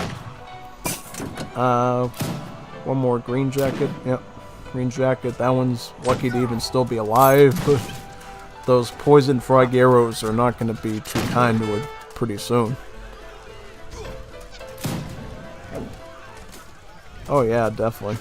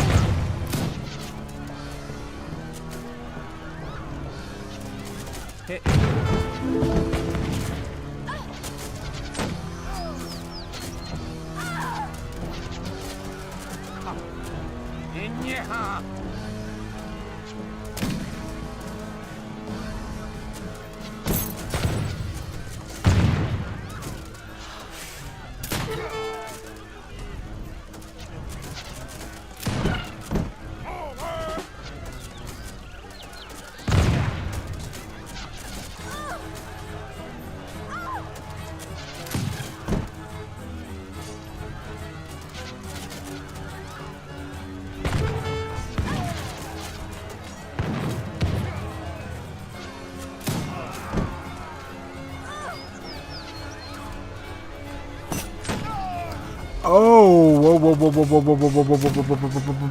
Oh no! Oh no! Oh no! Oh, that is really unlucky, Chapo. Oh, wow, Chapo, no. No, Chapo. Why did you let that happen? See, what happened was, he went with the Portuguese marriage in age 3, which grants you a covered wagon, right? Because Portuguese get a covered wagon with each age up. And what happened was, Aladdin just appeared to be right there at the right time and just sniped the covered wagon. And now Chapo is running for his life. Running some more. Because really he doesn't have too much options left at this point. And he's going to keep trying to chase him down with the Maratacores. Is he going to keep chasing him? Yeah, you better try to keep chasing him. Yeah. But my question is, my pregunta is, why is the match only halfway done? Like, what does Aladdin do? Woohoo! What does Aladdin do? Is he going to try to go for Great War Age or some other cancer like that? What is he going to do exactly? Now, with this whole splitting off thing, it does mean that Chapo has to sacrifice some settlers for it, which is really not great. Especially the fact that Chapo has not even gone stagecoach yet on his trade route, which means he's not able to send any additional wood to himself. Which, at this point, if he did have stagecoach, maybe he would have enough wood for a town center soon. And maybe he could start building up a little bit, because the thing is, for British, you do get this powerful thing in your back pocket called the Victoria Cross, which actually grants you 2 shipments.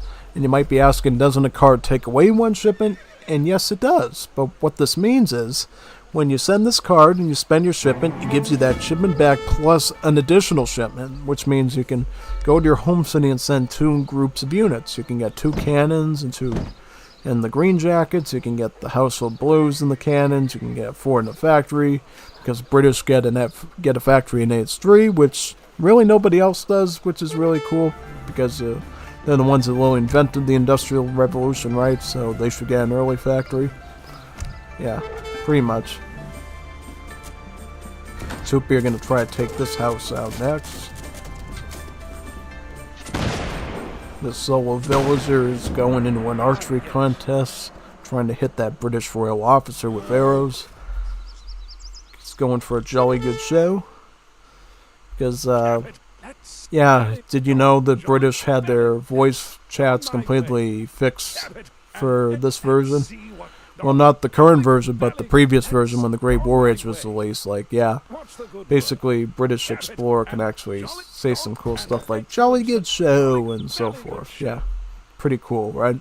Yeah, you should totally check it out if you end up playing Wars of Liberty. Just play around with the voice sets of the British and you'll go like, yeah, that really does sound very British of them to do. Oh, wow, so Chapo's going to go for a fort near this redoubt that he was able to construct with the wood his villagers were able to chop. Pretty good. Pretty good for him. Now, I don't think... Well, he doesn't have much options at this point, because basically what Aladdin can do is he's going to constantly be able to train additional villagers in this time. He's going to probably be able to ship in more villagers. How many villagers does this Juanito have? He has about only 19 villagers. Well, there is a chance that maybe Chapo could come back. Or not, because now he's going to see what this is and he's going to like he's going to burn this thing down. No, you just missed it. Like 1 inch. You had it right there. Well, he knows about the market now, so he does know he's constructing some stuff. Is he going to try to, like, move his army over here or something? Nah, he's meandering his time. What's that thing that the archers use? Is it like a tennis racket? It looks like a pickleball racket. They literally hit their enemies with a pickleball racket. Yeah, it doesn't even look like a club. It looks like a little, like, tennis racket or a pickleball racket that you use in your, yeah, something you play tennis with. Yeah. So instead of hitting the tennis ball, you're hitting the Englishman with it, basically. Trying to knock him across the court. Yeah, pretty much, I guess. Knock him over the net.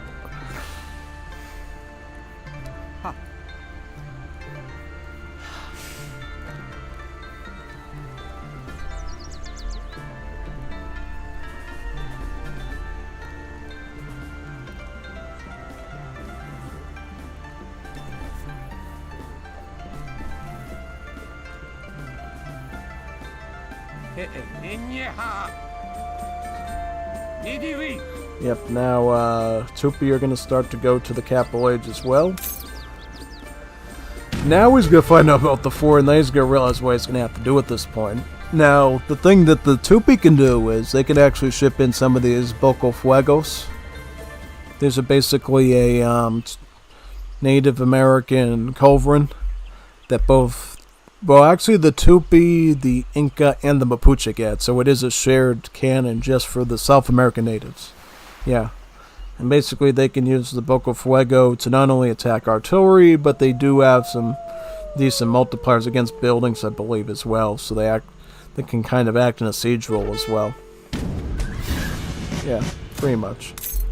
Yeah, because now Aladdin has access to a lot of powerful unit shipments. He also can get in some crates as well at this point, so he's in pretty good shape now. Probably has a lot of good market techs on hand as well. I'm pretty surprised though they have such little military at this point. Like, for the how much he bashed down Chapo, we should have like a lot more stuff on the field at this point. So what is he going to go for when he gets a shipment? Is he going to get the Boco Fuegos? Yeah, that's what I would get. I would like mass up a bunch of stuff now. Get a bunch of Marticores, get some Yebra Hiaras, get some Legacy Archers, and then just ship in the Boco Fuegos to do the siege. And that should be it, because if Chapo tries to make foot artillery, the Boco Fuegos kills that. If he tries to go Household Blues, just mass him out with the Marticores and the Yebras with their melee attack, and then use the archers to inflict some damage as well. Yeah, just play it by ear, basically. Yeah, pretty much.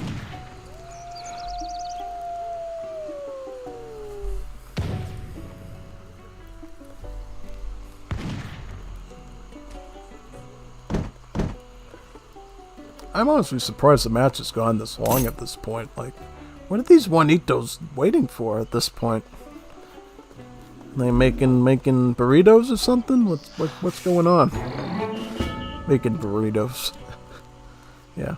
So, how did he get these? Did he like train these from the fort? Yeah, I guess he trained them from the fort. I mean, yeah.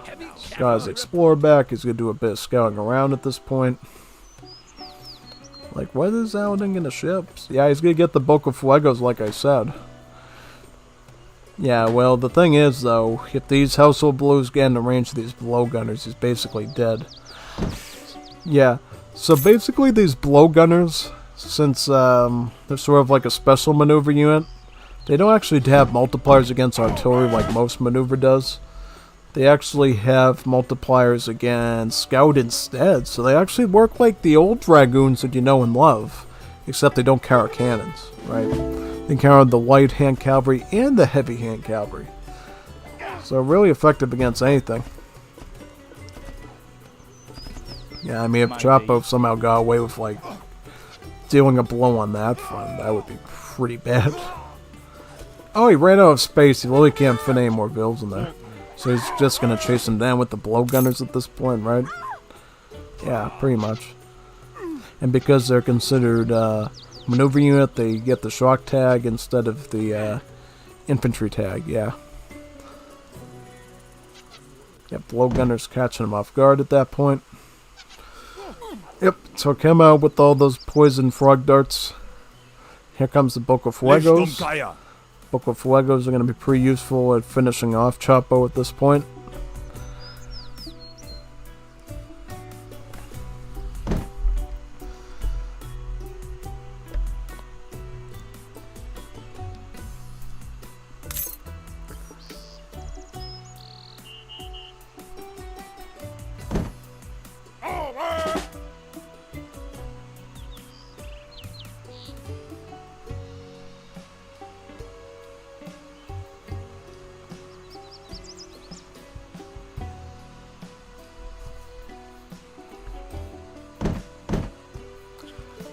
This is emptied out, right? Yeah, that's good. I was just making sure because I didn't see the needle on the wood moving that much. Yeah. Oh, so yeah, Chapo does have to engage with this army, though, if he wants to save his fort, though. Because if he loses his fort, I think he's done, right? He's basically dead if he loses his fort. Because the fort's the only thing keeping him alive at this point. And what's Chopper going to do? He's just going to keep running around the map and trying to get a big raid in with these household blues, pretty much. That's going to work so far, because once he gets enough of the blowgunners, though, kind of a done deal. Yeah. Yep, he's going to take that one out. Yep. Problem is, Alden isn't microing, though. Like, if he microed with it, that would probably be a little bit better. Yeah. Yeah, he should try to micro these blowgunners a bit, right? Because that's, like, the one thing he's doing wrong. Because technically, if Chapo had, like, the infinite household blue shipment in his deck, and he kept sending that in, he could conceivably, disrupt his entire artillery line, take out his archers, take everything out, and just start shelling them with, like, splash attacks. Yeah. And that's why the household blue is sort of like a controversial unit in a way. Yeah. Definitely.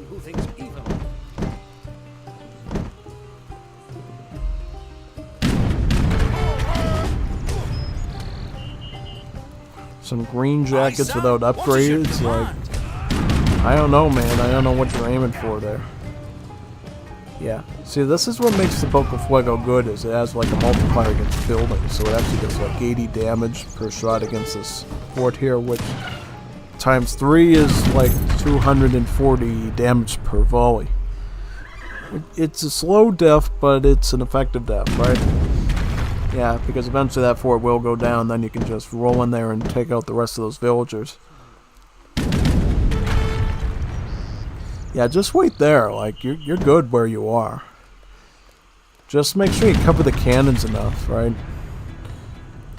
Yeah, no need to even move the cannons. Just control group a bit and move your Martikoras over a bit. Yeah. And your Yibraharas. Yeah. Oh, he's going to be making some Marines now to try to snipe at the cannons. Interesting. But he is going to have to get a bit of coin, though, to do that. Yeah. He knows not to make the foot artillery.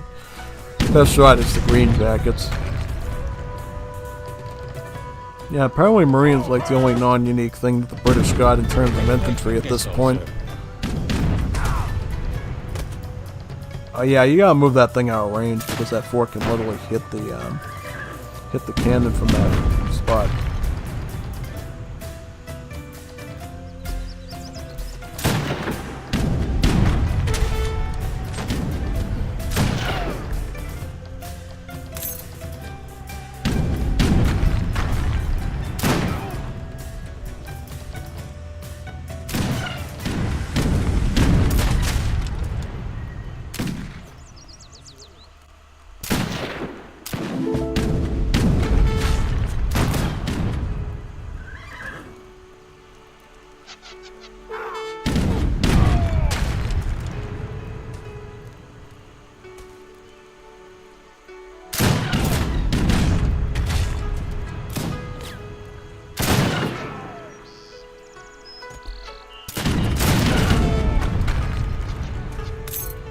Yeah, like I said, it's going to be a very slow death here for Chapo.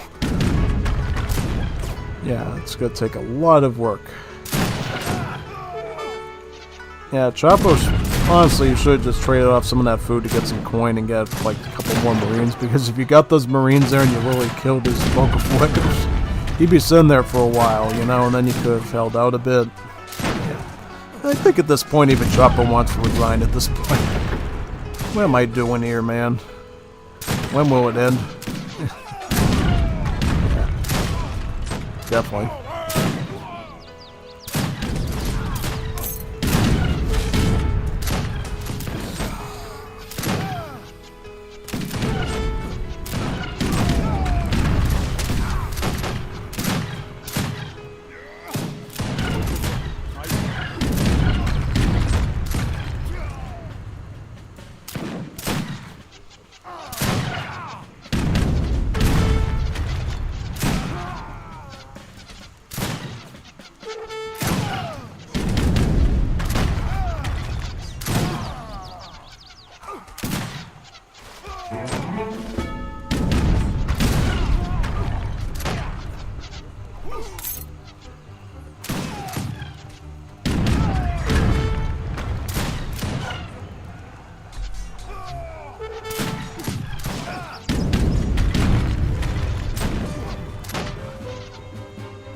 GG. Yep, good match though. I mean, I was really impressed with Aladdin's ability to go aggro at the start and only have Chapo hanging by his threads at that point in his fort. Pretty good footwork from Tupi. Yeah, Tupi are pretty hard aggressive, you know. If you're looking for a good aggressive to like completely wreck somebody, either Zulu or Tupi tend to fit that bill pretty good. Yeah. Definitely. So now we're going to be moving on to match number 2. And we do think we will see some Chapo revenge this time, I think. Right? It's never guaranteed though, right? There's always the teeny weeny chance that the Juanito accidentally does that recording twice and passes it to game 3. I've seen that happen before. It's kind of rare, but sometimes the Juanito had one too many tacos and they're not thinking straight and they, end up submitting 3 games, but 2 of them are basically the same game, right? So it does happen. Yeah, so you definitely gotta look out for that stuff. Let's go into record games and move into game number 2 of Chapo vs. Aladdin.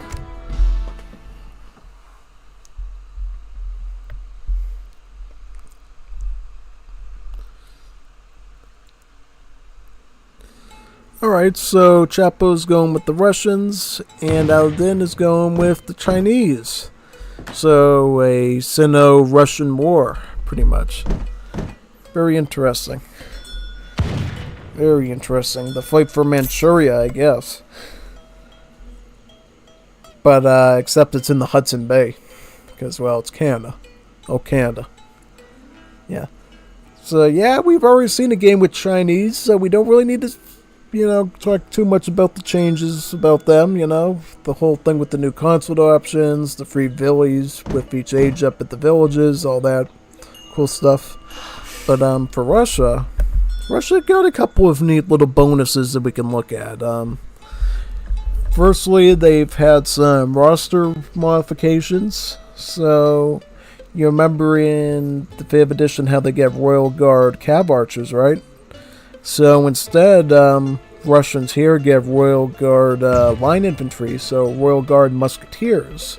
And as you know, Russian musketeers, the Ruskets as they're called, are weaker versions of musketeers. But thanks to the Royal Guard upgrade, they are going to be statistically a little bit better. Yeah, it's going to be a little bit more helpful when you're trying to fight. In addition, instead of halberdiers, these Russians get pikemen, which they can get Royal Guard to become the Opolshenets. They do have a replacement to me, the Unstoppable Streletsy, instead with the Unstoppable Cantonus. And in addition, they get an assault infantry from the blockhouse called the Plastuni, which a lot like the Machetero, but a weaker version since it only deals splash and is part of a charged attack. Otherwise, it's basically like a Machetero without splash, basically. Still effective, though, but, you kind of want to spam it a lot more so you can get that charge attack in there a lot more effectively, really. And then, as you can imagine, since there's no more Royal Guard Cav Archers, what do they have from the stable? So they got Dragoons, Cossacks, and the Okronik, which is a ultimate unit version of the Oprishnik. Only advantage really being is that it gets a guard upgrade for free, but unfortunately it does have a build limit, which is great if you don't like Oprishniks, right? You don't like dealing with them burning your base down, yeah, then it's pretty good, but if you like making them, yeah, you got something to cry over, I guess, a little bit. But don't cry too much, because Russians get a nice defensive bonus called Russian Winter now, where if you burn down a building, you'll notice this blue snowflake will appear under the enemy unit's feet, which makes them move slower for a period of time, hence the Russian Winter. So in a sense, if your enemy mindlessly burns down a building but doesn't have enough units to defend, they could basically get their army destroyed because they won't be able to retreat out in time, which is great for you, because then you can finish them off and then you can do whatever you're going to do after that. Yeah, definitely. This is kind of interesting, though. Don't you usually get distributivism instead of, yeah. I would have thought he would have wanted to get distributivism instead of that. Yeah, it's kind of freaky, you know. Because you already got an infinite shipping in that of the 10 Plastuni here. So why would you want to get this? Isn't the wood trickle better since it affects you throughout the late game? Yeah, that's what I would have thought. But that's just me, personally. Yeah, definitely. Yeah, in terms of deck, though, I would say this is your everyday Russian deck in Wars of Liberty, you know. Pretty much all the cards you know and love, except for some new ones like the Plastuni cards. That's about it, you know. 8 Plastuni here, 10 over here. How about the China, though? What's the China doing? Year of the Rat. Interesting card. You know, I used to use Year of the Rat a lot. This is like a new Wars of Liberty card. And basically, get 1, 2, 3 villagers on every age up. Which basically means in your first age up, you'll get 1 villager. Your second, you'll get 2 villagers. And then the last 2 age ups, you'll get 3 villagers. So it's supposed to be an add-on to the whole get free villager with village on age up thingy. It's a little bit more, yeah. Obviously, you plan on fighting only in age 2. It's kind of a worthless card to get. Just saying. Yeah. Like, if it was a little bit higher, like if it was 2, 3, 4, 4, maybe it'd be a little bit better. But, yeah. Now, this is an interesting one. Village defenses. Youngs train faster and villages shoot when garrison. So what are Youngs? Youngs are a emergency unit you can make from your villages now. Is China. But they are trainable. But as of recently, they do continue to lose hit points. In the old days, they never lost hit points. You know, they just retained their HP. But developers decide, hey, it's kind of not nice if we can let somebody make like 40 units that 40 trash units constantly out of their houses without a barracks that's kind of broken. So let's make them like the rest of the emergency units and make them slowly die and wither away in real time. Yeah. We don't really want another levy unit civ other than Germany for the most part. It seemed like from their perspective. Yeah. So for me, if it was me personally, I would feel like, hey, I'm going to do pretty good here as China myself. But I do understand Chapo does know how to defeat the Chinese. You know, he did it to me a number of weeks ago when I was facing him with my own Chinese. But he did that defeat using Gandhi, the Indians. So what is he going to use this time, though? We'll have to wait and see. We'll have to wait and see what sort of like build they both go for here.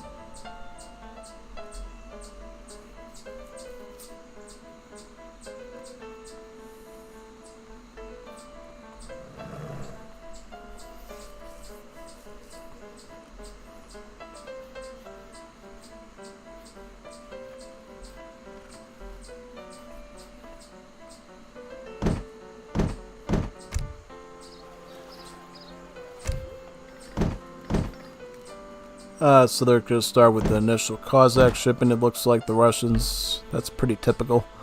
What you try to do is you try to pepper your army up before you go in for a push with a lot of blockhouse units, usually.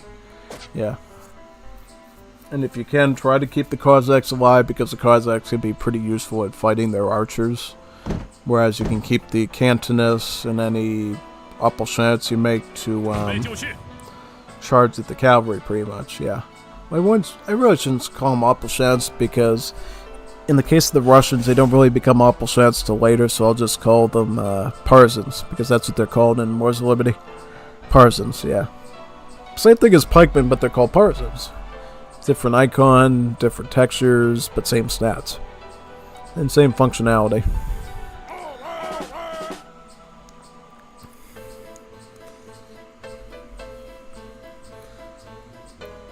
China's messing up pretty good. Yeah. Yep, they're making a pretty good dent here and pretty good army size, I would say.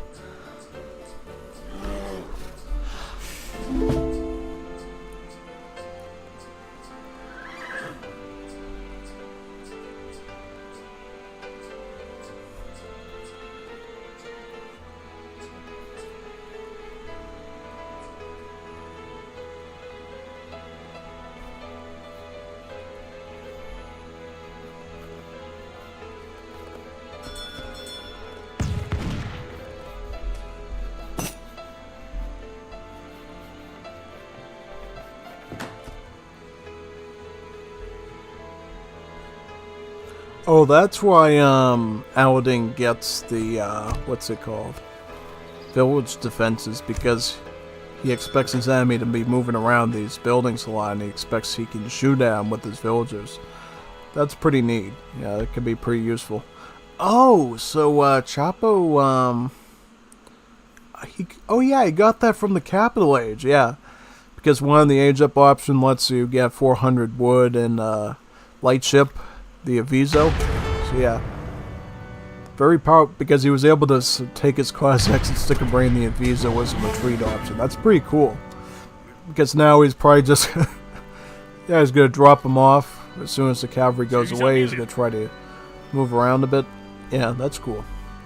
Because now basically what Chapo can do is every time he builds a big mass of infantry up, he can like sneak him on top of the Aviso, and that's basically gonna put Aladdin in a tough situation because remember, on ice you can't construct on ice, so the fact that this was the cold variant of Hudson Bay means that Aladdin is unable to put like a tower here to see what's going on, or a castle, right? So he's going to be in big trouble defending that area.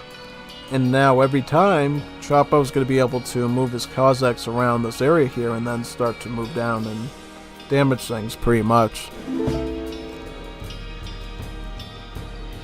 Oh, he's even going for the disciples like I did in this week. Interesting. Yeah, disciples can be pretty good, you know. If you get super lucky with them, they can convert one of the units to another disciple once they're defeated. So yeah, it can be a pretty lucky thing, depending on the circumstances, to do that.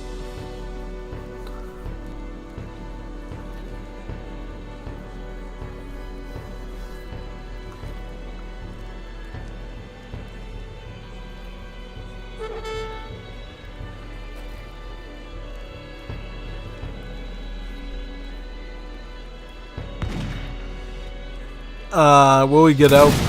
Yeah, he lost one, but oh, he lost another one too over here. Yeah, it's not as perfect of a raid as I thought it was.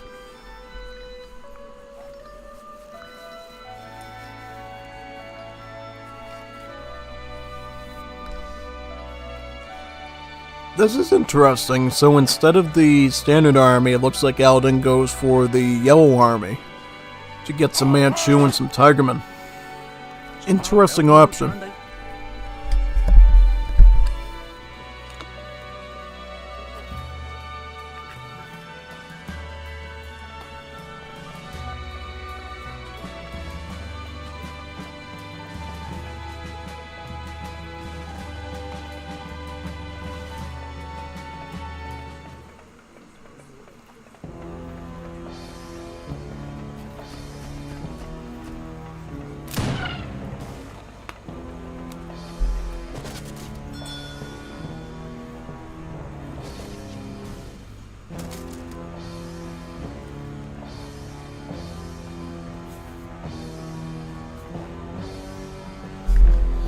Yeah, this is going to be kind of interesting, because it technically Aladin is not in the capital H yet, but Chopper already has his foot artillery already deployed here with the infantry, who are at veteran level now. At least the line infantry are. Line infantry are veteran now. Probably the Cantonists will at some point as well, assuming more are added. Oh, never mind. It looks like he just sent the shipment, so maybe not. Maybe not yet. So yeah, he's just gonna ship in more Cantonists, looks like.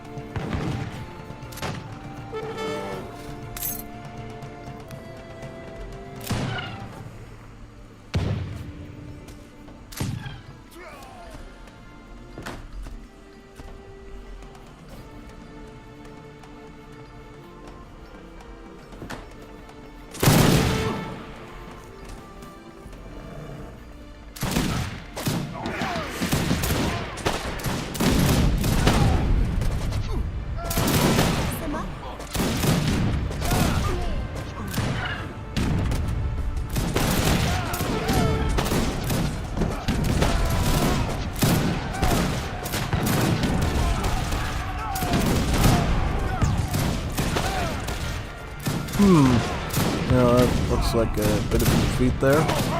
Now Russians can try to go for an advance at this point. 大限将至，轮回之期不久矣。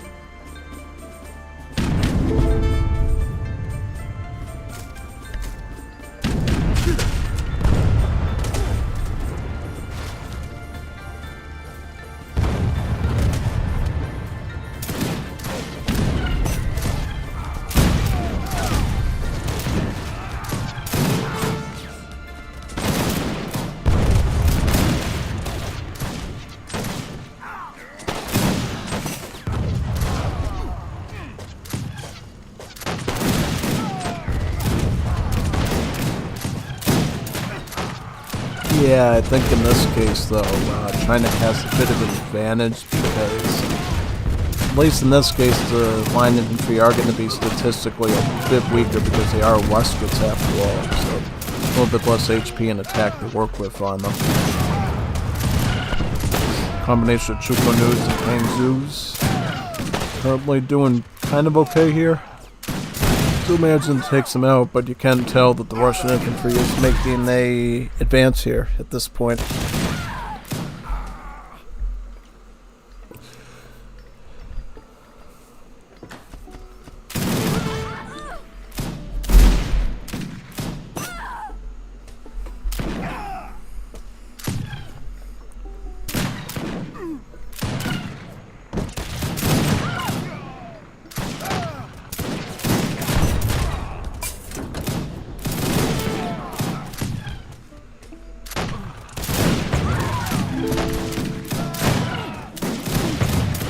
Ooh, here comes the Plastoonis.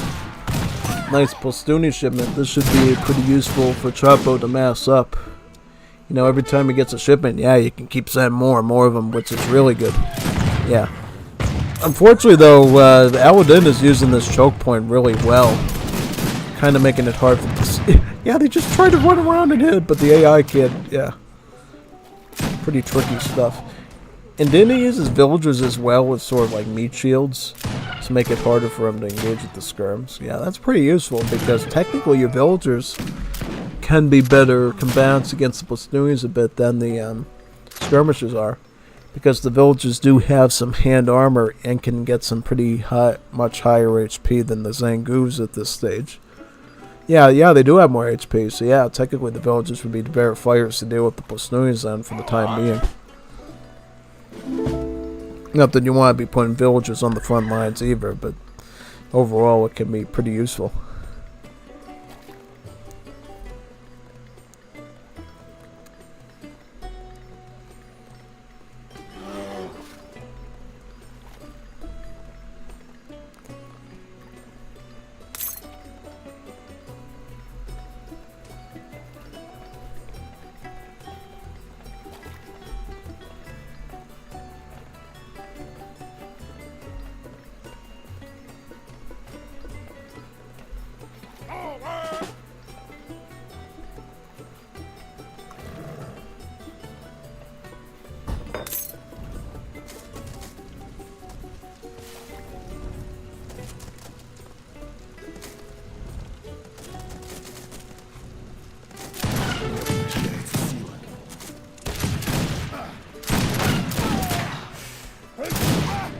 Yeah, at this point, though, I can sort of see why Eldon was so insistent on the Yellow Bear Army, because basically these Manchus do really well against the Pastuni because they are an assault unit.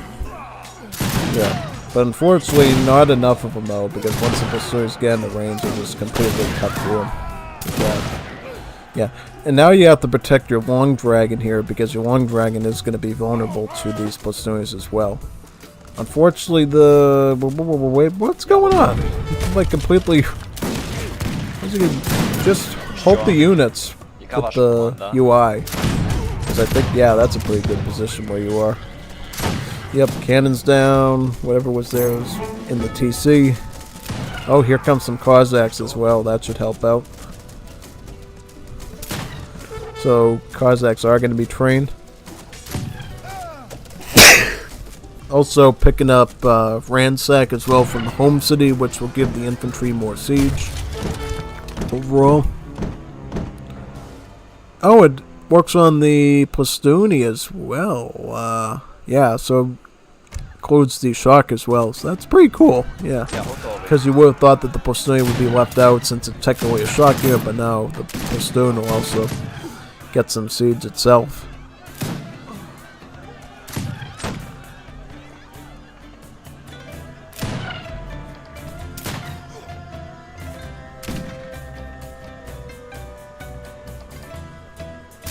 Ранен, не могу идти.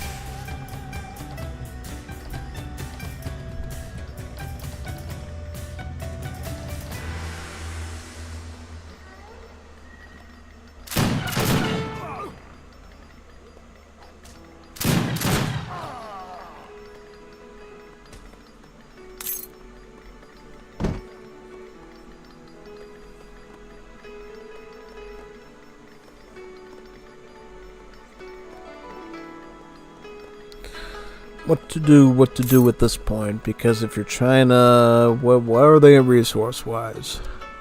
Yeah, they're not doing too good in resources, like, no, this is a problem, because they don't have enough population, they don't have a lot of wood, which means this Yellow Bear Army is sitting in purgatory at this point waiting to come out. Yeah, that's unfortunate. Because you could definitely use a bit of maneuver, I feel like, especially against these Plastuni here. Yeah, definitely. But at this point, I would say definitely Russia's going to win this at some point. Just because of their current line infantry and Cantonist stack.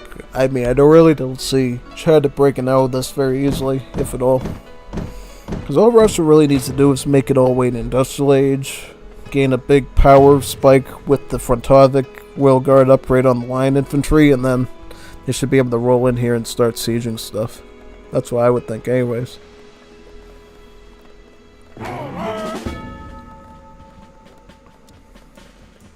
Diplomatic intrigue, so maybe Aladin is finally going to get some consulate stuff. Interesting. So what is he going to get from the consulate? He's already allied with the Russians, right? So he could get some Opalshenets and Plastunis himself. Yeah, he could get some Opalshenet and Plastuni by doing that. Because he already has about, what, 500 export? He's going to gain 300 from the intrigue. Yeah, he could get himself a big army of stuff with that. Or he could make 2 waves of Opalshenets as well. That's another option he can do.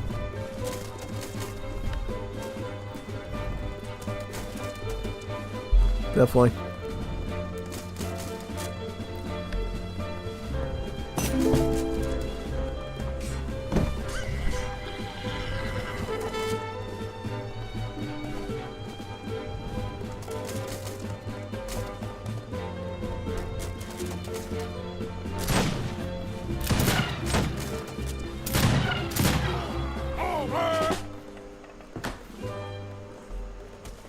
Oh, that's a little interesting. So instead of units, goes for the fort wagon. That could buy you some time if it works. If you can get it up, that should buy you a bit more time. Because the fort is a pretty good defensive structure, honestly. So, yeah, we'll see if it can stay up, though. Yep, it's going to go right down over here, and yeah, it should be constructed. Fort Novo Arkhangelsk.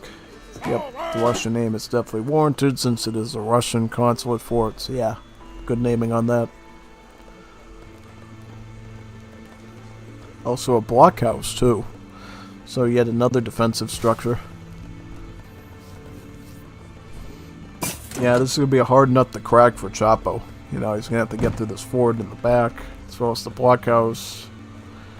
Yeah, but he can do it though. I'm sure he can do it.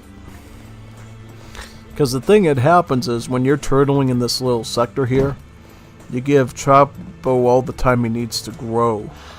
Like, he can afford to have queues of settlers coming out. He might even be able to get another town center, right? If he wanted to. Could he do it with the wood? Yeah, he could totally get 700 wood and get some, yeah. But instead he's going to get the Cantonist combat to boost up the Cantonists and the Partisans, so... Yeah, right now he's just playing a game of upgrading his stats at this point because he has time to. Yeah, definitely.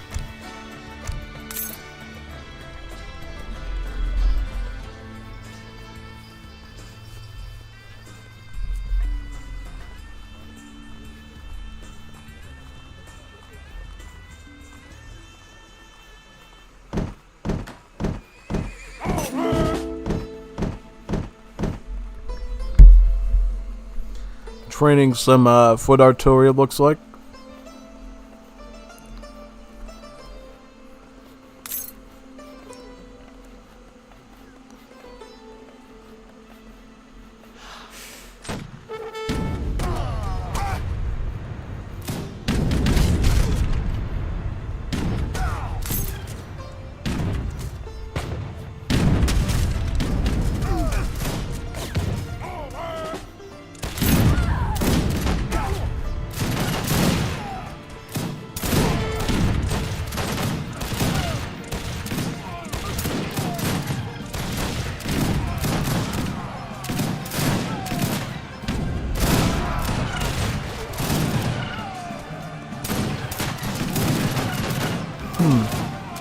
Yeah, bit tricky because of all those choke points and collisions with the AI's movement because of the town center, the blockhouse, the summer palace fort. Yeah, it's not like you can directly give that fort a big hug and burn it down with your units. Like, you have to, you know, walk through all these, like, collisions and stuff. And also ease the Zangu with the Chinese because they can use the choke point to prevent the Cossacks from gaining any damage edge and charging them, right?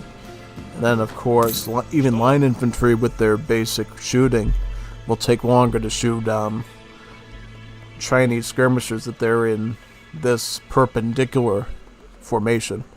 Yeah, because normally when you're both parallel to each other, you're going to get more kills from the enemy if they're parallel to. If they're perpendicular, you're going to be shooting only the things in the front while the ones in the back are preserved. So yeah, naturally a perpendicular attack by the choke point here could grant them a longer amount of time with those units, given the fort and the blockhouse and any castles develop here like this one more time to inflict ranged damage onto them. Definitely a possibility for sure.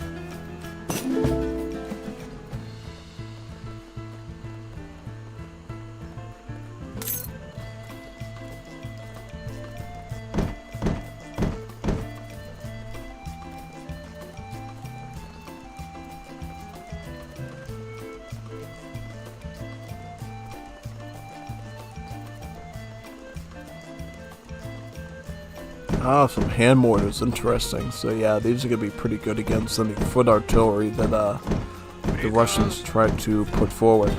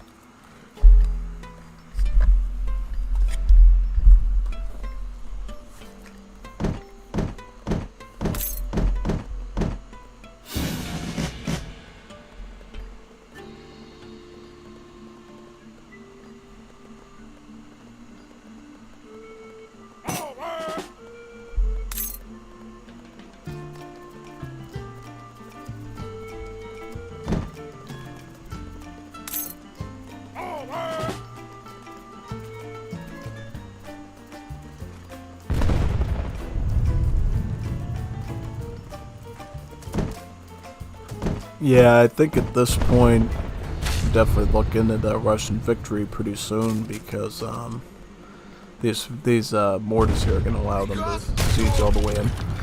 And then once Chapo gets some wood, he can obviously upgrade these cannons to field guns and the howitzers respectively, and they should be able to finish the job here. Taking out the summer palace will be pretty substantial since that means less banner armies for Aladin to work with at this point. So yeah, it looks like Aladin has some plastoonis of his own at this point called the Sibiriyakis. Yeah.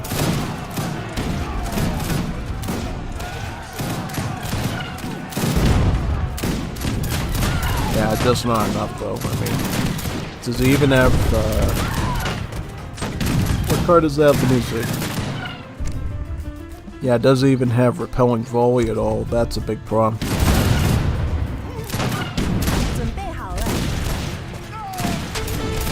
Yeah, repelling volley is kind of an essential shipment at this point to blast through the line infantry.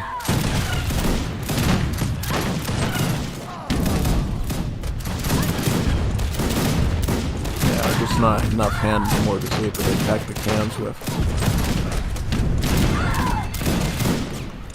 Wait a second, I got a bit of a phone call. 1 second.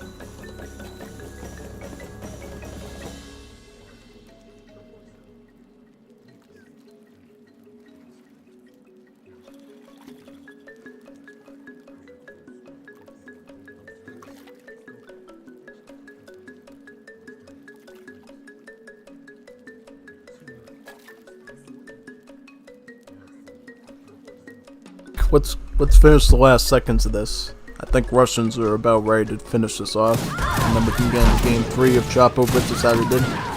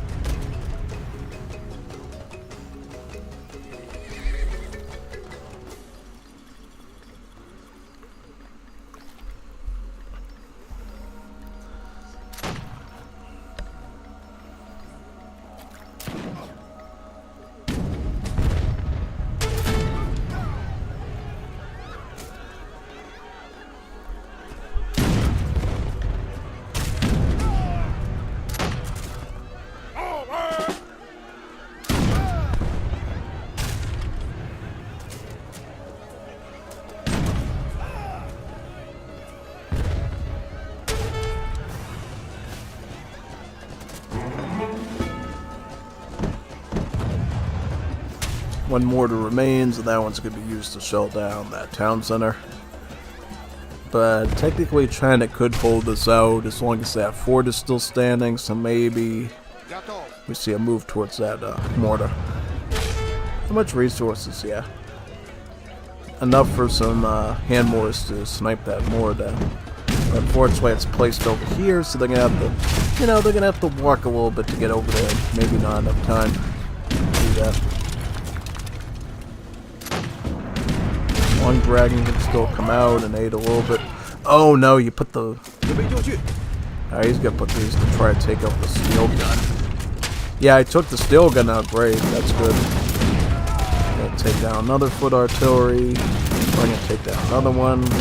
Yep. Doing actually pretty good with the culverin work. Oh wow, look at this. I know you're dying, but that's not bad. In terms of anti-artillery usage, that's like arena level culverin usage. Like, really good. And he's gonna do the same. Not as much though, yeah, that's clearly not anti-artillery by any stretch. Yep, still gotta take the low HP one down though. I was just, yeah, like if you had some more like resources and this was like mid-map, that would be really good combat for like taking out artillery. That's what I try to do in arena all the time. Like when I know somebody's got like a bunch of like Gatling guns and other cans, you try to hit as many targets in a short amount of time as possible. And it takes like a lot of like right clicking and focusing, doing the math in your head based on the masses. Yeah, a lot of spatial reasoning in that. The fact that Aladin was able to take out that entire force of artillery minus the mortars was pretty good. You know, definitely a good finale to this match for sure. Now I'm curious how Game 3 is going to go. Yeah, I can't remember now if I saw this game or not. It's kind of like a deja vu moment, but I think I saw it, but I didn't see it. I don't know. I don't even recall. Maybe by Game 3 I'll remember if I've seen this. I don't remember the Tupi versus British game at all. That does not seem familiar to me. That seemed like totally new. Yeah, it definitely seemed totally new to me. Alright, so now we're going to be booting up into game number 3 of Aladin versus Chapo. Juanito Chapo.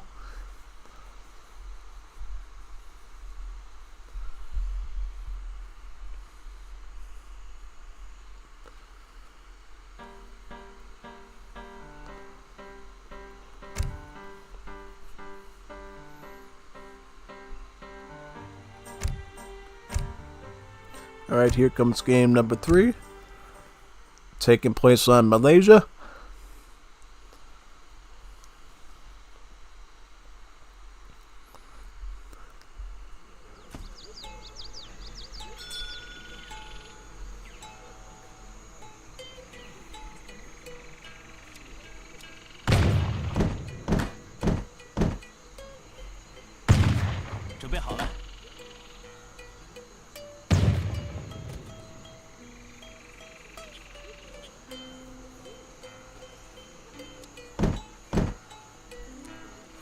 Oh, so Chapo was actually going with the Chinese this time, and then Aladin is going to be doing the Peruvians.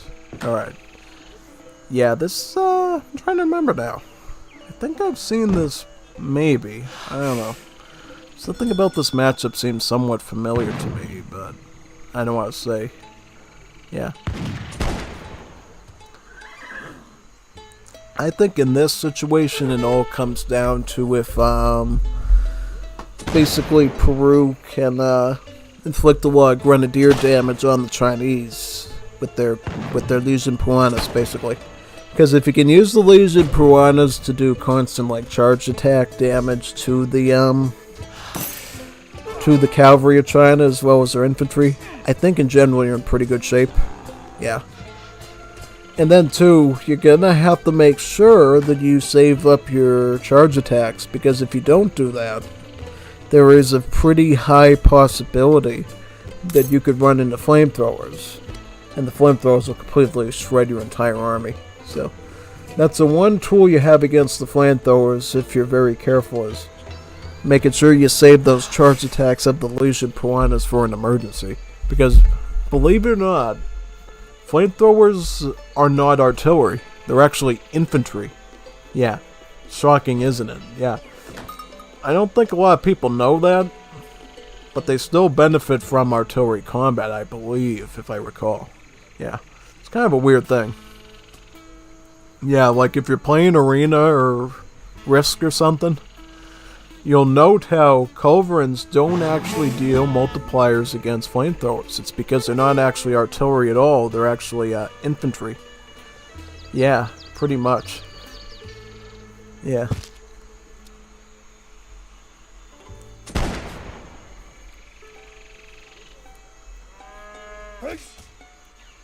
Señor.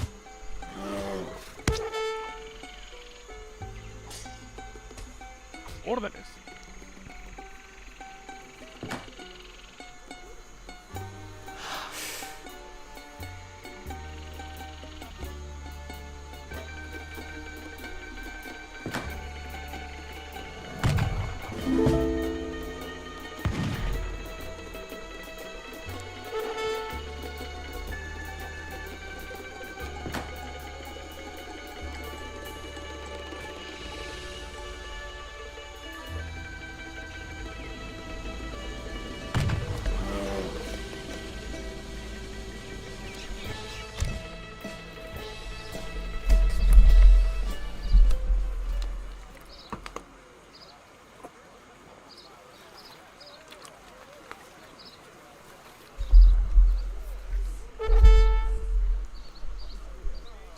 Snatch the Pebble. Shaolin Master attack and hit points increased. Also gives your Shaolin Master the ability to inflict area damage, delivering critical strikes on every hit for a short interval of time. Oh, that's pretty interesting. Yeah. Pretty interesting. I don't think I've ever used Snatch the Pebble before in like an actual multiplayer deck. I wonder how that's gonna go. I think if it gets like really lucky, you can end up with a lot of disciples doing that. Because the problem is if you can get like 20 or so disciples going and like the chain keeps going, your enemy can actually end up in real trouble with them. Yeah, definitely. Mongolian Scourge, I don't know as much about the Mongolian Scourge because technically,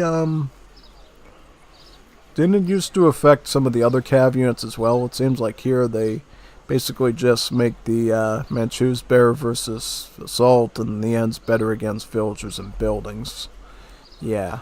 I much prefer if it like made them bear against infantry myself. Like if it had like 2x, made it like 2.25x against like infantry, that would be pretty good. Because then in the end would feel like a really good combat unit to use against the skirms and the muskets. Well, they still can, but it's just not as effective as you might want. Yeah, pretty much. So I wonder what? Oh, the White Pagoda! We never see this. He's going for Kung Fu. Wow, he's going for the Kung Fu strategy. That is interesting. He's going for the Kung Fu strategy. And that's why we got Snatch the Pebble here. That's why he's going with Snatch the Pebble. He's going for Kung Fu. Wow, that's pretty cool. He's good. He's probably going to pick up all the technologies from the monastery as well for the monks and so forth as well. And he's going up with... Yeah. Yeah, no, you would want to wait for diplomatic intrigue before getting a consulate out.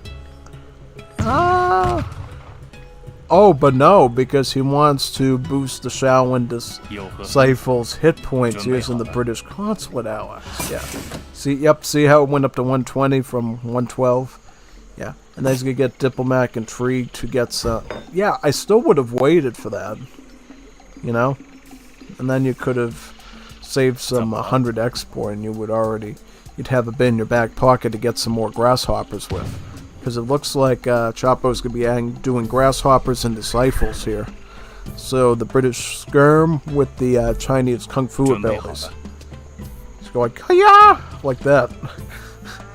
Break some planks of wood with that for sure. And knock down some Peruvian houses with that also. 重返人间，普度众生。遵命。是的，是的，好的，遵命。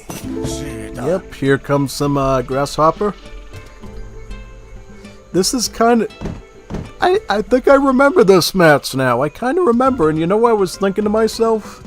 It's funny because Chapo was going with the build built around martial arts, and then he's training a unit from the consulate called the Grasshopper, and then you think of Kung Fu Kid at that point. It's like, yeah, that's kind of an... Yeah, it makes perfect sense. You got the Grasshopper, the apprentice, and then you got the disciples doing their martial arts, doing Kung Fu. That's like a really cool Easter egg in disguise, you know, like... Did Chapo know that when he was... Famugo? What's that, Famugo? What's that in Gringo talks? One of the Juanitos, tell me what Famugo is. What is that? Is that like Kung Fu or something?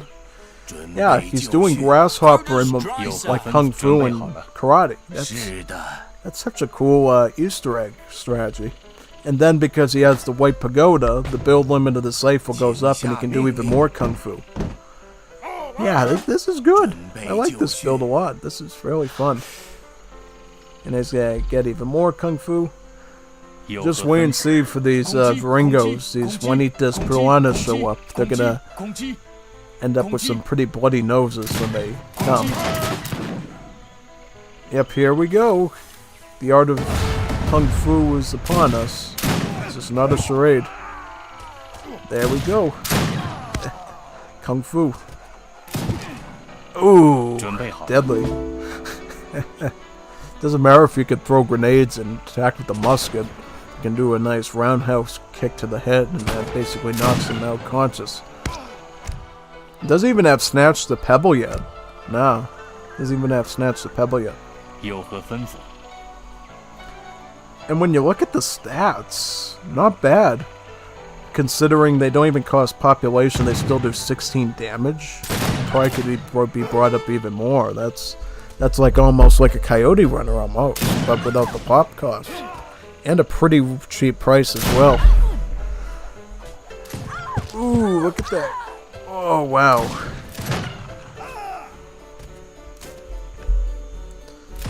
Aye, sir.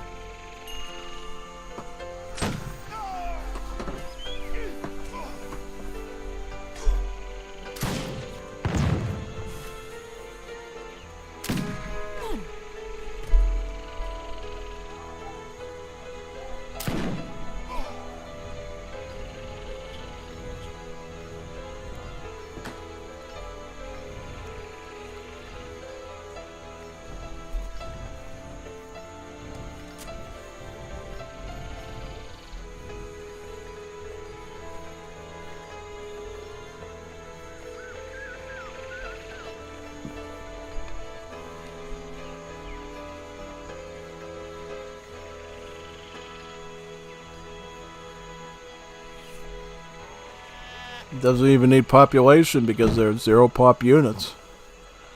Impressive. Good. Yeah, like Peru is literally trapped in their base at this point, not knowing what to do. I mean, the Macheteros are probably going to be pretty good counter to that because of Assault. You know, they have hand armor and then they got Splash. So, honestly, the biggest thing Chapo needs to worry about with this martial arts deck is the Bishateros and what they're going to do. Yeah. And the fact... Oh, Pars are also going to be another threat because they are a anti-shock unit. And since technically these are shock units, these Kung Fu warriors here, yeah, that's going to be a bit of a problem. Wu Bang Nu, Io Yo Kwang. So they get their own game. Wu Bang Nu, Lan Kwai Nu. Yeah, so they get their own, yeah. Get their own things, yeah. Oh, and has some Serenos as well. Yeah.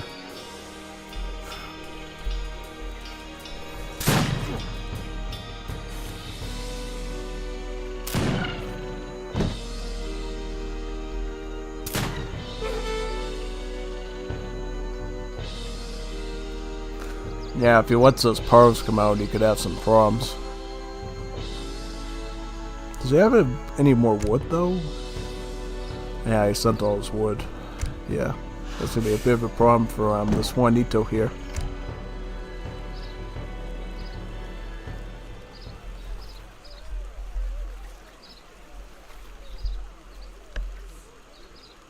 Prosperidad Felaz? You might need that for protection, probably. I think I've used that. I think I used that against Ringo once and it was pretty effective, right? Kept my gather rate up for a pretty good amount of time. Yeah. So what's gonna happen here? Is Chapo gonna win with Kung Fu or something? I don't know. Oh, he's just gonna use the town center to help attack the, yeah. Okay. Yeah, he still has a barracks over here though, so it's not completely toast.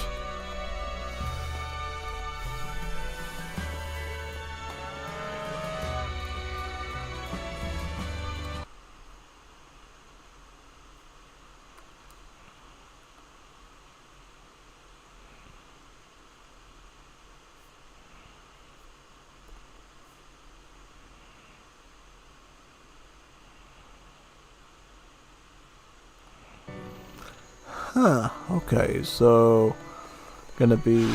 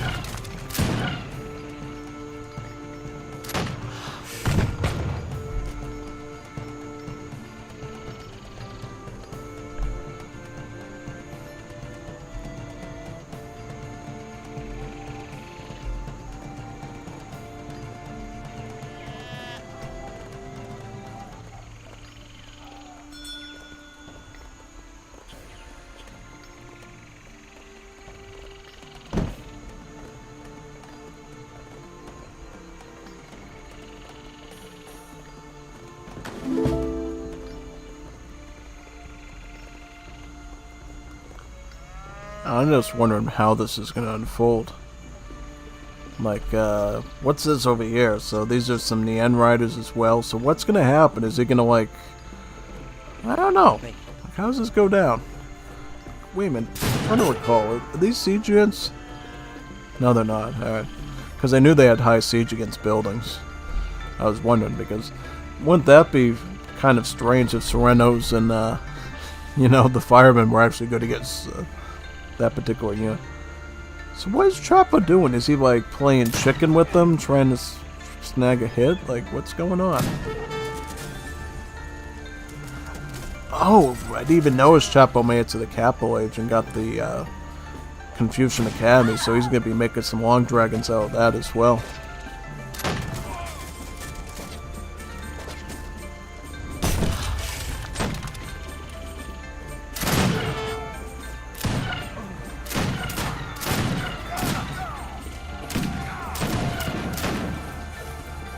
Only one grenade toss there. Mostly gonna. I think he's mostly gonna be trying to kite him as best as possible. Ooh, good. But not enough preservation of the grenades, though. Nah. You gotta preserve those grenades a little bit better, man.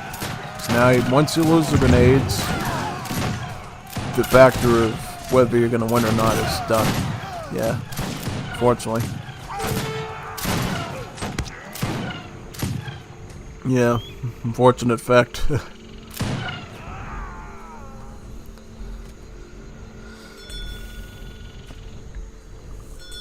Yep. The power of Kung Fu in real time. Yep. Good martial arts training has served Choppa well this time.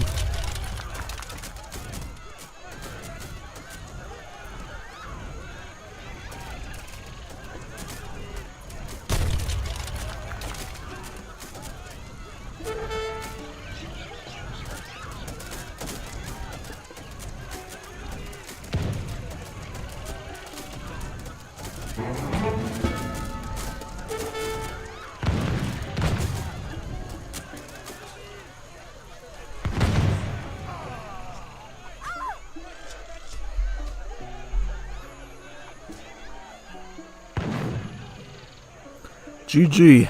Good one. Yeah. Yeah, now I somewhat remember this, the Kung Fu thing. Yeah. And I think I saw that White Pagoda too, and I was like, what's going on here? Nobody goes for the White Pagoda in the second age. Yeah, Choppo literally scared the Juanito from wanting to attack him by using Kung Fu. Yeah. That's pretty interesting. Wonder how effective that build is in like an actual like 1v1, not just in the Liga situation. Yeah, I should try that a couple. I bet I could improvise and make it into a real deadly art form, probably. Oh yeah, I think I could make it into a deadly art form, though. I should definitely try out the White Pagoda gameplay in Wars of Liberty. I don't know, I think I've seen somebody do it in the Fam Edition before, but definitely in Wars of Liberty I bet there's a way to make it really dangerous and daunting. Yeah, most definitely.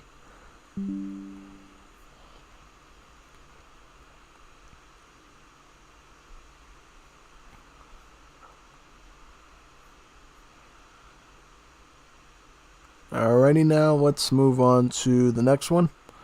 We close out of here. We will boot up and we will move on to the next encounter of Sabero versus Eternity. A lot of good games today, you know. A lot of good fights. You know, I mean, so some people get defeated. It's, you know, it's not a lot of instantaneous defeats, you know. People truly are trying to fight to the death here, which I definitely appreciate a whole lot. Definitely a whole lot. So now we got Eternity versus Sabero. How many? About a 2-game series this time.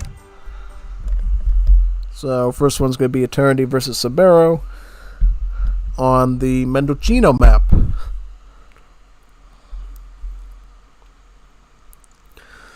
Eternity, the Juanita Boliviana, playing as Bolivia. So that's very predictable. Yeah. Definitely a good civ. I actually tried them in week 6, so you'll definitely see me doing that. And Sabero's going as the Danish, the weird Scandinavian civ. Yeah, that eats a lot of cheese Danishes and raspberry Danishes and apple Danishes. Yeah. So biggest thing you see here are these sacks of kava. These are basically experience point crates. And Danish always start with these so that they can actually get a starting shipment. In the old days, you just got a shipment at the start of the game, but the developers found out that by doing that, it didn't actually affect the cost of the next shipment at all. So it's like basically Danish had a pretty easy way of getting to like 3 and 4 shipments very quickly. And they decided if we give them crates instead, the first shipment is a bit slower, in acquisition and then make sure that the following shipments are at the same rate as everybody else, so it doesn't feel like you're cheating by millions of experience points in the arrival of your shipments. Yeah. So Danish are going to start out with Colbertism to get a food trickle. The cool part of the Danish is because of that early shipment, they are always the one of the earliest civs that you can check their deck out on. So for this civ, it looks like Sabero's going to be doing Colbertism first. Maybe he'll add another Ox card again too, because this is actually an infinite team card. So if you have a bunch of teammates and you want to give them another wagon that they can use to improve the gather rate of their units, this is definitely a nice tool. And then when they're done using it, you can turn it into a mill, a plantation, a livestock pen, or a dock as well. So it's really powerful. And then from there, I feel like this deck is really focused on, well, a lot of infantry, you know. I'm surprised he doesn't have, like, the Age 4 card that boosts upon the Advanced Arsenal, though. That's kind of surprising. A bit of Vanguard combat affects the Dragoon, so a bit of that, too. Interesting. Interesting, to say the least. Seems like the Danish volunteers are not that bad, actually, statistically. Not really. So you can somewhat use them a bit. Also some Espingolers. These are basically just Danish organ gun cannons that they get from the factory in lieu of the heavy cans. Yeah, so some pretty interesting stuff there. And then Eternity is going with the Bolivians. The Bolivians, as a Juanito civ, have some pretty interesting qualities. Okay. Biggest one being that they can actually turn some of their villagers into soldiers called the Keirunas. And those Keirunas are basically a native warrior musketeer, which means that they don't actually cause population at all, right? They just have a build limit. And the cool thing about the ability is that the Explorer invokes to turn them into the Keirunas is it can go over the build limit too. Like if you train a bunch of them from your native embassy, which you get at the start of the game, by the way, to make the Keirunas, you can get a bigger mass than normal of them, which is cool. And in general, Bolivia is really strong with native settlements. In particular, when they research native technologies, it grants a small experience trickle to the civ that's permanent. Yeah, so if you get like 6 or 9 or whatever native technologies as the Bolivians, they're going to get a lot of experience trickles from that, and they're going to have an easy time getting shipments after that, which is pretty neat. Yeah, definitely. So it looks like Bolivia's going to start out with Mother's Day. They started out with Mestizaje to make the trading post cheaper and also improve the native warrior build limit. Now Eternity has gone Mother's Day, which makes the Explorer statistically stronger, but unlike other cards that does that same thing for the other civs, it actually gives you a shipment in return. So it's almost like a free upgrade for your Explorer of 50%. Yeah. And then you can use that next shipment to do whatever you want, right? Yeah, look at how tanky this Explorer is now. Very strong. Does quite a bit of damage at this point.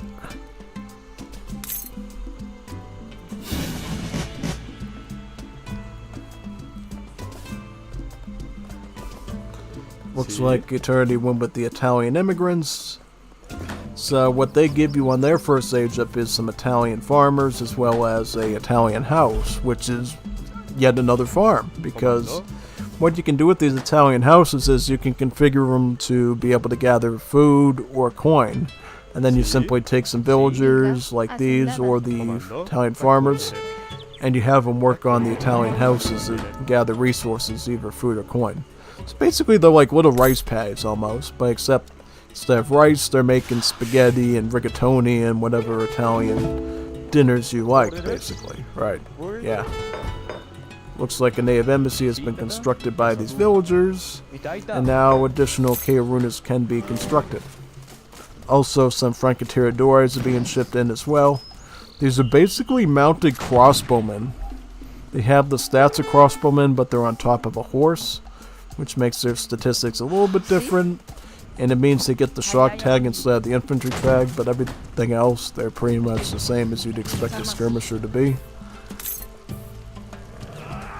But do note though, like mounted skirms like this do not have the maneuver tag, which means volunteers will not have an easy time taking out francotiradores. If anything, it's usually the opposite, right? It can be pretty painful for them to do. Look at how much damage this Explorer does with the Mother's Day boost on her. Really powerful. Teniente, orders. Yep, notice how these francotiradores get a good advantage here. You know, they dish out a lot of damage.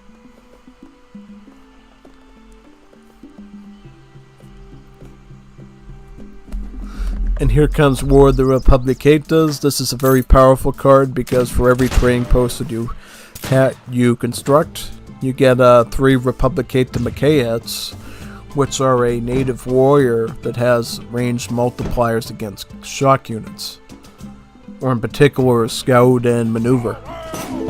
Yeah, and I think a little bit of assault as well, I believe. Yeah, it's basically like a musketeer that takes its bayonet multipliers and puts it in range as well.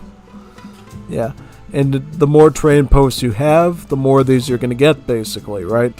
Because normally you would only be able to make these on a map that has their natives element, but using that ability you can get these every time you construct a trading post, and for every trading post you already got when the card arrives. And just like with the ability to turn villagers into the Kairunas, this ability is basically infinite. So if you keep making trading posts, you're going to get more Macaettes from it, which is really nice. Really nice overall. Yep, that combined with the francotiradores is a pretty quick and lethal death, it looks like, for Sabero here.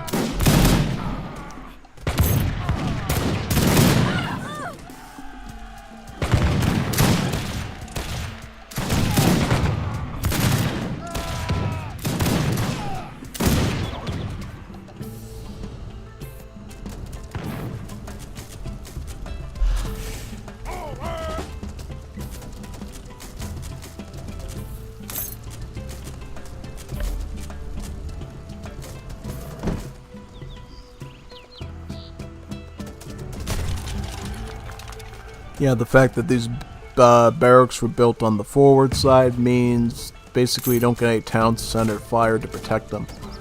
So unfortunately, Sabero's going to have to give up this 400 wooded buildings at this point, which is not good. Yeah, definitely not. One thing you can do with these partisans though is actually try to charge the francotiradores because they do have the shock tech, and therefore these pikemen can actually do some real hard damage to them.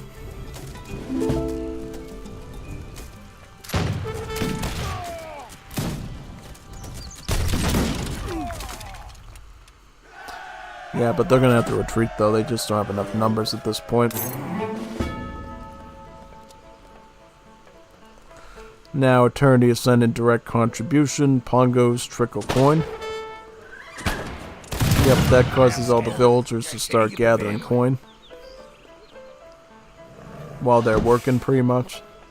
Similar to the Inca villagers.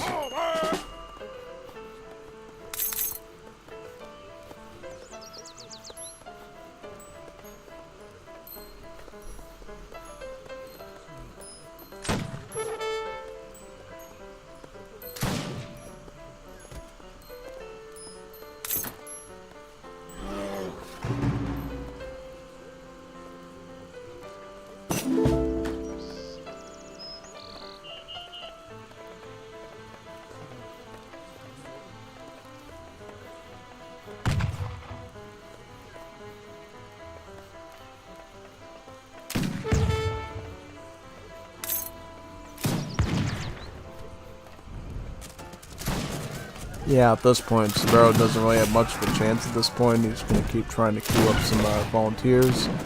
Sent his, is he going to send his Minutemen out, I can imagine? Yeah, I'd price them my men that out now, but he doesn't even have enough coin to do that, which isn't very helpful. Oh yeah, that town site is definitely going down though, 100%.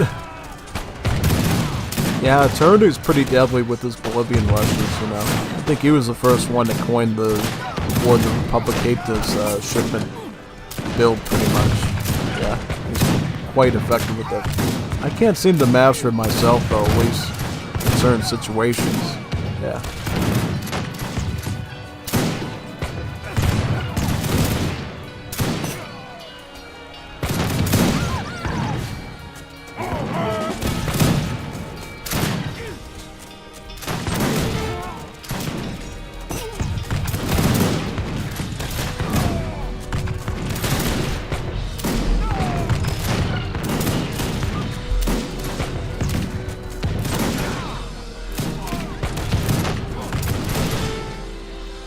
Yep, GG.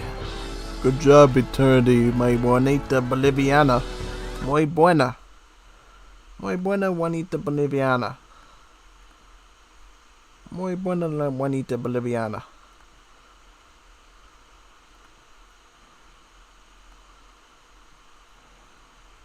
Alright, so now we're going to move on to the second match of Eternity versus Sabero, and then we move on to the final encounter of the night after that. Gringo loco, sí, gringo loco. Yo soy un gringo muy loco.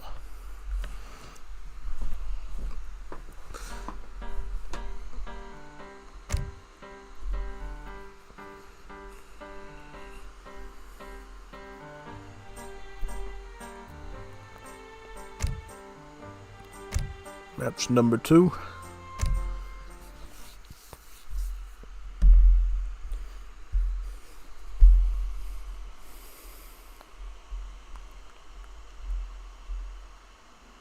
Alright, so Eternity's going with one of his other favorite Sibs, the Ethiopians. Whereas Sabero's gonna go with the Koreans. And what do these two Sibs have in common is they can play pretty defensively if they want to. Koreans, because there's another bonus I didn't mention before, their buildings actually regenerate hit points when left alone. So if you decide you want to go pyro and throw a torch at a Korean house, and you don't come back for a while, that house will heal itself of the damage that you inflicted on it. Yeah. As for the Ethiopians, as part of their library technologies, the blue ones, their buildings actually gain additional hit points, which is really nice. Yeah, and then their buildings basically become like living fortresses at that point. Yeah. Another thing Ethiopia gets to do is produce these things from the town centers called porters. These porters can turn into any building that you want. It can turn into a house, a barracks, you name it. Yeah. Not that they're called barracks, because Africans have their own convention in terms of roster and stuff.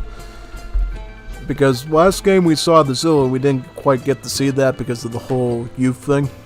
For Ethiopia, their garrison basically trains your age 2 units. Your cantonment trains your age 3 units, and then your age 4 units would come from the palace, basically. Pretty simple way to think about it. And it's not defined by any individual unit type, right? Like garrison used for Ethiopia contains bowman, spearman, the Neftanya musketeer, basically, as well as the firebrand for the siege, and then the camel rider, which is a mounted cavalry unit, which that's similar to that of a Cossack.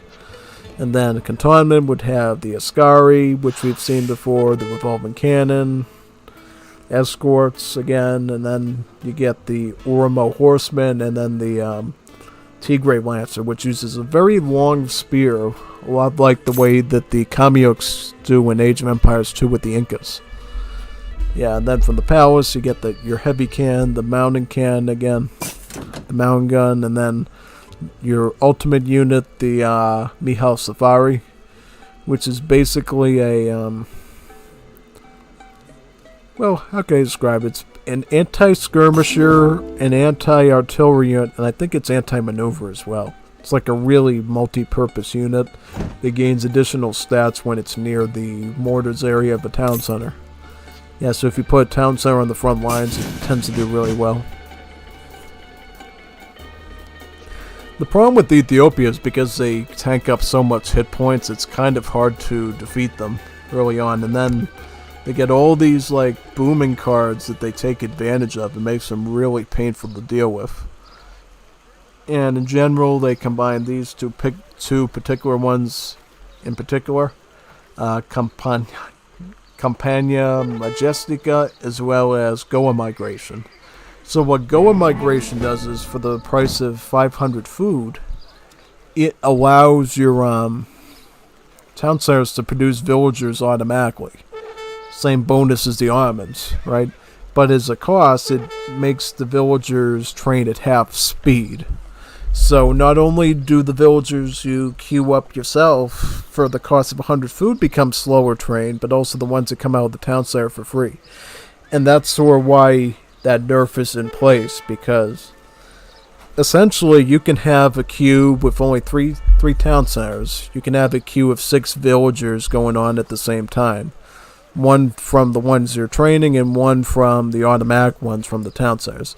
And then also, by the way African town centers work is, instead of having like 3 TCs in age 3, the way it works is you get 1 town center per age up, starting from 2 to 3. So capital age, fortress age, you have 2 town centers. Industrial age, you'd have 3 town centers. And then in age 4, the imperial age, you actually have 4 town centers.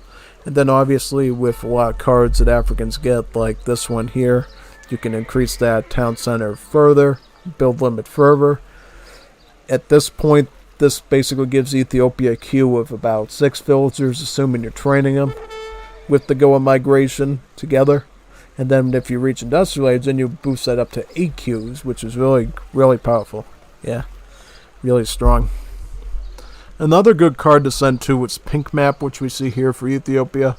Basically, the porters that spawn from your town center will do so quicker, which means you can get a bunch of free buildings, which saves you a lot of wood. And in the case of building stuff like towers and palaces, you save a bit on coin as well. So it can be pretty powerful.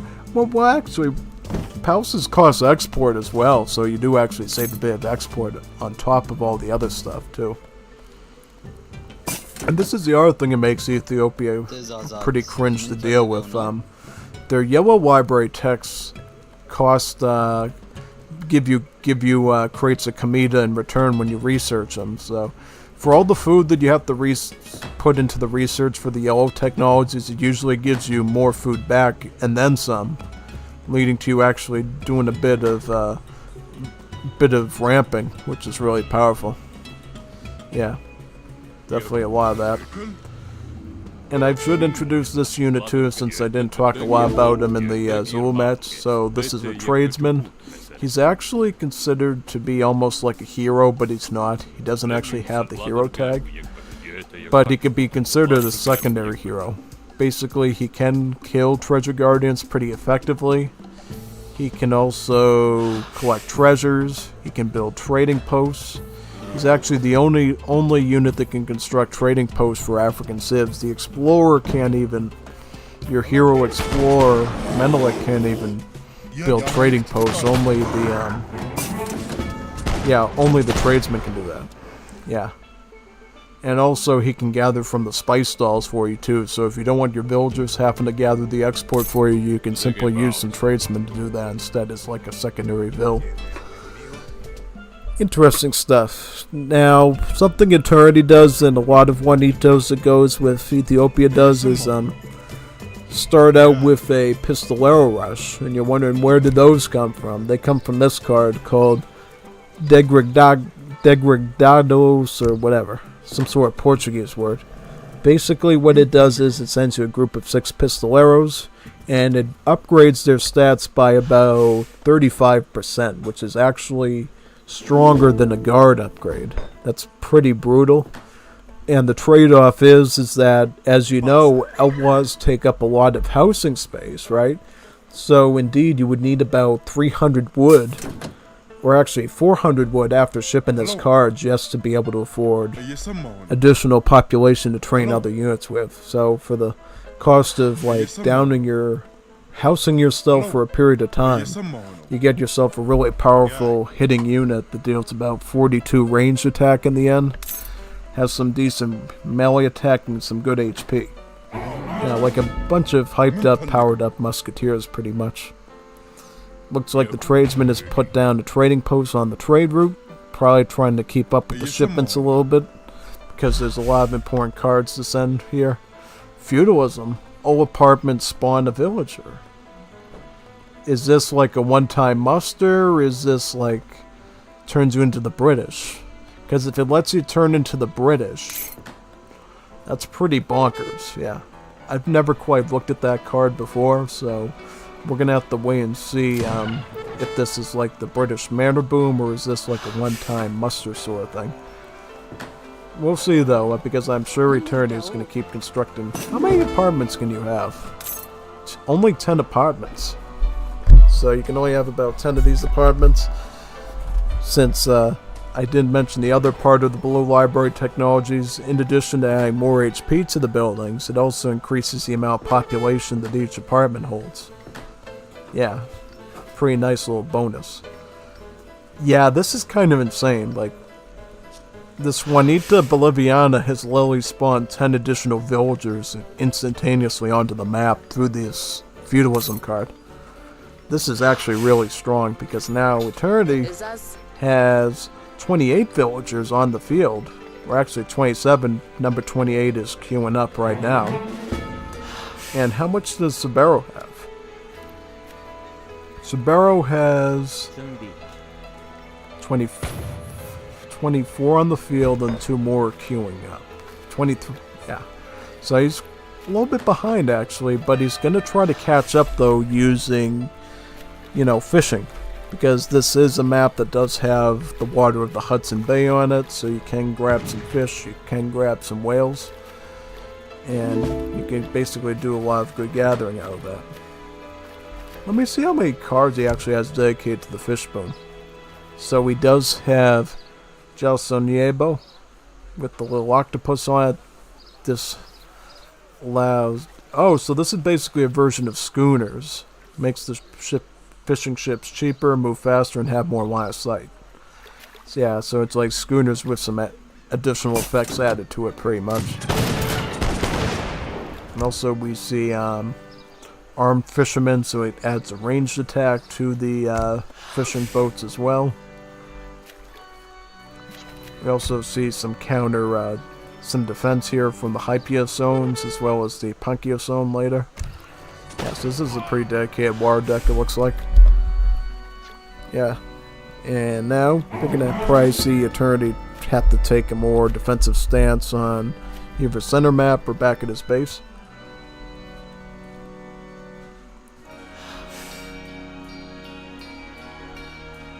준비.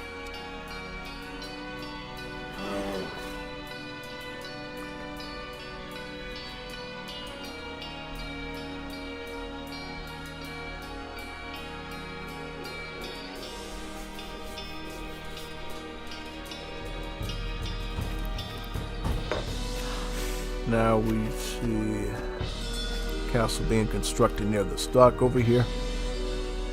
The biggest thing to pay attention for would be to see when this Juanita Boliviana starts to reach capital age and starts to get those 2 shipments. Both the Goa migration as well as the Campagna Majestica. Yeah. Manias, your tradesmen trickle coin and export. By how much though? If he ends up going for that, I'm going to have to look at that because I've considered that car in the past before, but I just don't know how much the trickle is exactly. I bet if you have like 10 tradesmen it can be substantial, but what if you only have 1? What does it like add up to in the end? Oh yeah, this is the other cool thing that African can do. If they get their 3rd red library technology before, they can actually get access to age 3 African units in H2, which is really nice, right? So they can get like an age early, so they can already start to get their Ascaris, they can start to get their Ormos and stuff, even before reaching the Capoids. So in general, military is not limited too much by the age up for the most part. It matters more so how many red library texts that you actually have, right? And I think you actually do. I think you, by the time you reach the ability to make palaces, you do sort of already are in the industrial age at that point, so that still is sort of an age 4 thing.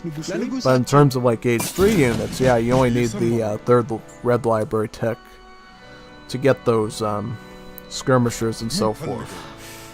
And of course, that can certainly be a lot earlier than you get the capital age. Yeah. So what is being shipped in right now? The Ormo Horsemen, good assault unit. These particular assault units, the Ormos, are really powerful since they have multipliers against all infantry, not just the heavy kind. Making them a bit like the Spanish Lancer, if you remember that stat. You know, about the same sort of thing. Combine that with the Ascari, a bit of Spearmen. These Pistoleros, except all but one are still alive. Yeah, this is going to be a pretty good mass-up over here. Here comes Goa migration. How many town centers are up? One right now. I can imagine additional ones that could be constructed pretty soon to take full advantage of this shipment. You can already start to construct one right now, and then once you send this card here, you'll be able to make town center number 3. And then if you somehow make it to age 4 before this Juanito gets turned into a flam like a tortilla, then yeah, you can make town center number 4. Yep. So the Ormos are going to have a pretty easy time dealing with these Myungyungs, but unfortunately the Myungyungs can garrison inside of buildings as part of the Korean bonus. And you can basically just keep harassing the Juanita Boliviana with these constantly, until the Juanita Boliviana basically takes down the buildings so they can no longer hide them. That's like the only solution there is.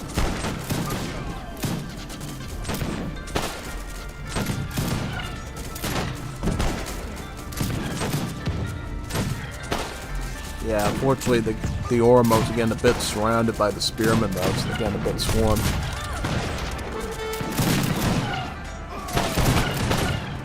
Ethiopian infantry have taken out the castle, and now they can move towards that house and the barracks next.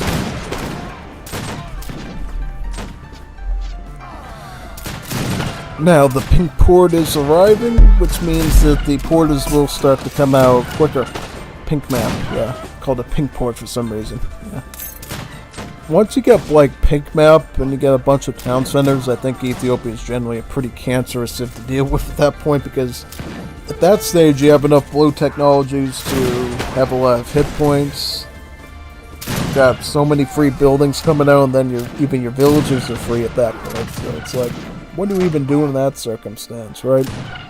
And eventually, once Ethiopia starts hitting those upgrades, you're kind of toast at that point as the opponent. Like, there's not much you can do, really. It's kind of a messy situation to deal with.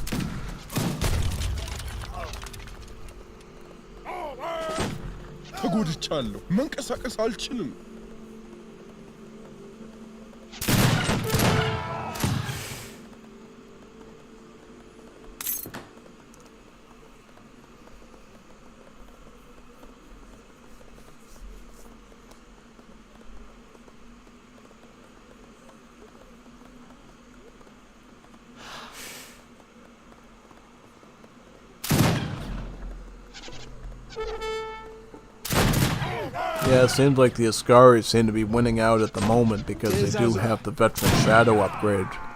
Working on them right now. Yeah, even though you can get Ascaris in H2, they still get the veteran shadow text for themselves, which is nice. And then, obviously, once you hit library red tech number 5, then you can get the guard upgrades. And then once you hit, I think the condition is Imperial Age, then you can actually get the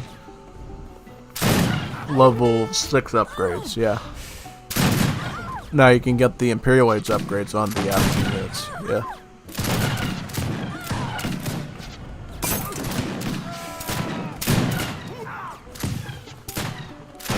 And then, of course, with any Europeans, if your palace unit would get shadow teched up to industrial age, right? Because the earliest you can ever get the palace units is in age 4, really. Sort of no exception to that for the most part because of how the library tech tree stuff works for Africa.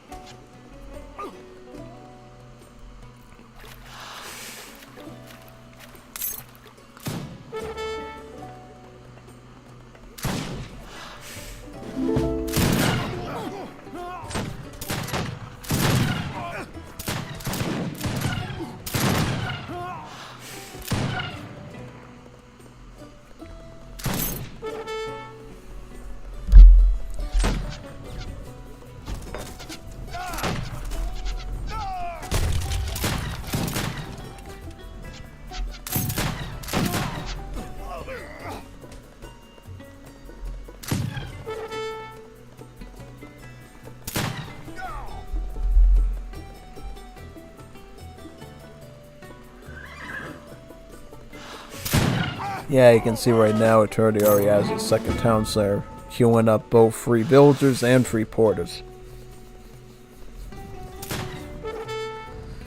And now after the Majestica card comes out, then we're likely going to see town center number 3 coming out. And then at any point, Eternity could get an age 4, and then we'll see town center 4 coming out, and at that point it's like, what are you even still doing here, Juanito Sabero? Like, it's going to get painful from there. Like, your suffering has just begun at this point, and it's going to culminate once you get that deep into it.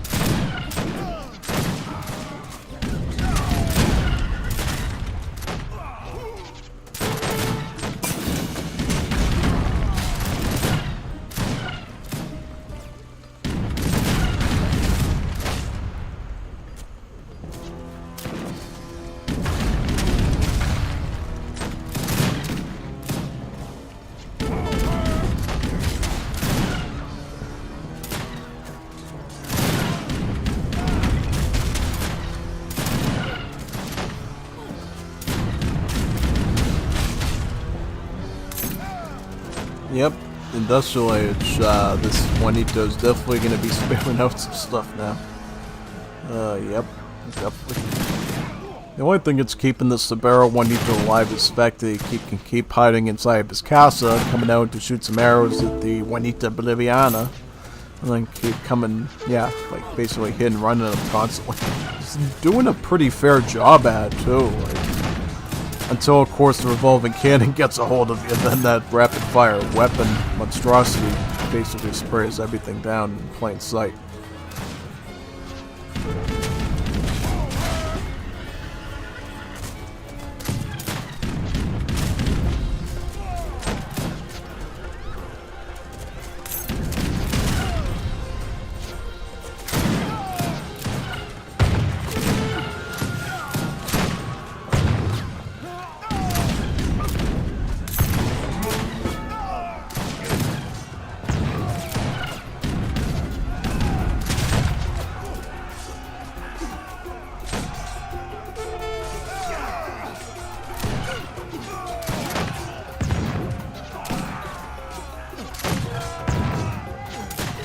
Up here comes the Mihal Safaris, the anti-skirms. Combined with some mountain guns. This Juanito Sadero is very lucky to still be alive at this point. Once the Tigres come out, it's kind of a done deal. Yeah. Yeah, see, these Tigres, it's really impossible to deal with because they deal so much damage at a very long range that they're virtually impossible to deal with in a normal circumstance. Yeah, pretty much.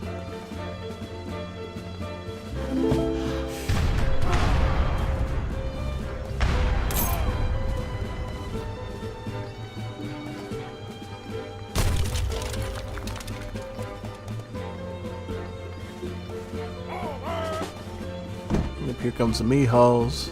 As you can see here, they got quite a few multipliers. Artillery, skirmish, and maneuver. So yeah, like, basically like super snipers in their own right. They'll absolutely chew through these Myung-Yungs, though, because they are themselves a skirmish unit.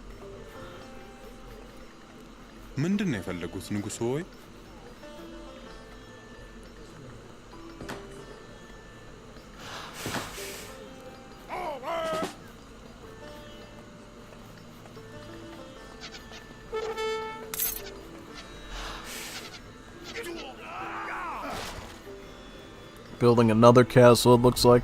However, the mound gun should be able to crush that pretty quickly with the help of the Mihals. Mihal Safaris will basically beat down the Myung-Yung archers while the cannons can focus on the building.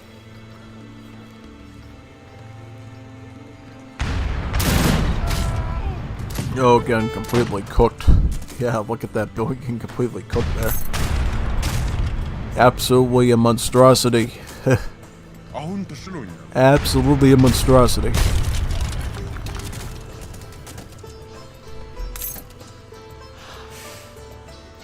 Yeah, all you can do is try to fight it. I mean, you're not going to get very far, but it's better to try it than to not try at this point.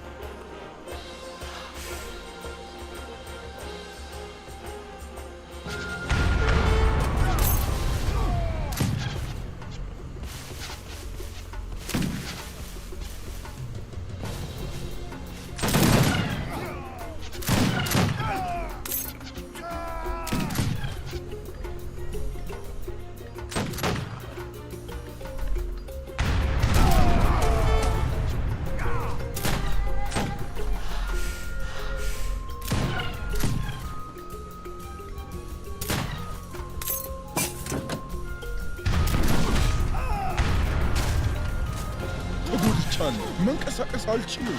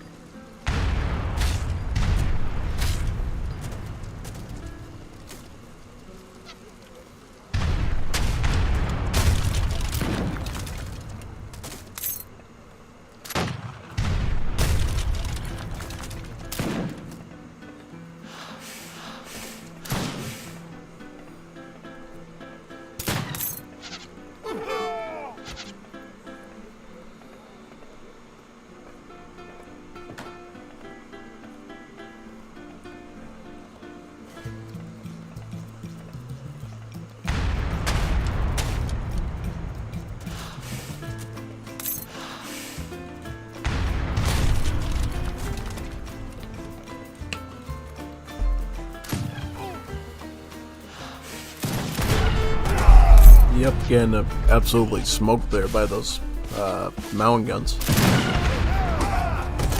Oh, here's some awful shots now from the Russian consulate. Tigres are completely dismantled with their high damage, especially the help of the Ascaris and their multipliers. One cannon down, but that other one's definitely not going down though.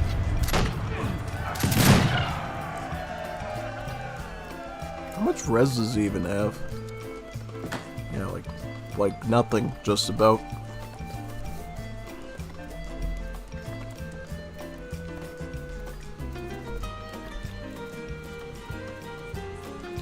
GG, Juanita Boliviana. Muy buena.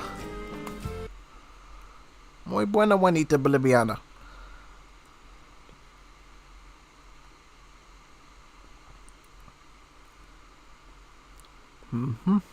Alright, so now we're moving on to the final encounter of the night.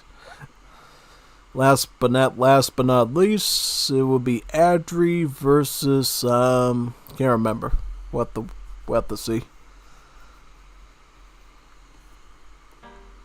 Help and tools, yep, let's go to record games.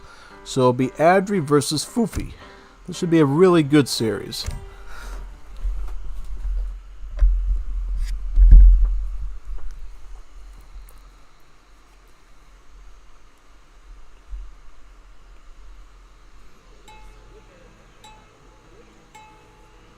Alright, so Fufi is going with the Dutch. He's pretty fond of the Civ, even before they had their banks removed. And then you got Adri using the Ottomans. Two vanilla civilizations. Should be a pretty interesting matchup, though. As we know before, Ottomans and Wars of Liberty are pretty held back because, well, frankly, they can't even upgrade their units till Imperial Age, so it's going to be a bit slow for them if they can't get a quick kill. It makes Age 3 and 4 that much more uncertain. And I don't think we're ever going to see like an Imperial Age Ottomans in like any Liga ever. It's just not going to happen. Yeah, I just don't think it's ever going to happen, honestly. We'll see though. We'll see if it can happen.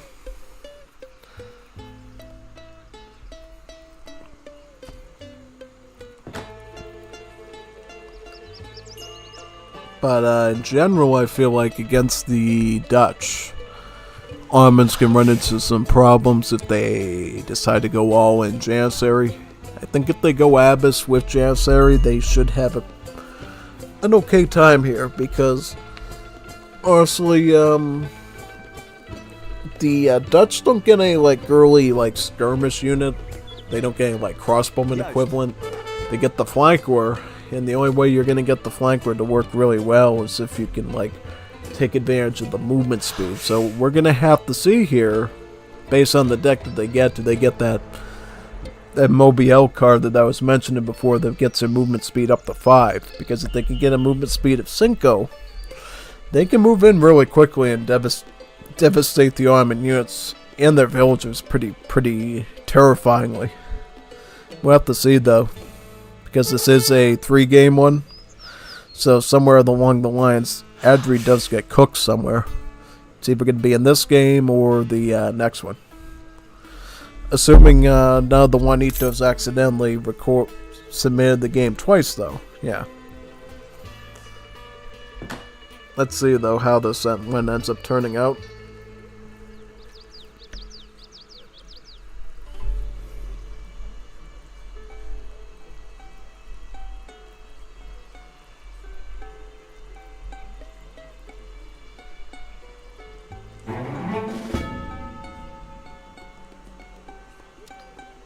Alright, so looks like they're going to be starting with Colbertism. Is that right? I've never seen that before. The Civ does get the ability to ship in 3 settlers in Age 1. They do get that card, so I'm kind of shocked they're actually going with Colbertism instead. Maybe they got a bit of a strategy, though, that I'm not too sure of. Petards. Now, this is an interesting one. I've never seen anybody ship petards before in like a normal deck. Yeah. Is this Liga A or Liga B? Not too sure. But in general, yeah, this card's pretty good because you can get some Marines from your barracks. You can upgrade them.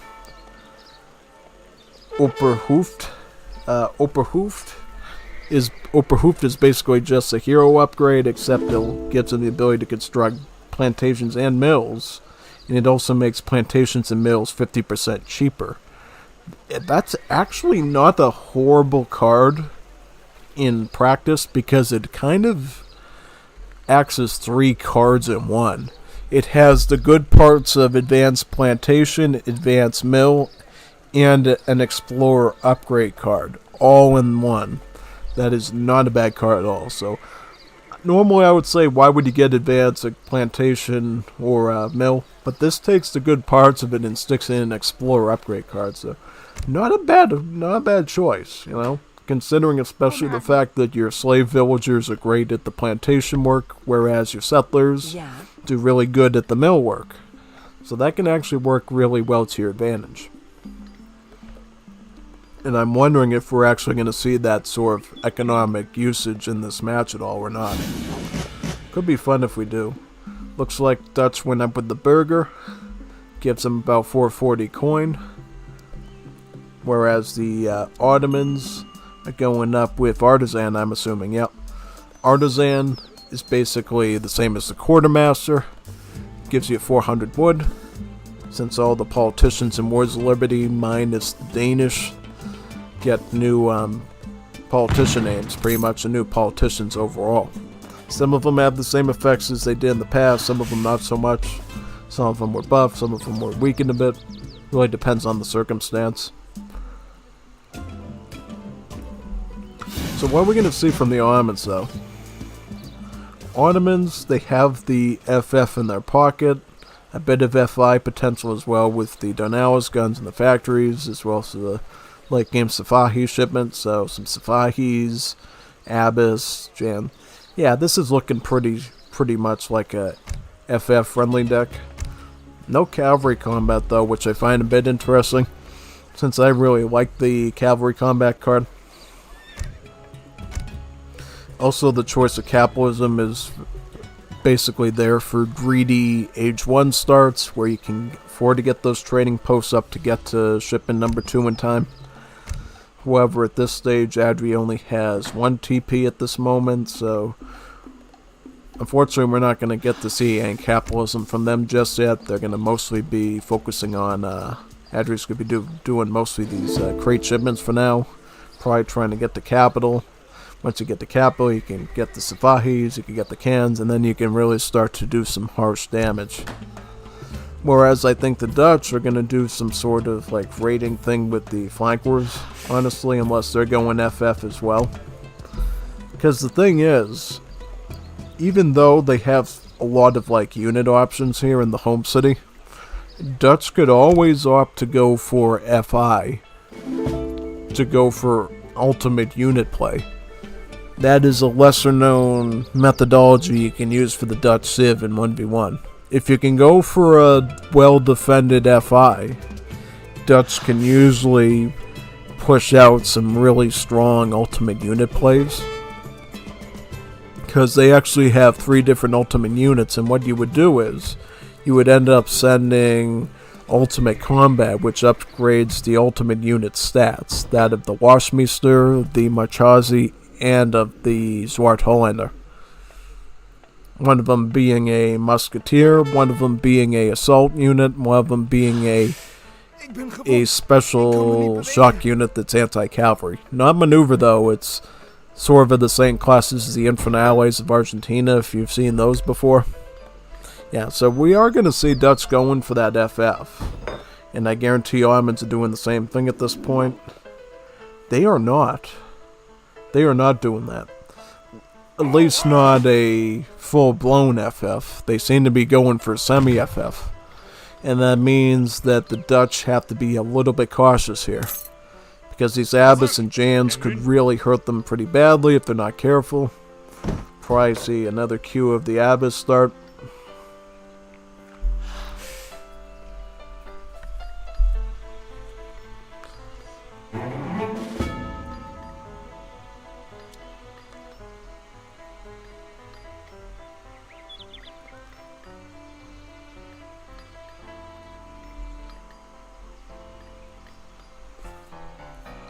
Yeah, so what is Dutch going to do exactly once they do get that capital age? Because it seems like right now they're on the back pedal, at least in terms of military. They are going to lose a gatherer from that. Are they going to lose any other gatherers? Doesn't seem like it from the moment. But that could always change if Adri swoops back in like an Adri bird at this point.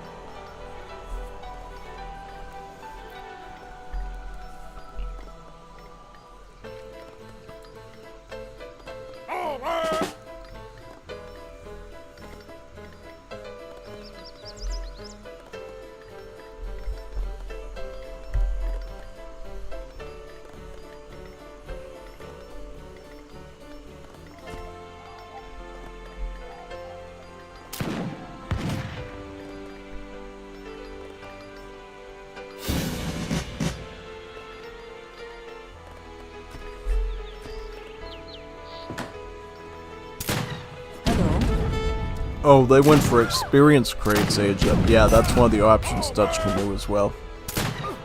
So what are they going to do now? They're going to just try to beat this out with skirmishers, it looks like. Yeah, that could totally work, because they're veteran skirmishers, so they're going to definitely eat up the Janissaries, and then they'll have a moderate time with the Abbot Skinners, probably. Some more experience. Can get another shipment. Ideally, I would probably say maybe the Marines. Maybe the Petards. You could go Petards here and go for a snipe on the town center. That could absolutely be a strategy here. Just saying. Whether it's effective or not, whether it's risk-free, I can't say for sure. You'd have to try it out and tell me how it goes. Yeah. I mean, could you conceivably do it? Maybe. But as soon as he discovers your Petards, he's going to be on you like a hawk, and he's going to try to knock those out. So yeah, going for the Marines, probably the safer option. Going for a 1k coin as well. Is this looking like semi-FI? Could be. Could be semi-FI. Yeah, because he's definitely going for the higher level. He has no 1k wood too, which is telling me this is definitely an FI situation. Because he's definitely trying to ramp up his industrial age timing by a lot. And he's also opting to go for the Indonesian laborers instead of his other villagers for the wood costs. Basically, so he can still have some villager production while he's acquiring this age 4. Yeah. I don't know though if he's going to be able to sustain it though, because right now he's getting like heavily attacked. The Delhi's basically coming right on top of him. Still a large mass of Jans and Abiskars to deal with. Yeah, I don't know. Adri's like pushing really hard in on here. Wait a minute, why did he cancel? Oh yeah, to send the coin, that's right. I was wondering like, hey, how did he get being so easily with the Marine infantry attacking the run? Yeah, that's why. That's why it's happening. Wouldn't that be a pain if the Ottoman settlers managed to try to start gathering the crates from you? Yeah, that'd be unfortunate.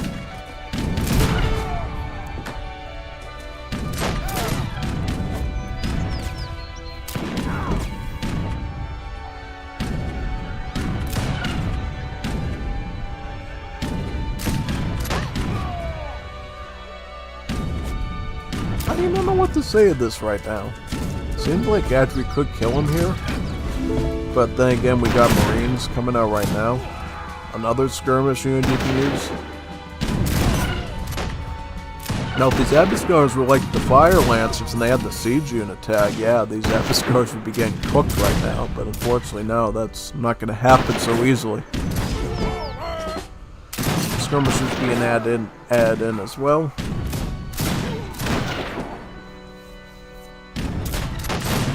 Yeah, I mean, this is...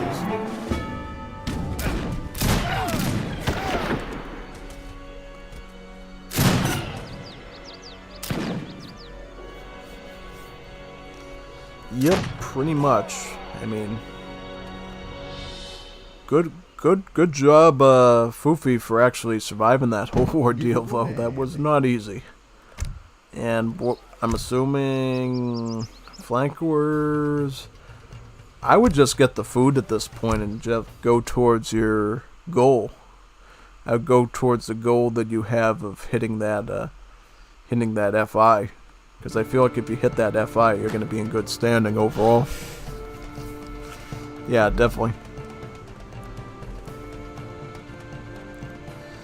Yep. But I guess at this point, because you wasted so much of the food trying to queue up skirmies, it's not that simple. Yeah, definitely not. Here's some flankers. Yeah. Yep, unfortunately Adri is really quick on top of you, so it's not like you can maneuver around that easily to get to an FI. Yeah, but if you had some like Grenadiers, I feel like, they got some lucky volleys in there to, and you were engaging a little bit. Maybe you could have held Adri back a little bit, but because Adri's having full time to grow himself, he can use that time to just keep sending attacks at you to make it so you can actually hit that FI. Because if you hit that FI, you're going to be, performance-wise, beating him in some areas, right? You could obviously mass up a bunch of Marchazis and cut through that whole entire army of his. Because guard Marchazis, you know, with ultimate combat, that is certainly enough to beat the Adri army right now. Oh, absolutely, 100%. Yeah.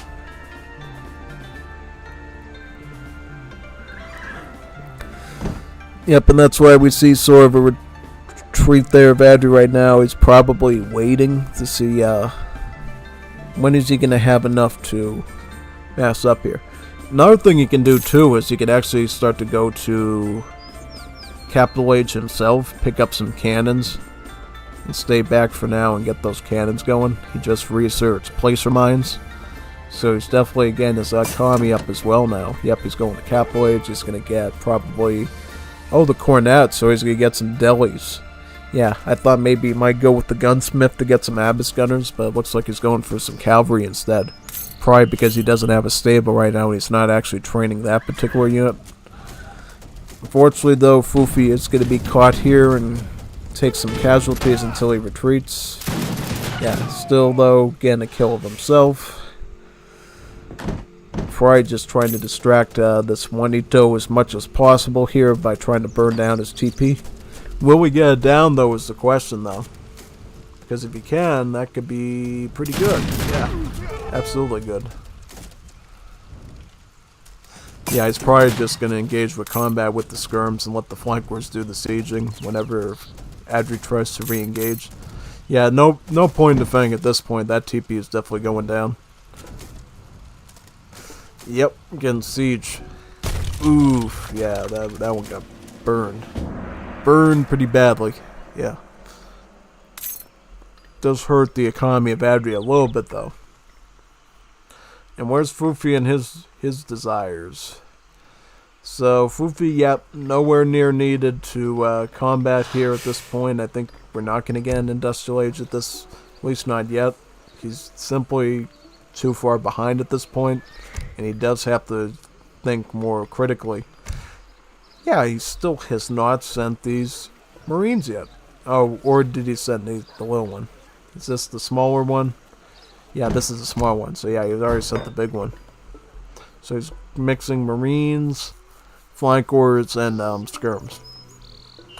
Not the worst idea, considering this combat card here does affect all three of those plus the Grenadiers. It's a pretty effective combat card, honestly.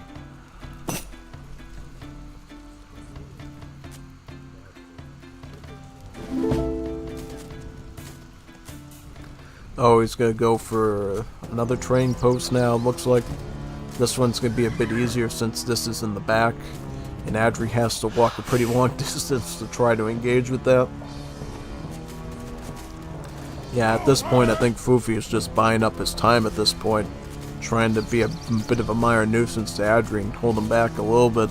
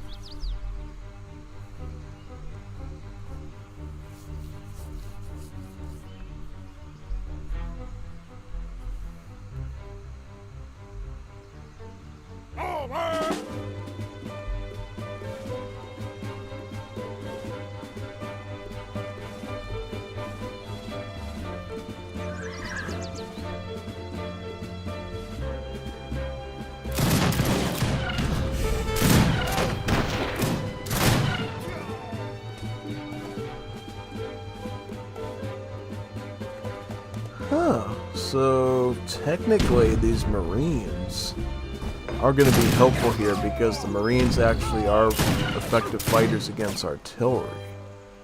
Yeah, that's kind of the cool thing about Marines because they get a multiplier of 2x against artillery. So they actually are a pretty okay combat unit against the artillery. Yeah.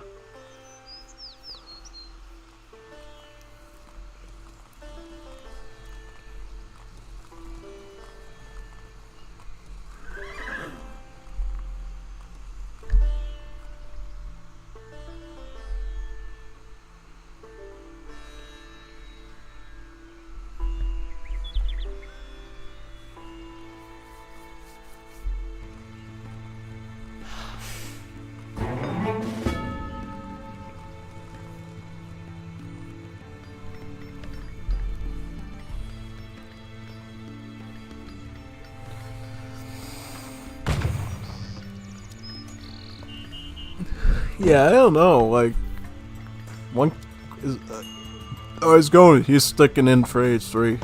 I think he was thinking, hey, maybe I might be able to sneak my way into H4 and get some ultimate units here, but it doesn't look like that's going to be a very viable path at this point. I can totally understand that.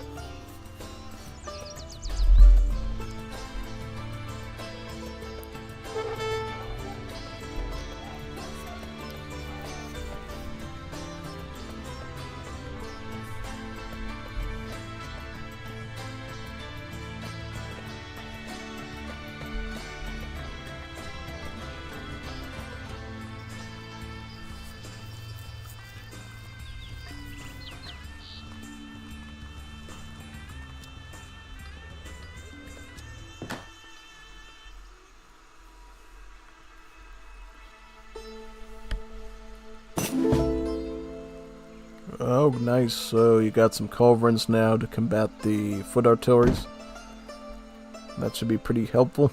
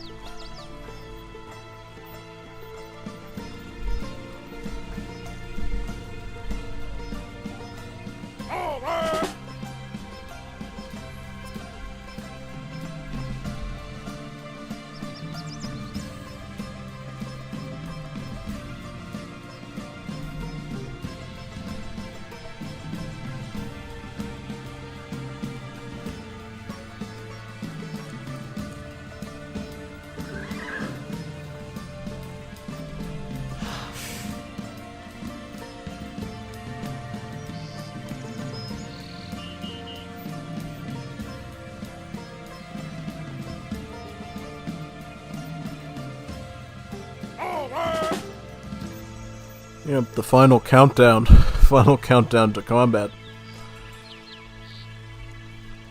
Who do you think's gonna win at this point?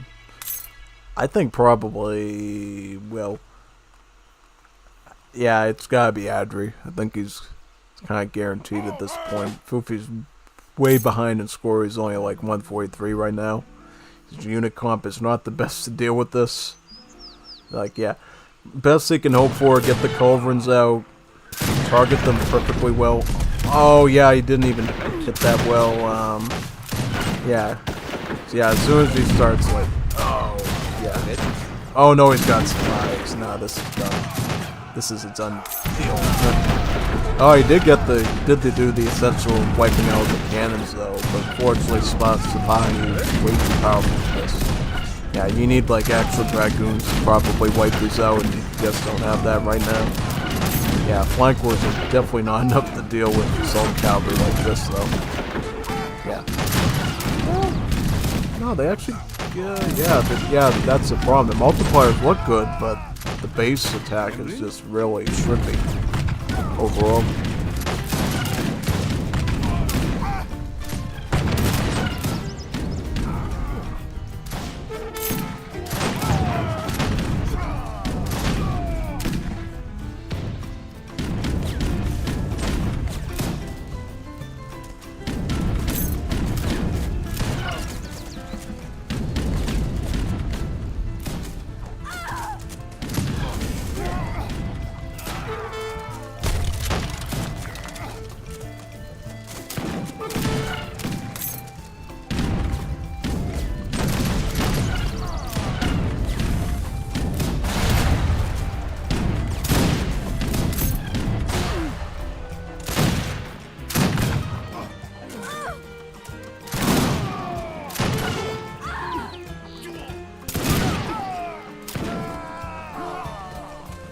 Yep, that's definitely an Adri win for game 1. We'll have to see if Fufi can come back in game 2 and turn this into best out of 3 into a 3-game one. Yeah. Completely smoked at that point.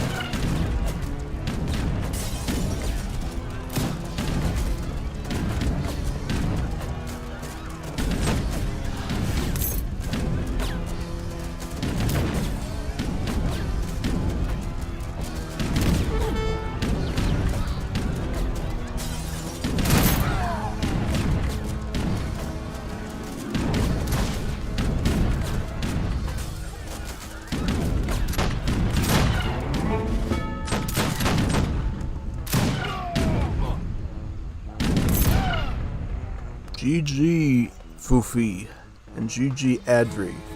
Good match number 1. So now we're going to be moving on to match number 2 now. And then we're going to be moving on to match number 3, depending on how match number 2 goes. Alrighty then, let's load into game number 2 now.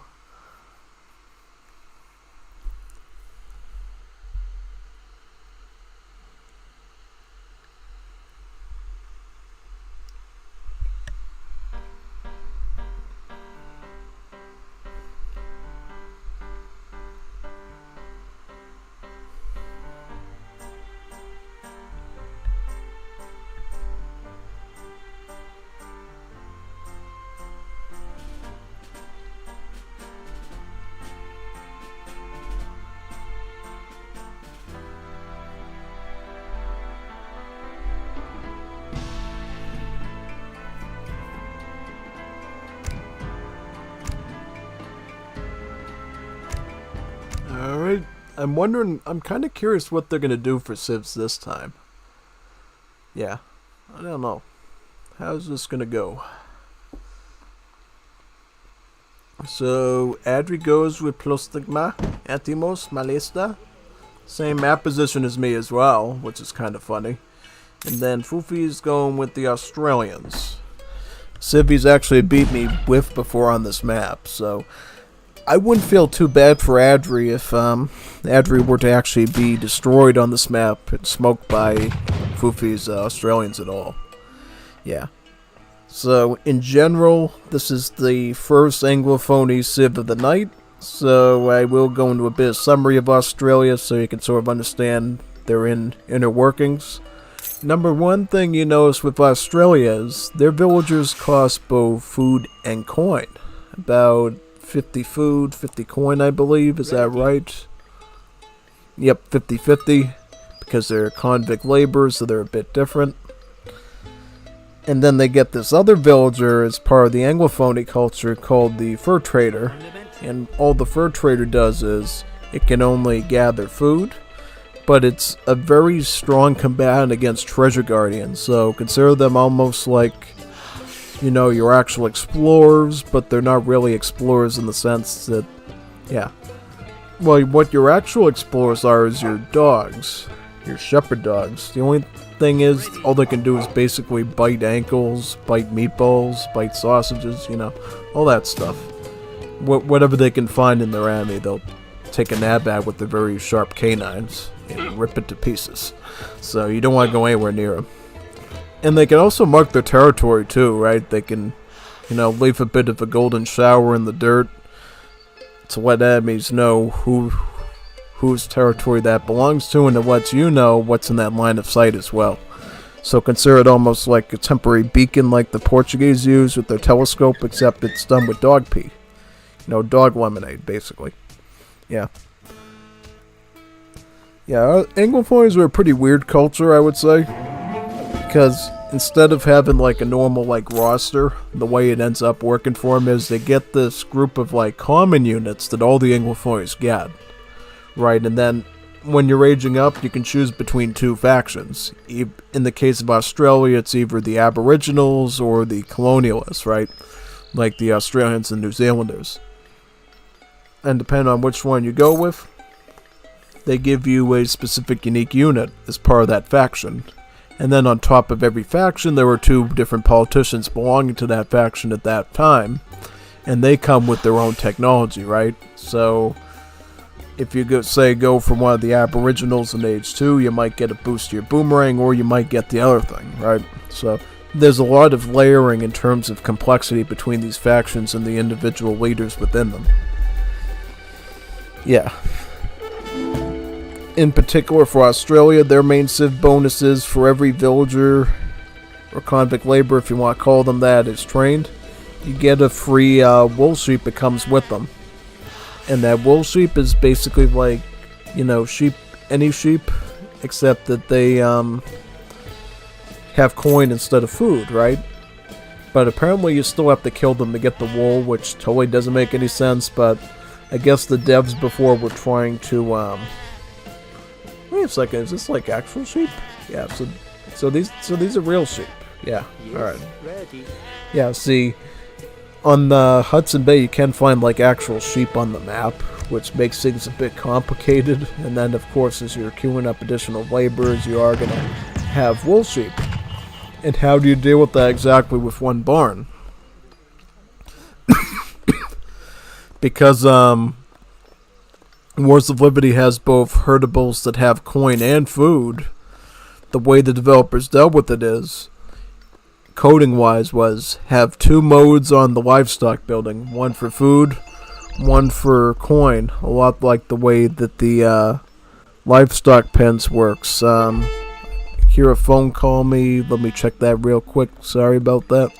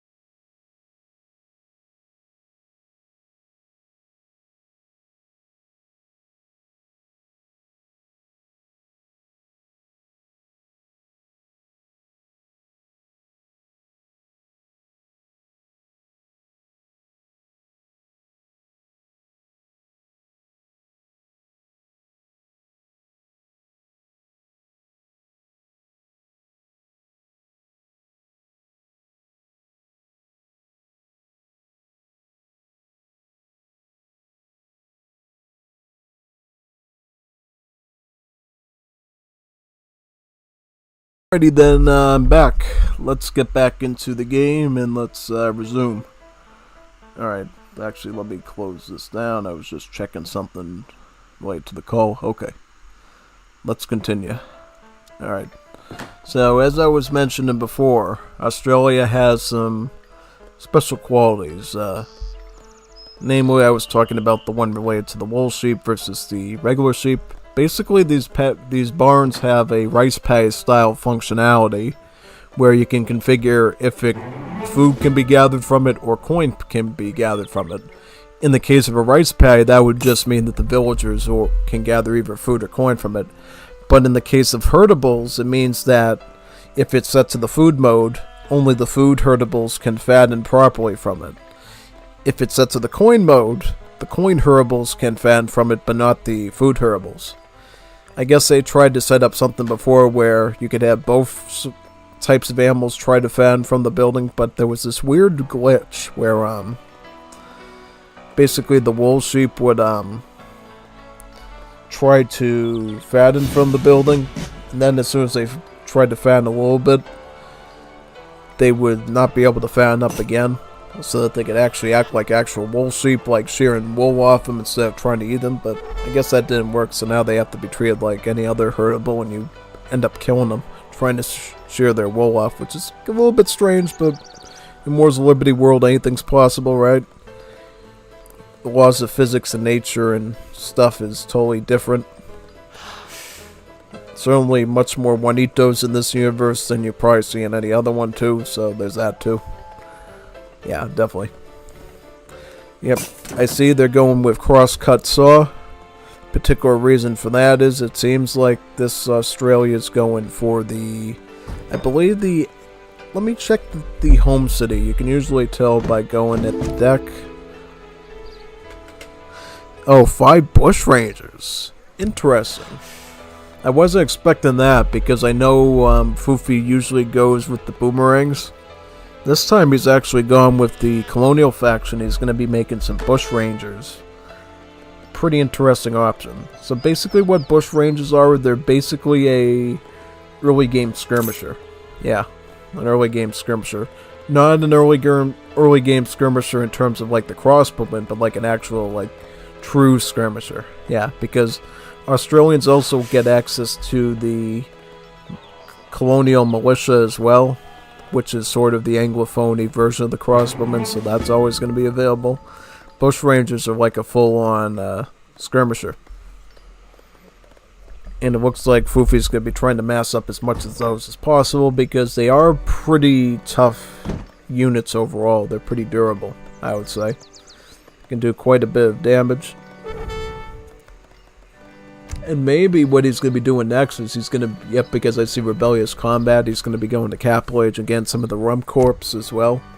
And they actually get range multipliers against, I believe, scout units. So, yeah, they're basically like anti-Hussar. So if you can combine that with the Bush Rangers, that's a pretty formidable duo that you really can't really do much against. Unless you want to like hit them with artillery or something. And then of course Australia has their own artillery and then they can use that. So yeah, a bit of a different play from Fufi this time around.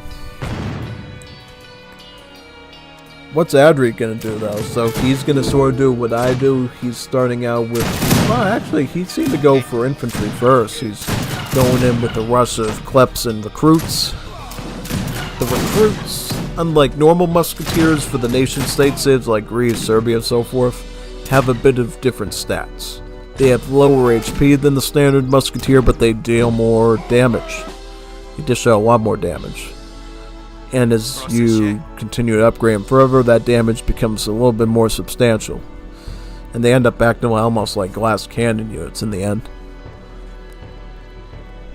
Combine them with the Kleps as well as any Mirars, which we saw Adri ship in, and they can be a pretty formidable force to deal with. So yeah, you definitely gotta watch out for those for the most part.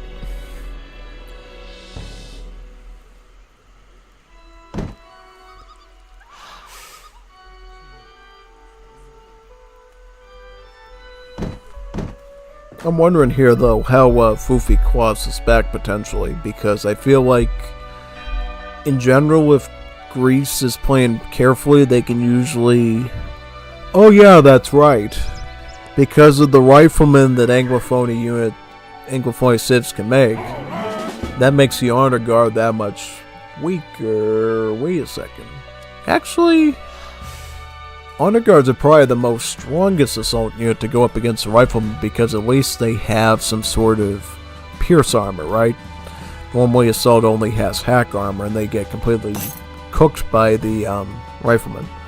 I think at least in this case the honor guard would be a little bit more tanky against them perhaps, but then again you'd have to have like other units working with them, right? Oh yeah, that's a pretty big blunder right there. Spontooners getting deep right into the Marauders, yeah. Spontooners are basically just Anglophone pikemen. Yeah, that's really all they are, and here's those militia that I was talking about before. Basically crossbowmen, the Spontooners would be the pikemen. The way Spontooners work is a little bit different, you know, damage output wise they have a weaker base attack than the pikemen, but their multipliers are higher. They do about 6x against shock units, which is even higher than that of the pikemen, making it a pretty insane unit to deal with.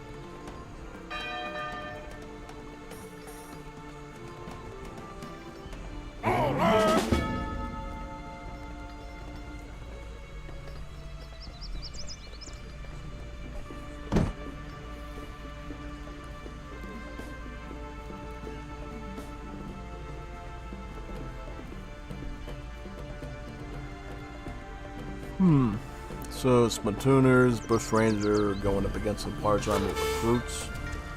That could be interesting. However, we do notice here the Marauders are going to be starting to get queued up from the stable back at the home base. Yeah, that's probably the only piece of this that's going to make it a little bit more complex for Australia.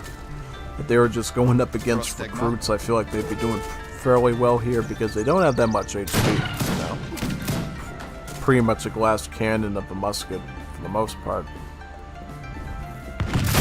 Yeah. Yeah, see, they basically cut their way through the recruits, no problem. But the big threat is like getting around the Marauder threat. But then again, the Marauders too, they're U1s, so they're low HP.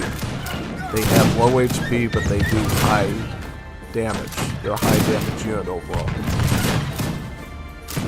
Yeah, like once you let the Spontooners get into them, they go down rather quickly. And then at this point, because the Spontooners, yeah, I like how they're basically protecting the Bushrangers as well, and there's still enough Spontooners to take out the Marauders. Yeah, now I sort of like have a conception of why Australia is generally doing pretty good here. It's mainly because yeah, saw something fly by. Yeah, basically Australia, using the Bushranger Spontooner combo, was able to fight both the nation states' infantry units as well as their shock units because of their lower than normal HP stats. And it does show you to people who think the Greeks are overpowered and stuff that, yeah, they have their own set of weaknesses as well, you know. Comes at a cost, right? They get a great economy and they can mass up a bunch of stuff, but it's all low HP stuff for the most part. Except maybe the honor guard, that's about it.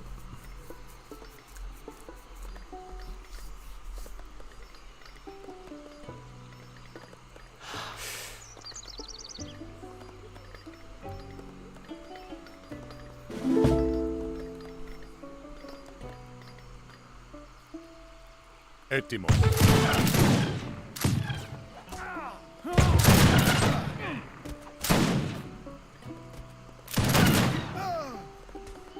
Πρόσταγμα.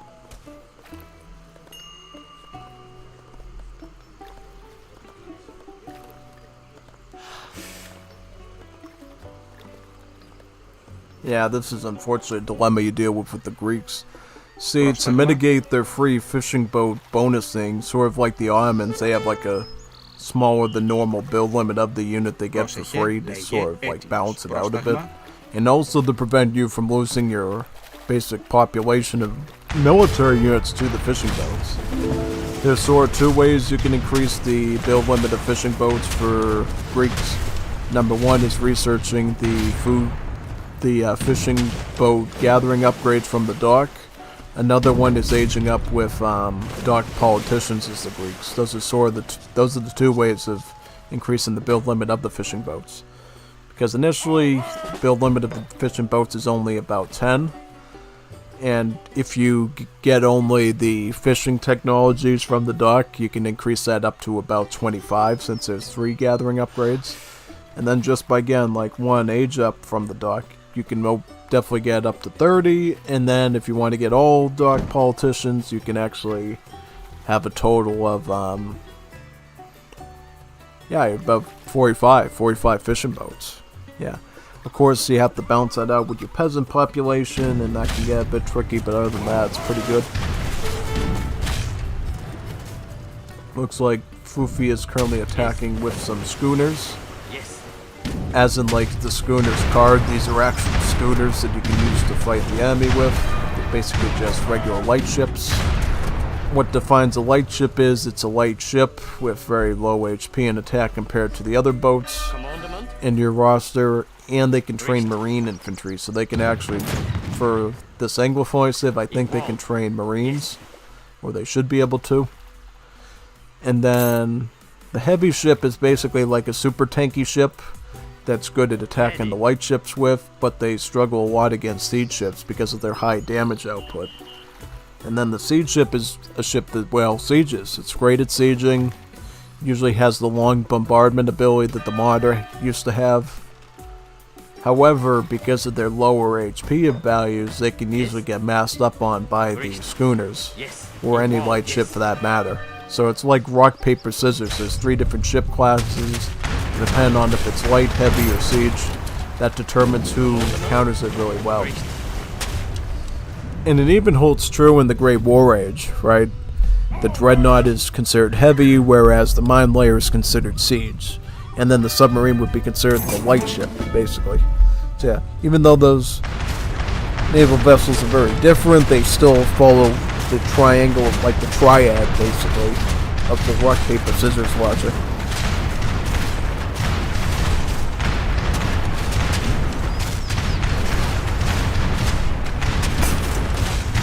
One thing people seem to forget with Australians is they're one of the best, like, naval economy civs in the game. Because not only do they get the normal fishing upgrade cards like Fish Market, Rendering Plan, as well as Whale Oil, they also get Brewarina fish traps as well as Coral Sea. And I believe, I don't know, I think they get something, nah, that might be it. But yeah, they get like 5 different fishing ship upgrades in terms of gathering. And that makes them a literal behemoth on the water. Whereas the Greeks get free fishing ships, the Australians outdo them in terms of actual fishing ship performance. Yeah. You could probably do the same work as a bunch of Greek fishing ships does with a smaller number of ships just because of their improved gather rate. Or at least to a proportion of what the Brewarina fish traps and Coral Sea gives you. Because basically what Coral Sea is, it's a combination of capitalism because it gives you a coin trickle, and then it improves the whale gather rate about the same rate as whale oil does. So it's like, again, another whale oil plus capitalism. Making it good even on land, sometimes, right? Obviously, it's most ideal when you have a map that has actual whales on it, but yeah, pretty much. And hopefully at some point they do add fishing traps to all the civs, not just the Greeks. Because right now, Greeks are the only civ that has fishing traps that can actually construct them on water and take advantage of them when all the fish is done. Yeah, because remember, if you don't have whales on the map and you just have fish, you basically have to kill all those fishing boats when you're done with them, or else they eat up your population. if you can make fishing traps like the Greeks do, you can actually use them to contribute to your economy, and then you can rebalance your villager economy to better suit your needs, pretty much.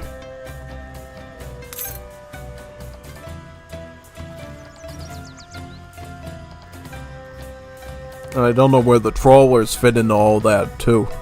With the trawlers being the Great War Age fishing boats. I gotta figure out what's up with those. Do they have like a bigger gathering rate or something? What makes the trawler any better than the fishing boat? I can imagine it's because it gathers better or something. Yeah, it's gotta be. Yeah, Fufi at this point is getting whale oil and his coin economy is just booming right now. Like, utterly booming at this time.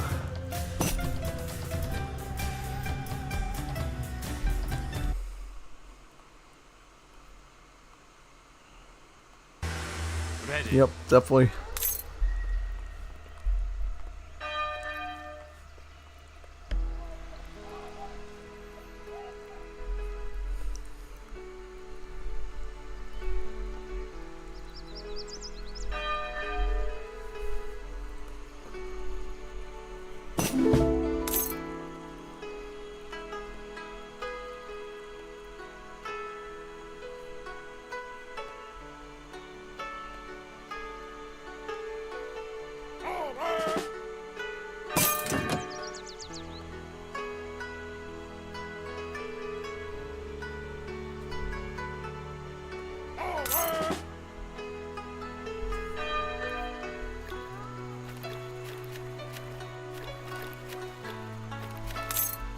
Yes.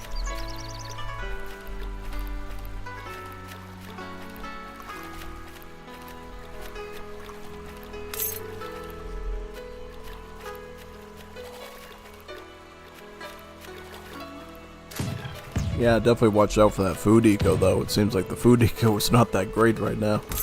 Well, that's probably because the moose are literally right at the end of the shoreline here, so it's taking them a bit of a walk to get there at this point. Yeah. Probably when you get, now that you have whale oil, you could probably just, you know, get a lot of these villas and put them onto the hunts at this point. Yeah. Probably. Or you could get fish market and, the fish traps to start doing really well with the fish economy.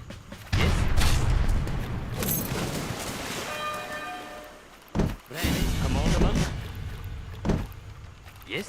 How many light ships? You can make 6 of them. You can make 6 of the schooners, so yeah. I don't think Greeks are going to be dominating on water anytime soon at this point. Yeah, they're basically going to be hunted down at this point on the war. Oh, what we got here? It looks like Adria's built a big line of mule artillery. And then he's going to combine that with his little remaining group of recruits, and as well as some mountain artillery. So you might have heard of mountain guns and mountain artillery. So what's the difference? Mountain artillery are actually culverin and mortar hybrids that the nation-state civs can make. Whereas mountain guns are the heavy cannon equivalent for the African civs. They look pretty similar, but they do very different things. In the old days, Balkans had the Schneider Dangles gun, which looked a lot different, but now that model is being used by the steel gun for the Europeans, so that was swapped around. Yeah.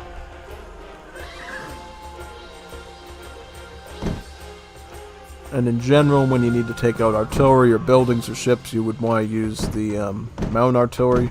But if you're dealing with infantry in particular, you would want to use the mule artillery. Not only because of its multipliers against infantry, but it's generally cheaper and you can mass it up since it's only like a 3-pop unit, pretty much.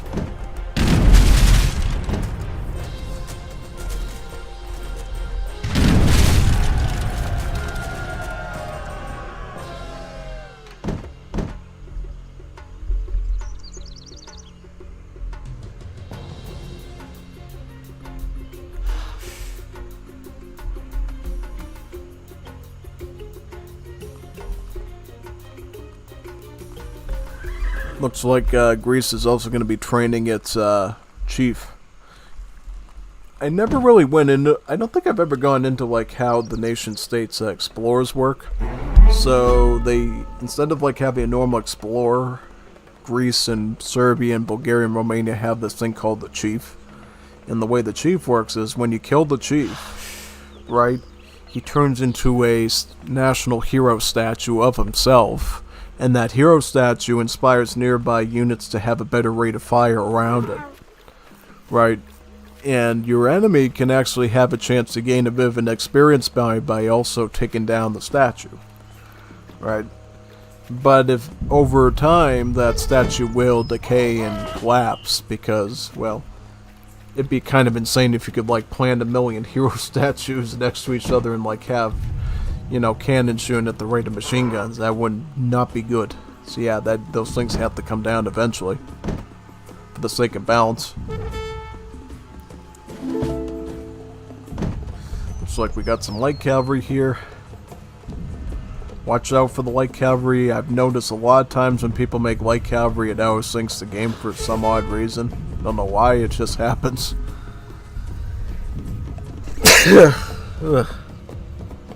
Sorry about that. Bit sneezy. Probably the allergens outside the window. Get a lot of that pollen up here.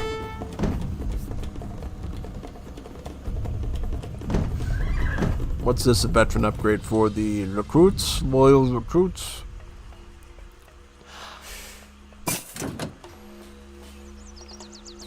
Legionary Spontooner. Huh.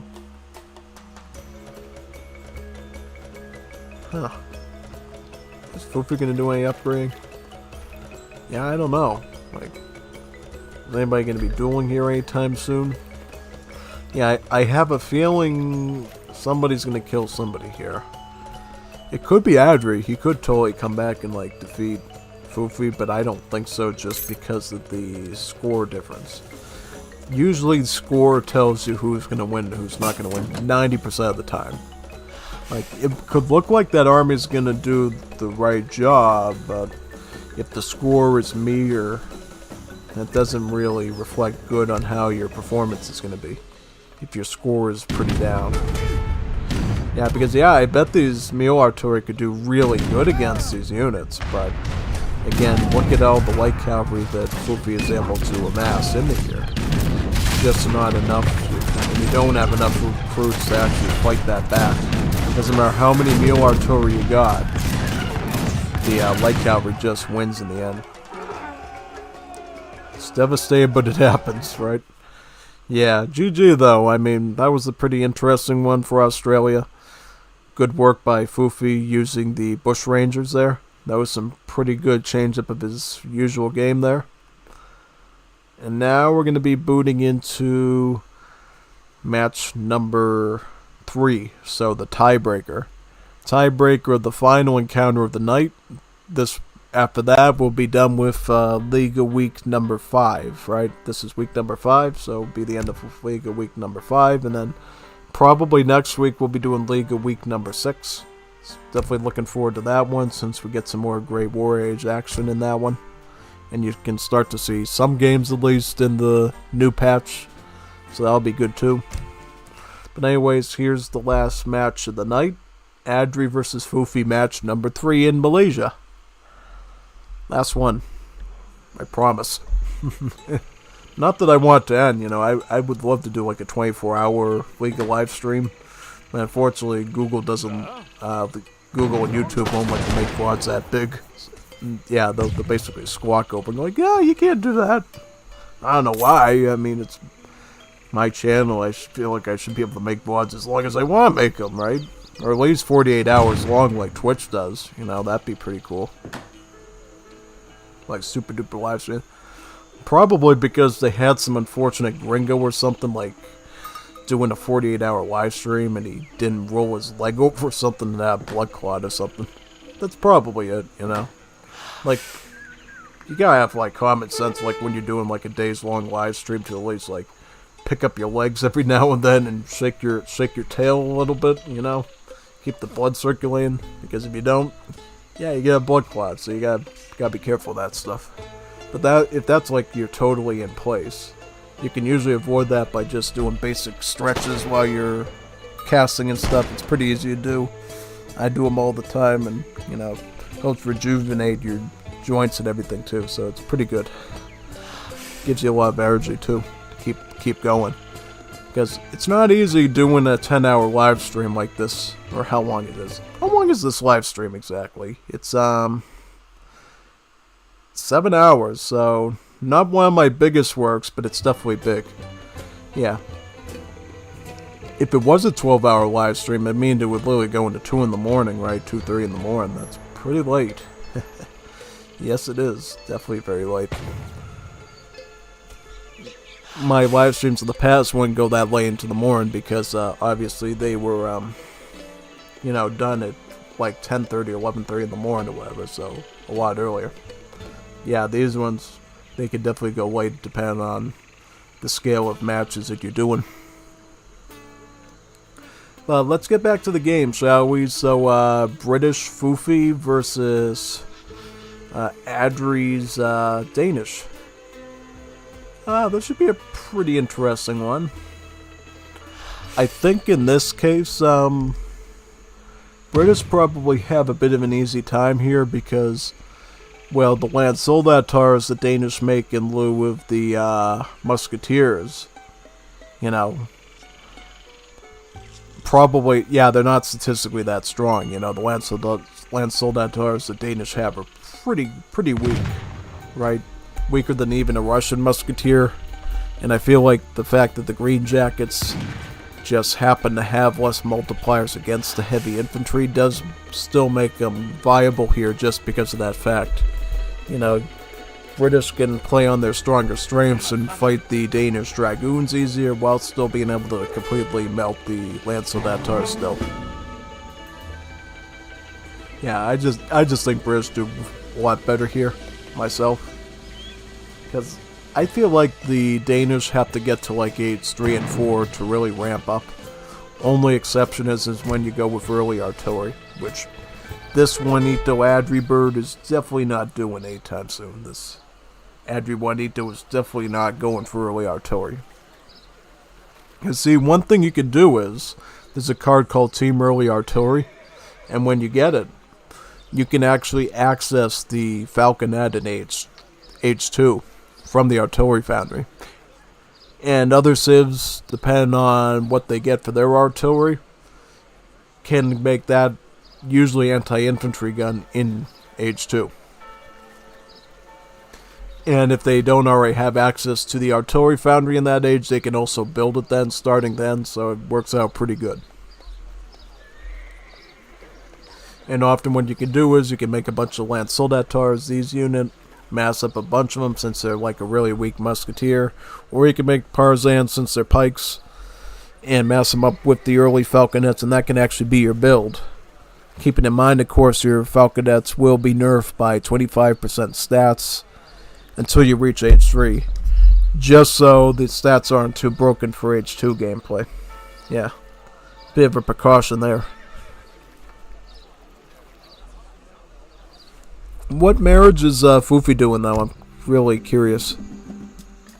Oh, he's going to be doing Prince of Orange, so he's going to be gaining the Dutch-style villager economy. He's going to have, like, their mill-friendly settlers, their slaves for the coin, and then the Javanese laborers for the wood.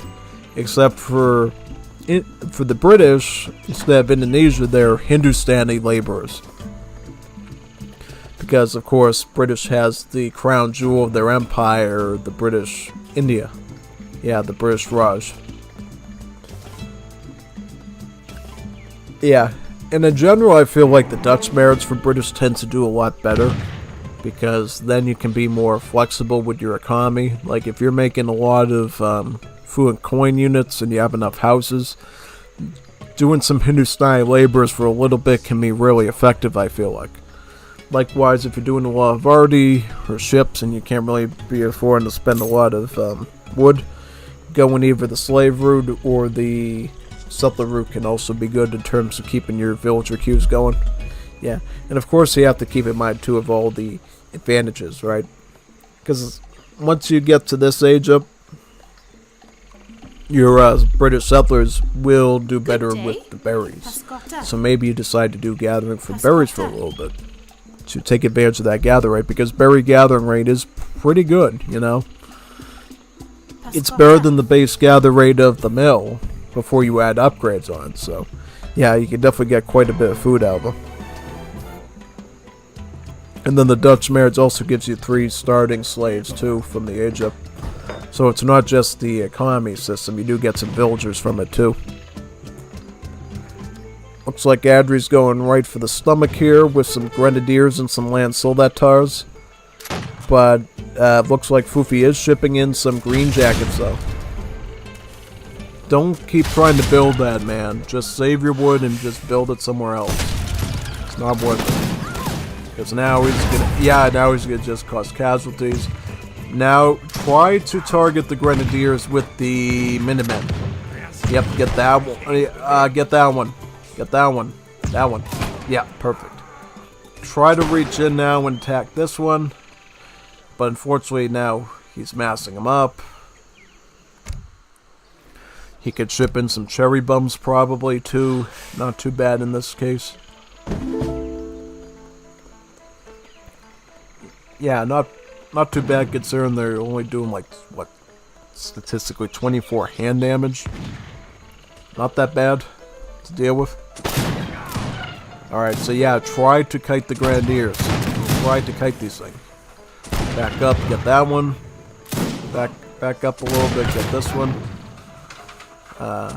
Now you need to make sure you target into this. Now we see some volunteers join the Danish side, and now they're going to try to press in towards these green jackets. More grenadiers. Unfortunately, they're within grenade throwing range. If they get some of those throws in, that would have been really bad, and it probably would have been the end.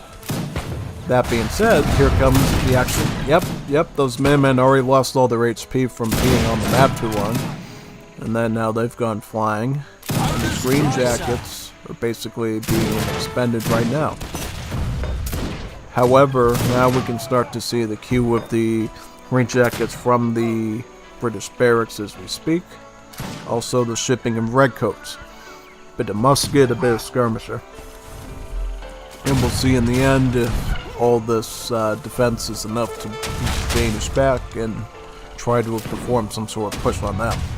But telling from the numbers right now in terms of resources that Adri is able to make, probably Adri comes out on top here and takes the crown for himself in this match.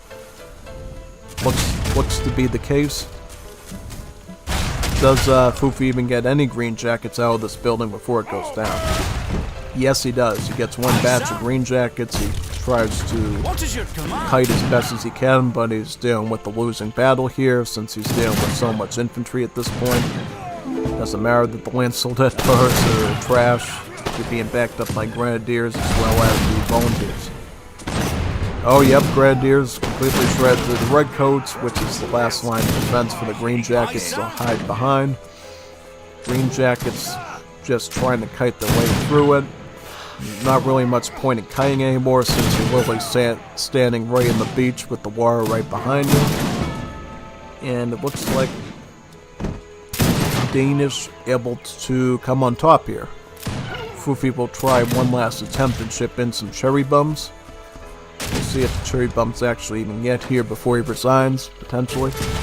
Yeah, I don't see Adri resign here at all if he gets 3 cherry bums. The fact that we still got some land soldatars as well as a sizable mass of infantry in general means that even a group of grenadiers like this with their charged grenade attacks available should be able to spring into action against a scout units, especially just 3 of them. Of course, Adri's got to be careful to make sure he doesn't waste that, of course, because charged grenade attacks take every 60 seconds to reload, so you have to definitely manage it properly. Cherry bums have arrived. That being said, their hit points are actually lower than that of hussars, because they do make up for that with their speed in general. At least it's not their movement speed, right? It's their attack speed, yeah. Definitely not enough, though. Fufi just resigned there, because he knew, hey, these 3 cherry bumps are not going to do the job for me, so no point in pushing forward. thank you everyone who came to the live stream. I know it was a good one. We got 7 hours of gameplay today. Really impressive stuff. We got some tiebreaker ones. We got all sorts of games to play. I did pretty well myself, so I'm pretty happy with this week. Hopefully you enjoyed it as well. Next week is going to be a pretty good one. We're going to have some Liga B Week 2 matches to do, and hopefully if we're lucky, cross your fingers, we'll have Liga A Week 6 as well to do. So maybe you'll end up getting 2 Liga live streams in 1 week. Wouldn't that be good? Definitely be really good. So definitely stick around for that. We'll just go to the post game right now, like we do at the end of every live stream, and just look at these random numbers, spectacle at them. If those look good, do this, and then do that. Yeah, I definitely like doing these live streams for you. I just want to make sure we're doing them frequently enough so we can get some good viewership on them and hopefully get some bigger audiences. Yeah, I noticed today that I was able to keep a pretty decent audience the whole day, which I really appreciate. You know, I was always seeing like 5 or 6 people here all the time for the most part, so that's definitely good. And hopefully the same happens next week. So see you next week on the next live stream that we're going to have scheduled probably on Monday or Tuesday with the hours and everything. Signing off now from Liga A Week 5. Adios, Juanitos. See you on the next live stream.